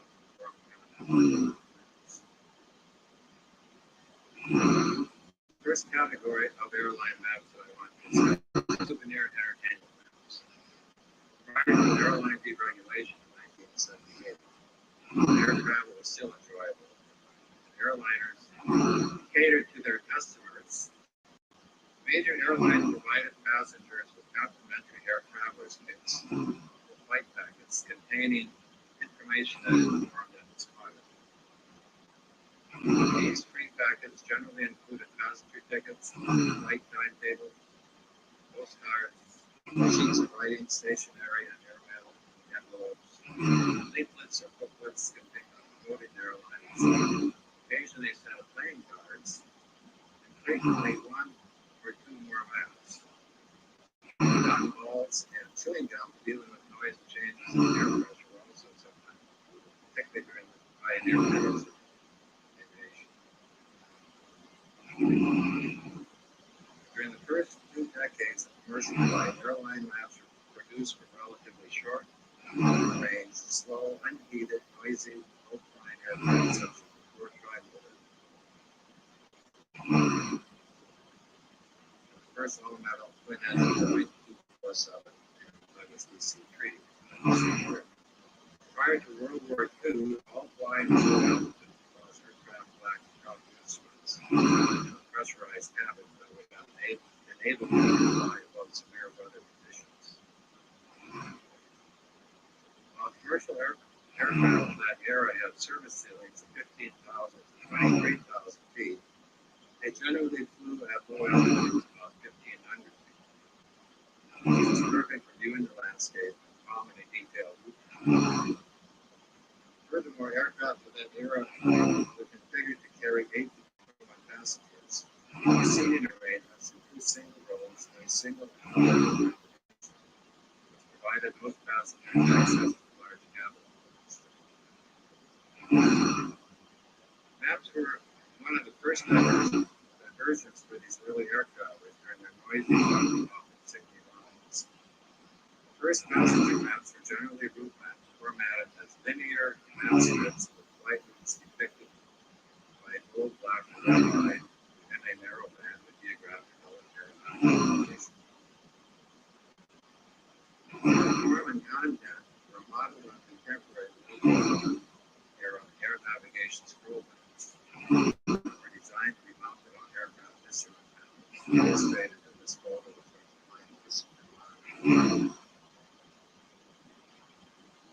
strip maps originated from European airlines and became the map of choice until World War II. Air India, Air France, Alitalia, Sabena Airlines briefly returned to this genre during the post-war period. They were issued initially as full rock maps that ranged up to 3 meters in length. Produced for the relatively slow-flying, low-altitude, large window aircraft in the war years. Flying was still a novelty, and identifying points of interest with the air was one of the pleasures. These maps were designed to help passengers locate their position and interest. For Skype airlines, aerial photographs and textual geography visually describing the prominent scenic landmarks were often advocated in this process. Distances were denoted in kilometers or miles, standard units.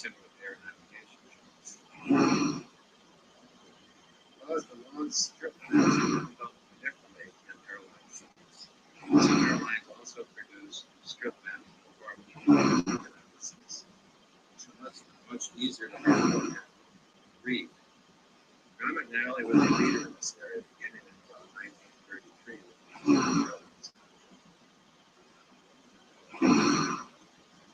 Everhart is used to promote new aircraft such as the Boeing 247, the world's first modern airliner, which made possible coast-to-coast travel between New York City and San Francisco in less than 20 hours, with only 7 interviews.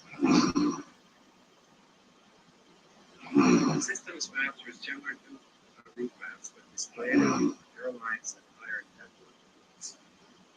McNally entered the field of airline map publishing in 1929 with this illustrated map designed for transcontinental aircraft, forerunner of TWA. He pioneered the first coast-to-coast route in the United States, a 48-hour transcontinental transportation service from New York City to Los Angeles. Designed and developed by Charles Lindbergh, his photograph of the pilot seat was a combination air and rail since 1990. The black line indicates the section which is used in 2 consecutive years. The purple line was a symbol of an airplane, and white identifies those segments of the air service. Measuring 38 by 80 centimeters, the map is illustrated in the Finnish Northlands. Landscape features of cities and stories of the fauna. I'm simply amazed at the detail that has gone into this CTA Kingdom.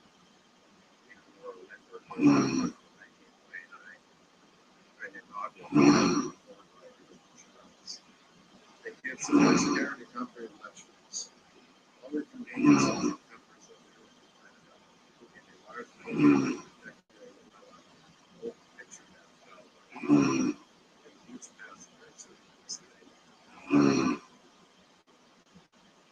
was not until the 1930s, however, that systems maps began to use strip maps of the primary airline route map in the United States. This transformation was influenced by Postmaster General Walter Ford's forced merger of some 30 small regional airlines with 4 giant carriers, American, Eastern, United, and China. And the introduction at the same time of 2 twin-engine long-range commercial aircraft that revolutionized aircraft, Boeing 247 and DC-3. These 2 actions placed the United States in a leadership role in air transportation, which became the dominating in the next half century. Teaming up with leading roadmap publishers of that era, General Graphic, and Ron McNally, these airlines introduced a series of systems maps between 1936 and 1947 that set a new standard for airline map design. These large pull-out maps measured up to 121 centimeters in length and include a comprehensive network map on one side, and individual route maps in the form of strip maps on the other side, which are often enhanced with insets of scenic views and narrative descriptions of cities and iconic.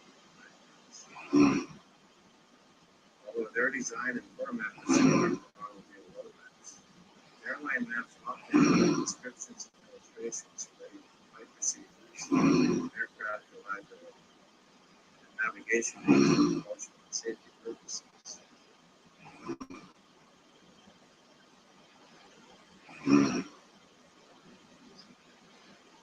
Note the cloud atlas in the left-hand corner.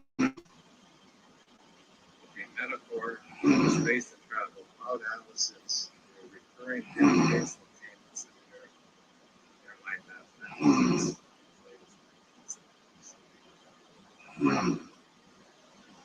World War II had a dramatic impact on airline maps. initially in the area of national security, more significantly laid the foundation for widespread global travel of technological advancements, aircraft design, developments of aerial navigation systems, and much of the worldwide coverage of air navigation charts. Notably, the Army Air Force and their aircraft charts provide a base map of airline aircraft. Following the war, the barriers of time and distance were dramatically reduced with widespread production of orgasm, long-haul aircraft, pressurized cabins, such as the Boeing 307 Stratoliner, which China publicly flying, Lockheed Constellation. These aircraft carry 43 to 60 passengers, service ceilings of 24,000.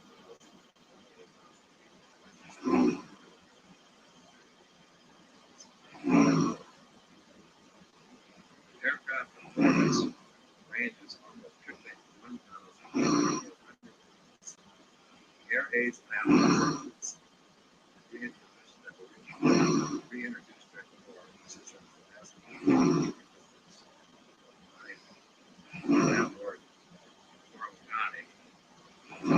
were adapted to display expanded airline networks and project image globalization.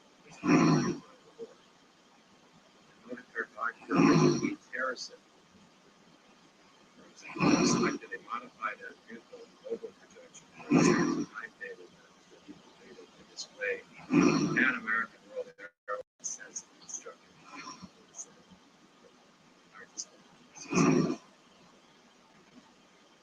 The geographic scope and span of the war forced the public to think of war more and more as an option. The spirit really did pass away. And as this truth becomes clearer, we find that it is causing us to change our ideas about geography. We are turning more and more to the globe. And the maps which are projected in such a way that they show true distance. This is what have become so short because of the fact that they are much more important to us than they used to be. As TWA and American Overseas Airways joined Pan American Airways and Overseas following the war, they quickly adopted the goal to project their worldwide networks with a similar international reach.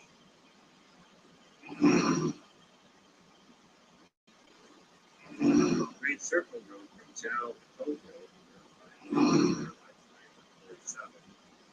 The Polar Copenhagen to Los Angeles, inaugurated by Scandinavian Airlines in 1954, popularized the polar projection network. As early as 1943, the TWA wrote this projection.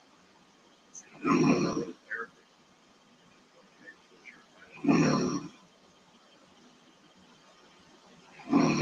Some map services of Sweden designed an excellent polar map for the Scandinavian airline system, the flight carrier Denmark, Sweden.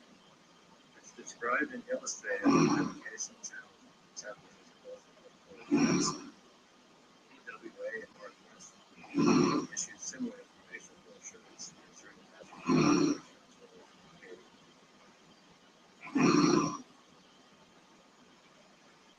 airline maps also became more generalized and less detailed as aircraft speeds, flight ceiling, less increased, propelling air travelers to low velocities, too fast and too high to see particular landmarks. Generalized maps and aircraft descriptions of passengers or mental maps for which they based on pre-war hour description of as part of this effort, the layer can be asymmetric color technique seen here, which is the most widely used method of portraying map or visual map. It's gradually replaced by plastic liquid shading. American cartographic artist Al Shelton was at the forefront of devising new cartographic techniques for displaying more realistic images of the Earth's surface of the map. space. As chief cartographer for the map publisher, that's company in Denver, Colorado, Shelton set the standard for airline maps by blending colors, physics structure. He portrayed the dominant types of natural vegetation covering the world as seen. Shelton's visual key helped airline passengers identify invasive vegetation types, ranging from forest tropical broadleaf evergreen to tundra mosses and stunted acrobates. Many airlines carried Shelton's maps for 1947. Many others tried to emulate his natural color system, but not natural artistic as well. Trained in mathematics and art, Shelton began his career with the U.S. Geological Survey, but began dissatisfied with their traditional methods.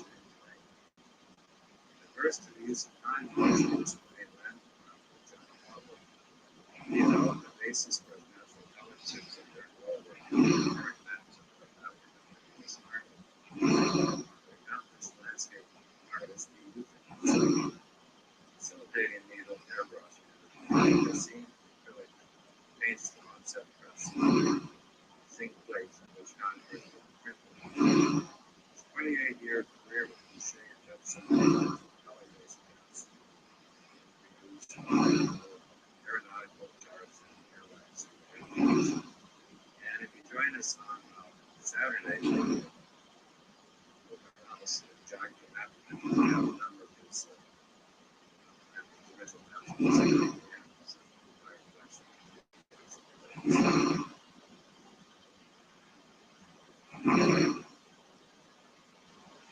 The most productive period of airline souvenir and entertainment map production was outside of the Great Jet Age, 1958 to 1970, a period of rising incomes, leisure time, and unprecedented increase in capacity. This new generation of aircraft, led by Boeing 777, cruised at speeds of nearly 600 miles per hour. Performance ranges of 4,000 miles.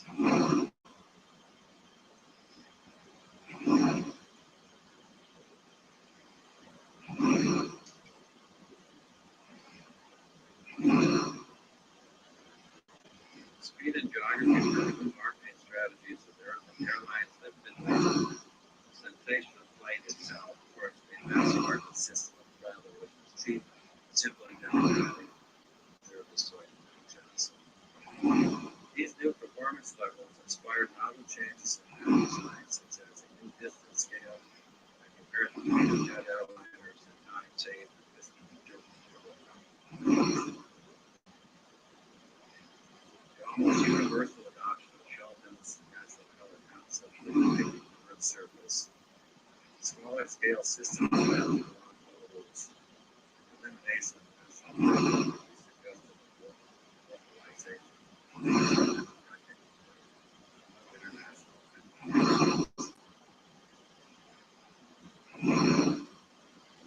American carriers also promoted travel through their maps. You know, in our business, we are actually selling geography, not airplane routes. Pan American salesperson. Pan American published a 6-part map series of its broken network in 1960, and then stretched more than 70,000 miles of the cities, 80 countries, 6.6 continents. This series is one of my favorites, as the images of the globe and the globes are based on photographs from the 6-foot or 500-pound Glenn Henry geophysical globe donated to the Library of Congress on January 3rd in 1992 in honor of the centenary and 27th International Congress. Plastered and hand-painted on Diamond Valley's factory in Richmond, Kentucky, was considered at the time the most accurate model of manufacturing. The globe was on permanent display on the second floor of Evergreen Hotel.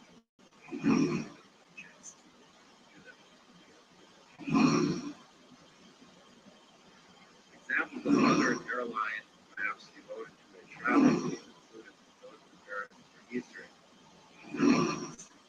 Created a joint venture with Hertz Carnival. 15 small-scale tourist maps developed inside 1962 systems. Early, American Airlines celebrated their national park system, detailed information of the systems. Since many of the parks are located in their cities, red squares on this map indicated navigation checkpoints, which were then provided to radio signals.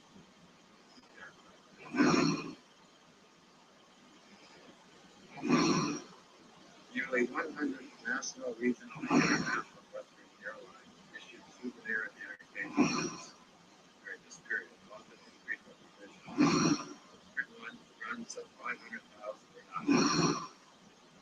Sheldon's popular United States United Airlines map series, for example, averaged 1.3 million maps issued yearly from 1957 to 2.5 million maps distributed in 1967.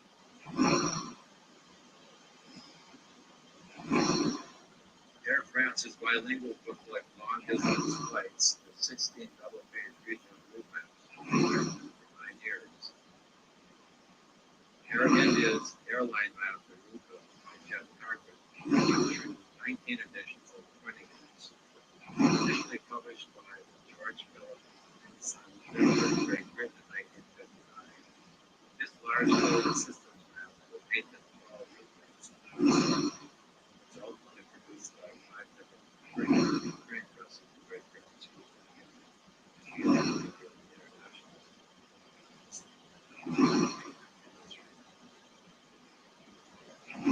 Airline map production numbers decreased dramatically in the 1970s as the airline industry was buffeted by the air embargo, deregulation of airspace, introduction of wide-body jumbo jets, 1,000 miles, and Boeing 747 Milwaukee TriStar, more than 400,000, more than twice as many as the first generation of jet air. Even though the group study pulled out maps of Lockheed's.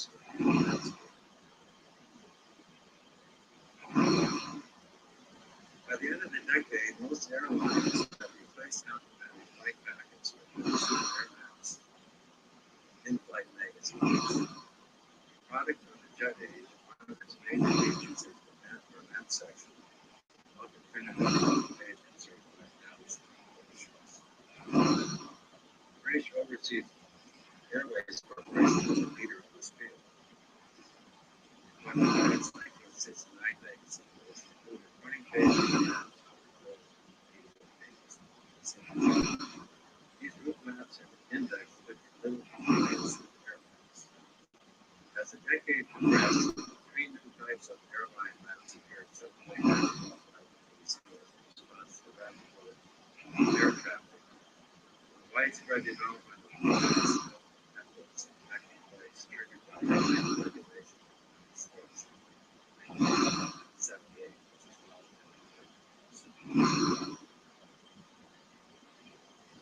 the first were destination maps which provide passengers with the location in which their aircraft fly by appointed line generally within an outline map below the consideration of geometric maps.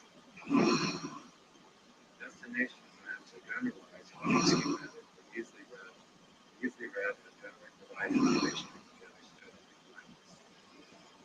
Geographic information displayed is limited generally to coastlines, principal rivers, and administrative orders. They're widely adopted worldwide in either line or point form century. Network maps consist of a standard regional system map, inset maps, and other hubs that comprise the airline region. These are issued separately as traditional souvenir maps for Eastern Delta Airline, primarily for time-labeled maps. In-flight magazines also introduced terminal map maps displayed airline locations and airport facilities designed to aid passengers making flight decisions. They generally complemented destination maps. At least one airline, Delta,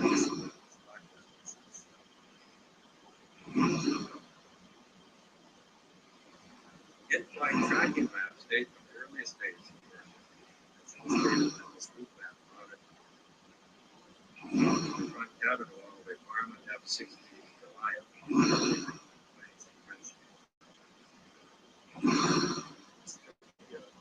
District map for 1920s and 1930s also time tracking maps. Not until the late 1940s that maps designed exclusively for passengers and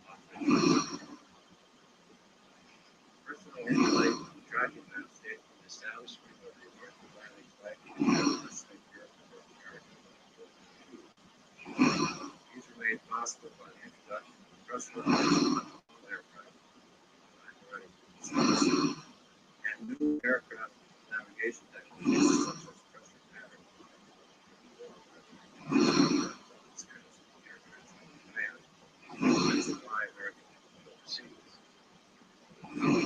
Instructions were provided on the maps to guide the passenger flying his or her route based on what's American overseas airlines flying charts were soon followed by other airlines TWA included plotting maps and consumer analysis in 1950. The interesting feature of the TWA map is that it displayed the location and weather ships stationed at fixed positions in the North Atlantic from 1947 to 1980, monitoring weather conditions along the surface, which then sent by radio to the air surface network. It also provided a detailed explanation and diagram of pressure patterns. The technique that took advantage of the airplanes, geographer William Lawrence of World War II contributed significantly to the saving fuel and time. Plotting maps were later reintroduced as single seat maps by American Airlines, British Overseas Airlines, Delta, KLM, and SAS under the general title of Premium Maps from the Captain. These remain souvenirs often containing cameras. These were issued through the 1990s. And here we have an in-flight tracking chart, which you're all familiar with. And the installation of the first map in Swiss Air and Scandinavian Airways service air show in California. The air show with a real-time map display synchronized with the flight viewed on a bulkhead or seat video that depicted the flight's route, ground speed, altitude,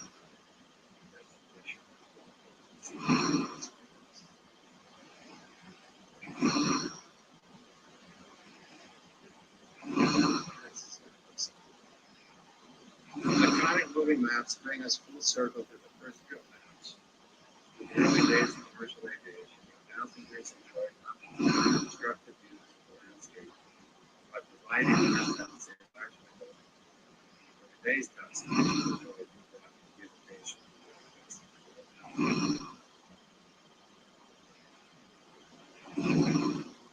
During my brief overview of the history of airline maps, I hope that I shed some light on this little known category of popular marketing, perhaps generate research.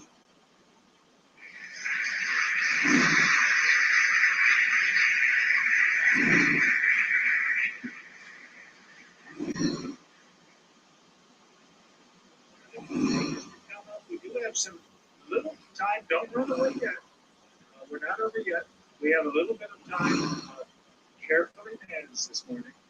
in accordance with the program for some questions from all three speakers. And then we'll do our best.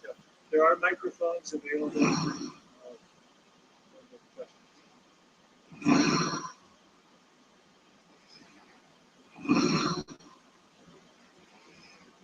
Do you have any questions? I hope it will. My question is to Mr. Hornsby. I was curious why you said pictorial maps were disappearing. If you walk out the door into tourist Washington, you can pick up any number of pictorial travel maps. Did you base that on statistics of some kind?